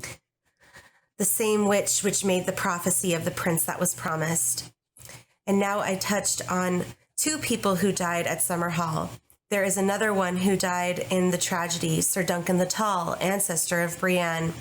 I chuckled when Jaime proclaimed Brienne a knight of the 7 kingdoms, like the title of Duncan Egg novellas. Oh man, did Jenny and Duncan Targaryen both died at this tragedy of Summerhall? I didn't realize that. I did not know that either. That's crazy. Great connections. Yeah. So many tie-ins in this movie from scene to scene. Immediately after the song, we get Dany and Jon. One of them is the promised prince, but we are still left to guess who. Theon makes his last move in his redemption by trying to defend Bran after he took the castle from him. Jaime is forgiven, though a bit grudgingly. I can't say that word. I felt like it was a good decision to have all the reunions except these 2 in the last episode and have these 2 now. If they were to happen last week, we wouldn't feel the gut punches that much. For a moment, is that little girl Shireen? Cannot be. Gustavos felt the same. Going to rewatch the entire episode again and probably will be back again. Keep up the good work. Your podcast has been my companion on many long roads. Oh, awesome. Yeah, that's great. Thank you so much for writing glad to in. Keep you company, brother. Yes, Sir Mihai of Math and Science, guardian of the tensors and father of the lambdas. Thanks for writing in. Great feedback. I'd like to know the context of these lambdas. Sir Amberly, Knight Kissed by Fire. And I think this is another female knight. Awesome. They're popping up all over the place. Yeah. So good. Trendsetter Brienne. Setting the, breaking the glass ceiling for the female knights to come pouring through like the breach at Pike. Yes. A redheaded Sir Amberly seems to be. Love it. Jaime, golden hand down, won the pissing contest over Brienne by knighting her. Yes, agree. Golden hand down. I love it. Targaryen's incest is historical. That's how they kept their blood pure, so everyone can stop freaking out about Dany and Jon being related. Using that family as an example is how Cersei justified her and Jaime's relationship. Plus, they may actually be secret Targaryens. What if they are? I think all of them are. I think Tyrion is one too. Why not? That's the funniest part about Tywin's legacy is that he never actually had one at all. Yeah. I think that's the little conundrum that it is. And there's just Targaryens everywhere. It's good to be the king. Sansa has a lot of people showing loyalty for her, and she's really showing Dany how leading is done. Sansa was so happy to see Theon again because she can see he is more healed than when she last saw him. He saved her from Ramsay, but she kind of saved him from Ramsay too. Definitely. Your talk of the Woods Witch prophecy on the live show brought to mind this wild theory. Does Cersei die from childbirth complications, and that's how her little brother kills her? Like by getting her pregnant and killing her by planting a child in her? Oh my God, that's crazy. That would be wild. That would be wild. After everything, she dies in childbirth. That would be fucking nuts. That would be great. Crazy. I love that. Yeah, that's a great idea. Really creative. Last time Tyrion saw Bronn at the Dragon's Pit, he reminded Bronn that he would double anyone's offer, so I don't think he will actually kill his friends. Additionally, Tyrion hasn't been with any women since he has married Sansa. Wow. It's been that long, huh? Brutal. That we know of, yeah. I think that's accurate. Yeah, that's wild. Good catch. Are we going to see Sansa in the crypts keeping morale up like Cersei taught her in King's Landing during the Battle of Blackwater?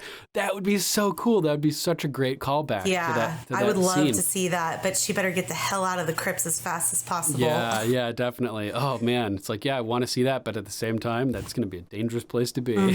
Why would they put the people in the crypts with the dead people? Oh, come on, guys. Terrible plan. Come on. I loved when you guys said resting Bran face. I think you said that, Duncan. I think we read it in a comment. I am not taking credit for that. Yeah. The TV show used Mira leaving Winterfell last season to show Bran didn't really have human emotions anymore. Keep up the entertaining takes. Thank you, Sir Amberly. Thank you. Kissed by Fire. Great to hear from you. Yes. Resting Bran face. I know you liked that, Rachel. I remember you laughing at that. That was great. It's great. Thank you so much for writing in, everybody. It's great to have all this feedback for the main season. And we're getting a ton of feedback. Keep it coming. We love hearing all of your guys' theories and thoughts of each episode as they come out. Yeah, and we're happy to provide a platform to give the listeners voices as well to make their thoughts known on the series. So thank you for writing. I've traveled to a bunch of random places and random countries. But as a Midwestern guy, I recently have been falling in love with what the more rugged parts of America have to offer to all of us before they're gone. TEA MAGE Productions and Powers Media House presents Beautiful America, a musical documentary series with all original content. Explore the Southwest of America and indulge in some places you've heard of and plenty more that you certainly have not. Cooking under the stars and below freezing temps of Death Valley. 4K drone footage of one of the most insane monoliths on Earth. Driving in abandoned mines, cliffs, canyons, and wild times. Check it out. TEA MAGE Productions on Facebook and YouTube. That's TEA MAGE Productions. Beautiful America.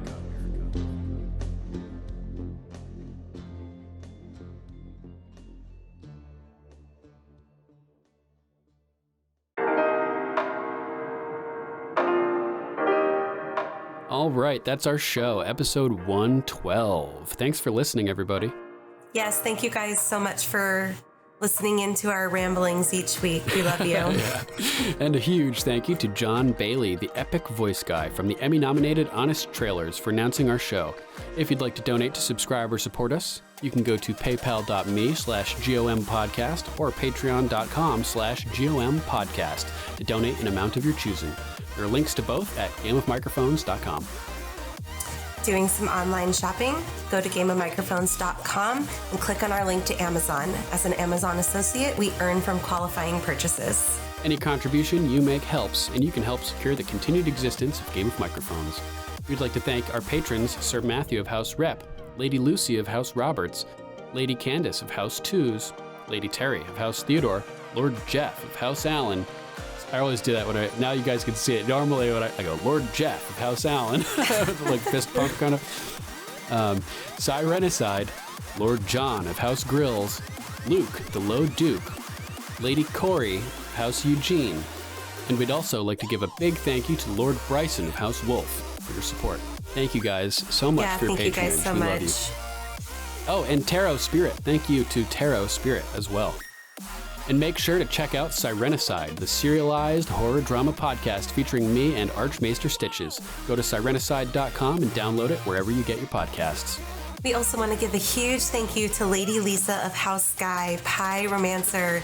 She's been major behind the scenes getting our website, gameofmicrophones.com, up and running. She is a marvelous artist, you guys. Insane talent. You got to check all of her work out at fineartsbylisa.com. You can also check out her illustrated children's book, The People You May See, available now on amazon.com. You can also see her work on Instagram and Facebook /fineartsbylisa. Make sure to also check out Lord Travis, Obsidian Crow, one of our guest hosts, new leather and meadery. He's a great, amazing leather worker. He's done some really, really cool stuff. And he's opening up a new meadery, which is awesome. Make sure to check it out if you're in the Milwaukee, Oregon area. And, just outside of Portland. Yeah, and also go to weirdleatherandmead.com. That's weird, which is spelled kind of weird. WYRD, weirdleatherandmead.com. I'm looking forward to trying some of that myself. Actually, he's got pre-orders that'll be happening pretty soon for the mead, Nice. So I'm looking forward to ordering some mead. I will definitely be ordering some mead. Definitely. And he's actually got a new Patreon going too, so you guys can help him get set up if you want. And there's some cool incentives for supporting the Patreon as well. Next episode, we'll be covering Game of Thrones Season 8, Episode 3. The Battle of Winterfell. Yeah, the title of which is still unknown, but it's the Battle of Winterfell for sure. God. Make sure to give it a watch, which we don't need to tell you to do. You're going to watch the new episode. We know you will. But send us your thoughts. We'd love to read them on air. If you'd like to call, you can call us at 813-563-3739. That's 813-JOFFREY. If you would like to write in, you can email us at ravens@gameofmicrophones.com. Check out our Facebook page at facebook.com/GOMPodcast. Imslap! Oh. You can also listen to Game of Microphones on YouTube, BitChute, and Steemit. Just search for Game of Microphones to find our channel. Likes, comments, and shares are greatly appreciated. We're also on Twitter, Instagram, Gab, and Minds at GOMPodcast. And we're on Tumblr too at Game of Microphones. All right, that's our show. Thanks for listening.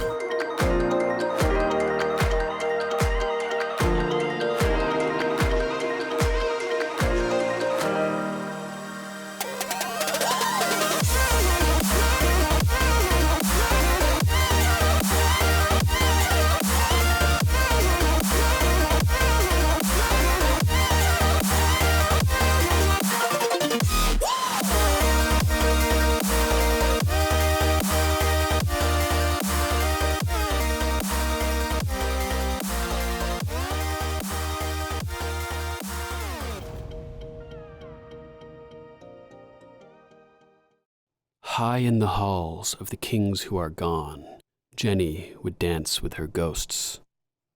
The ones she had lost, and the ones she had found, and the ones who had loved her the most. The ones who'd been gone for so very long, she couldn't remember their names. They spun her around on the damp old stones, spun away all her sorrow and pain. And she never wanted to leave. Never wanted to leave. Never wanted to leave. Never wanted to leave. They danced through the day and into the night, through the snow that swept through the hall. From winter to summer to winter again, till the walls did crumble and fall. And she never wanted to leave. Never wanted to leave. Never wanted to leave. Never wanted to leave.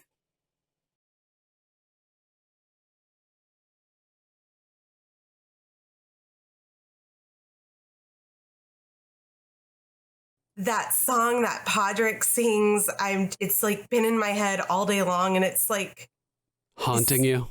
It is. It's haunting me because it reminds me of Reigns of Castamere. Yeah. Like not really the sound, like the sound of it, but like the lyrics, like the snow blowing through the empty halls, Jenny dancing with ghosts, like there's nobody there. Speaking of that, high in the halls of the kings who are gone, Jenny would dance with her ghosts. You know what that made me think of?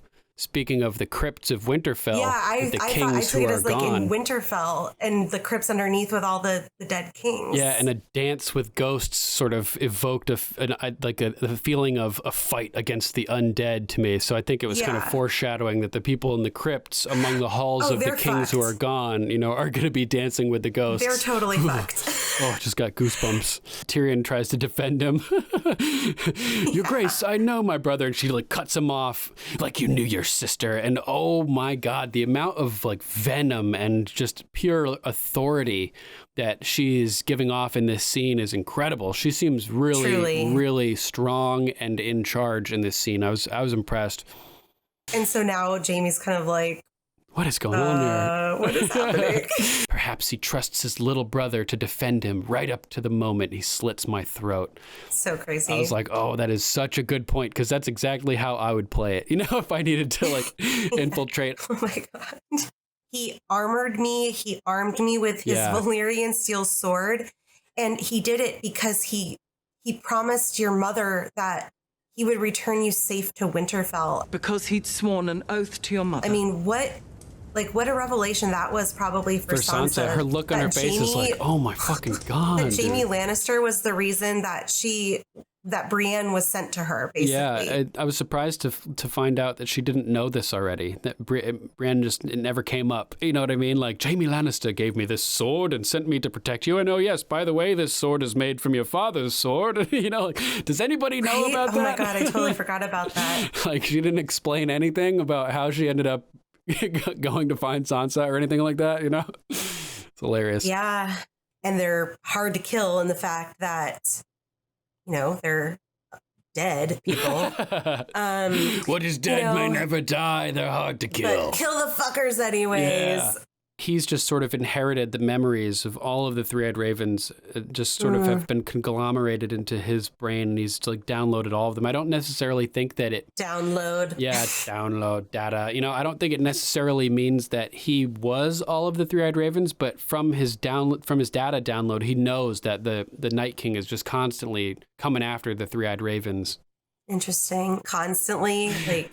Right. We thought Bran was a stalker and a creeper. The Night King's got a Bran tracker. He's like, where's Bran right now? See where this little bastard is. He's like a helicopter parent. Yeah, totally. That's great. Checking the GPS on their kid's phone. Dany's like, what the fuck are you talking about? You are going to be down in the crypt because I need your mind at the end of this. If we survive, I need your mind. I know. And this is like what makes me feel the worst about this, because we keep hearing that the crypts are safe. It's you know, not safe. And Jorah made all this effort to get Tyrion back in Dany's good graces in this episode by going and vouching for him. And now he's back in her good graces and she's trying to protect him, but she's going to send him into the crypts to his death, potentially. And he's going to have to go down there and fight. Like he volunteered. He's like, I can fight. I've done it before. No, we don't want you to fight. We want you to go to the crypts. But he's going to go into the crypts and he's going to be forced to fight, to protect the children and to protect the mothers and the innocent people down there. But he's not going to have big warriors to back him up. And I'm really fucking worried that we're going to lose Tyrion in the crypts next episode. Oh no, I think we're going to lose a lot of people in the crypts. What happened at Hardhome? What part? come at me, bro. Come at me, crow. Oh yeah, remember when he and there's all these dead Starks and direwolves. Of dead Starks and stuff in the crypt. Yeah, exactly. So I mean, a lot of them are probably so decomposed, though they're just literally skeletons. But I mean, that didn't stop the ones that killed Jojen. It did not. That's right. It totally did not. We could see skeleton Ned coming out. Headless skeleton Ned. He might still have some skin on his bones, but like Grandpa Stark and Great Grandpa Stark and the last King of the North Stark, they're skeletons for sure. It was just Ned's bones that were returned to Catelyn. So we know that it is just his bones. Minus his head. Yeah, I don't know. Yeah, oh yeah, because his head was on the spike. If we see a headless skeleton running around, we know it's Ned. Totally. Bran. Oh, Bran's gonna be a sitting duck, man. He is such a sitting duck. I sitting hope Bran raven, doesn't die. I guess. Yeah. He doesn't die in the Battle of Winterfell. Oh my I feel God. like we need him. We would feel very lost if Bran died, and that may be a feeling that that they want to give us. They may want to make us feel lost after Winterfell. So if we lose Bran, that could be a way to throw everything out of whack. Bran's like, I'm not angry at anyone. I love that he also says, I'm not, what does he say? Sorry, hold on. Oh, I'm something else now. He doesn't even say I'm someone. I'm something. Yeah, it was really interesting. Whoa. So Jaime's got to be like wondering, like, what is he talking about, right? Fuck, this kid is weird. Chilling response from Bran. He's like, how do you know there is an afterwards, right? I was like, oh Jaime my God. Jaime contemplates it too. He's like, I don't. Yeah, he's like, nobody damn. does. Yeah, even Jamie's like, fuck, right? God damn, I'm so nervous for fucking next intense. week. I'm so I know, nervous. I'm telling you, I've had a pit in my stomach Ominous. all day. It's awful. So ominous. Oh, God damn. Yeah. It's not good. Like it's good. I'm really nervous for Tyrion. So if there's a bug in my face. So the joys of podcasting in a garage. Yeah.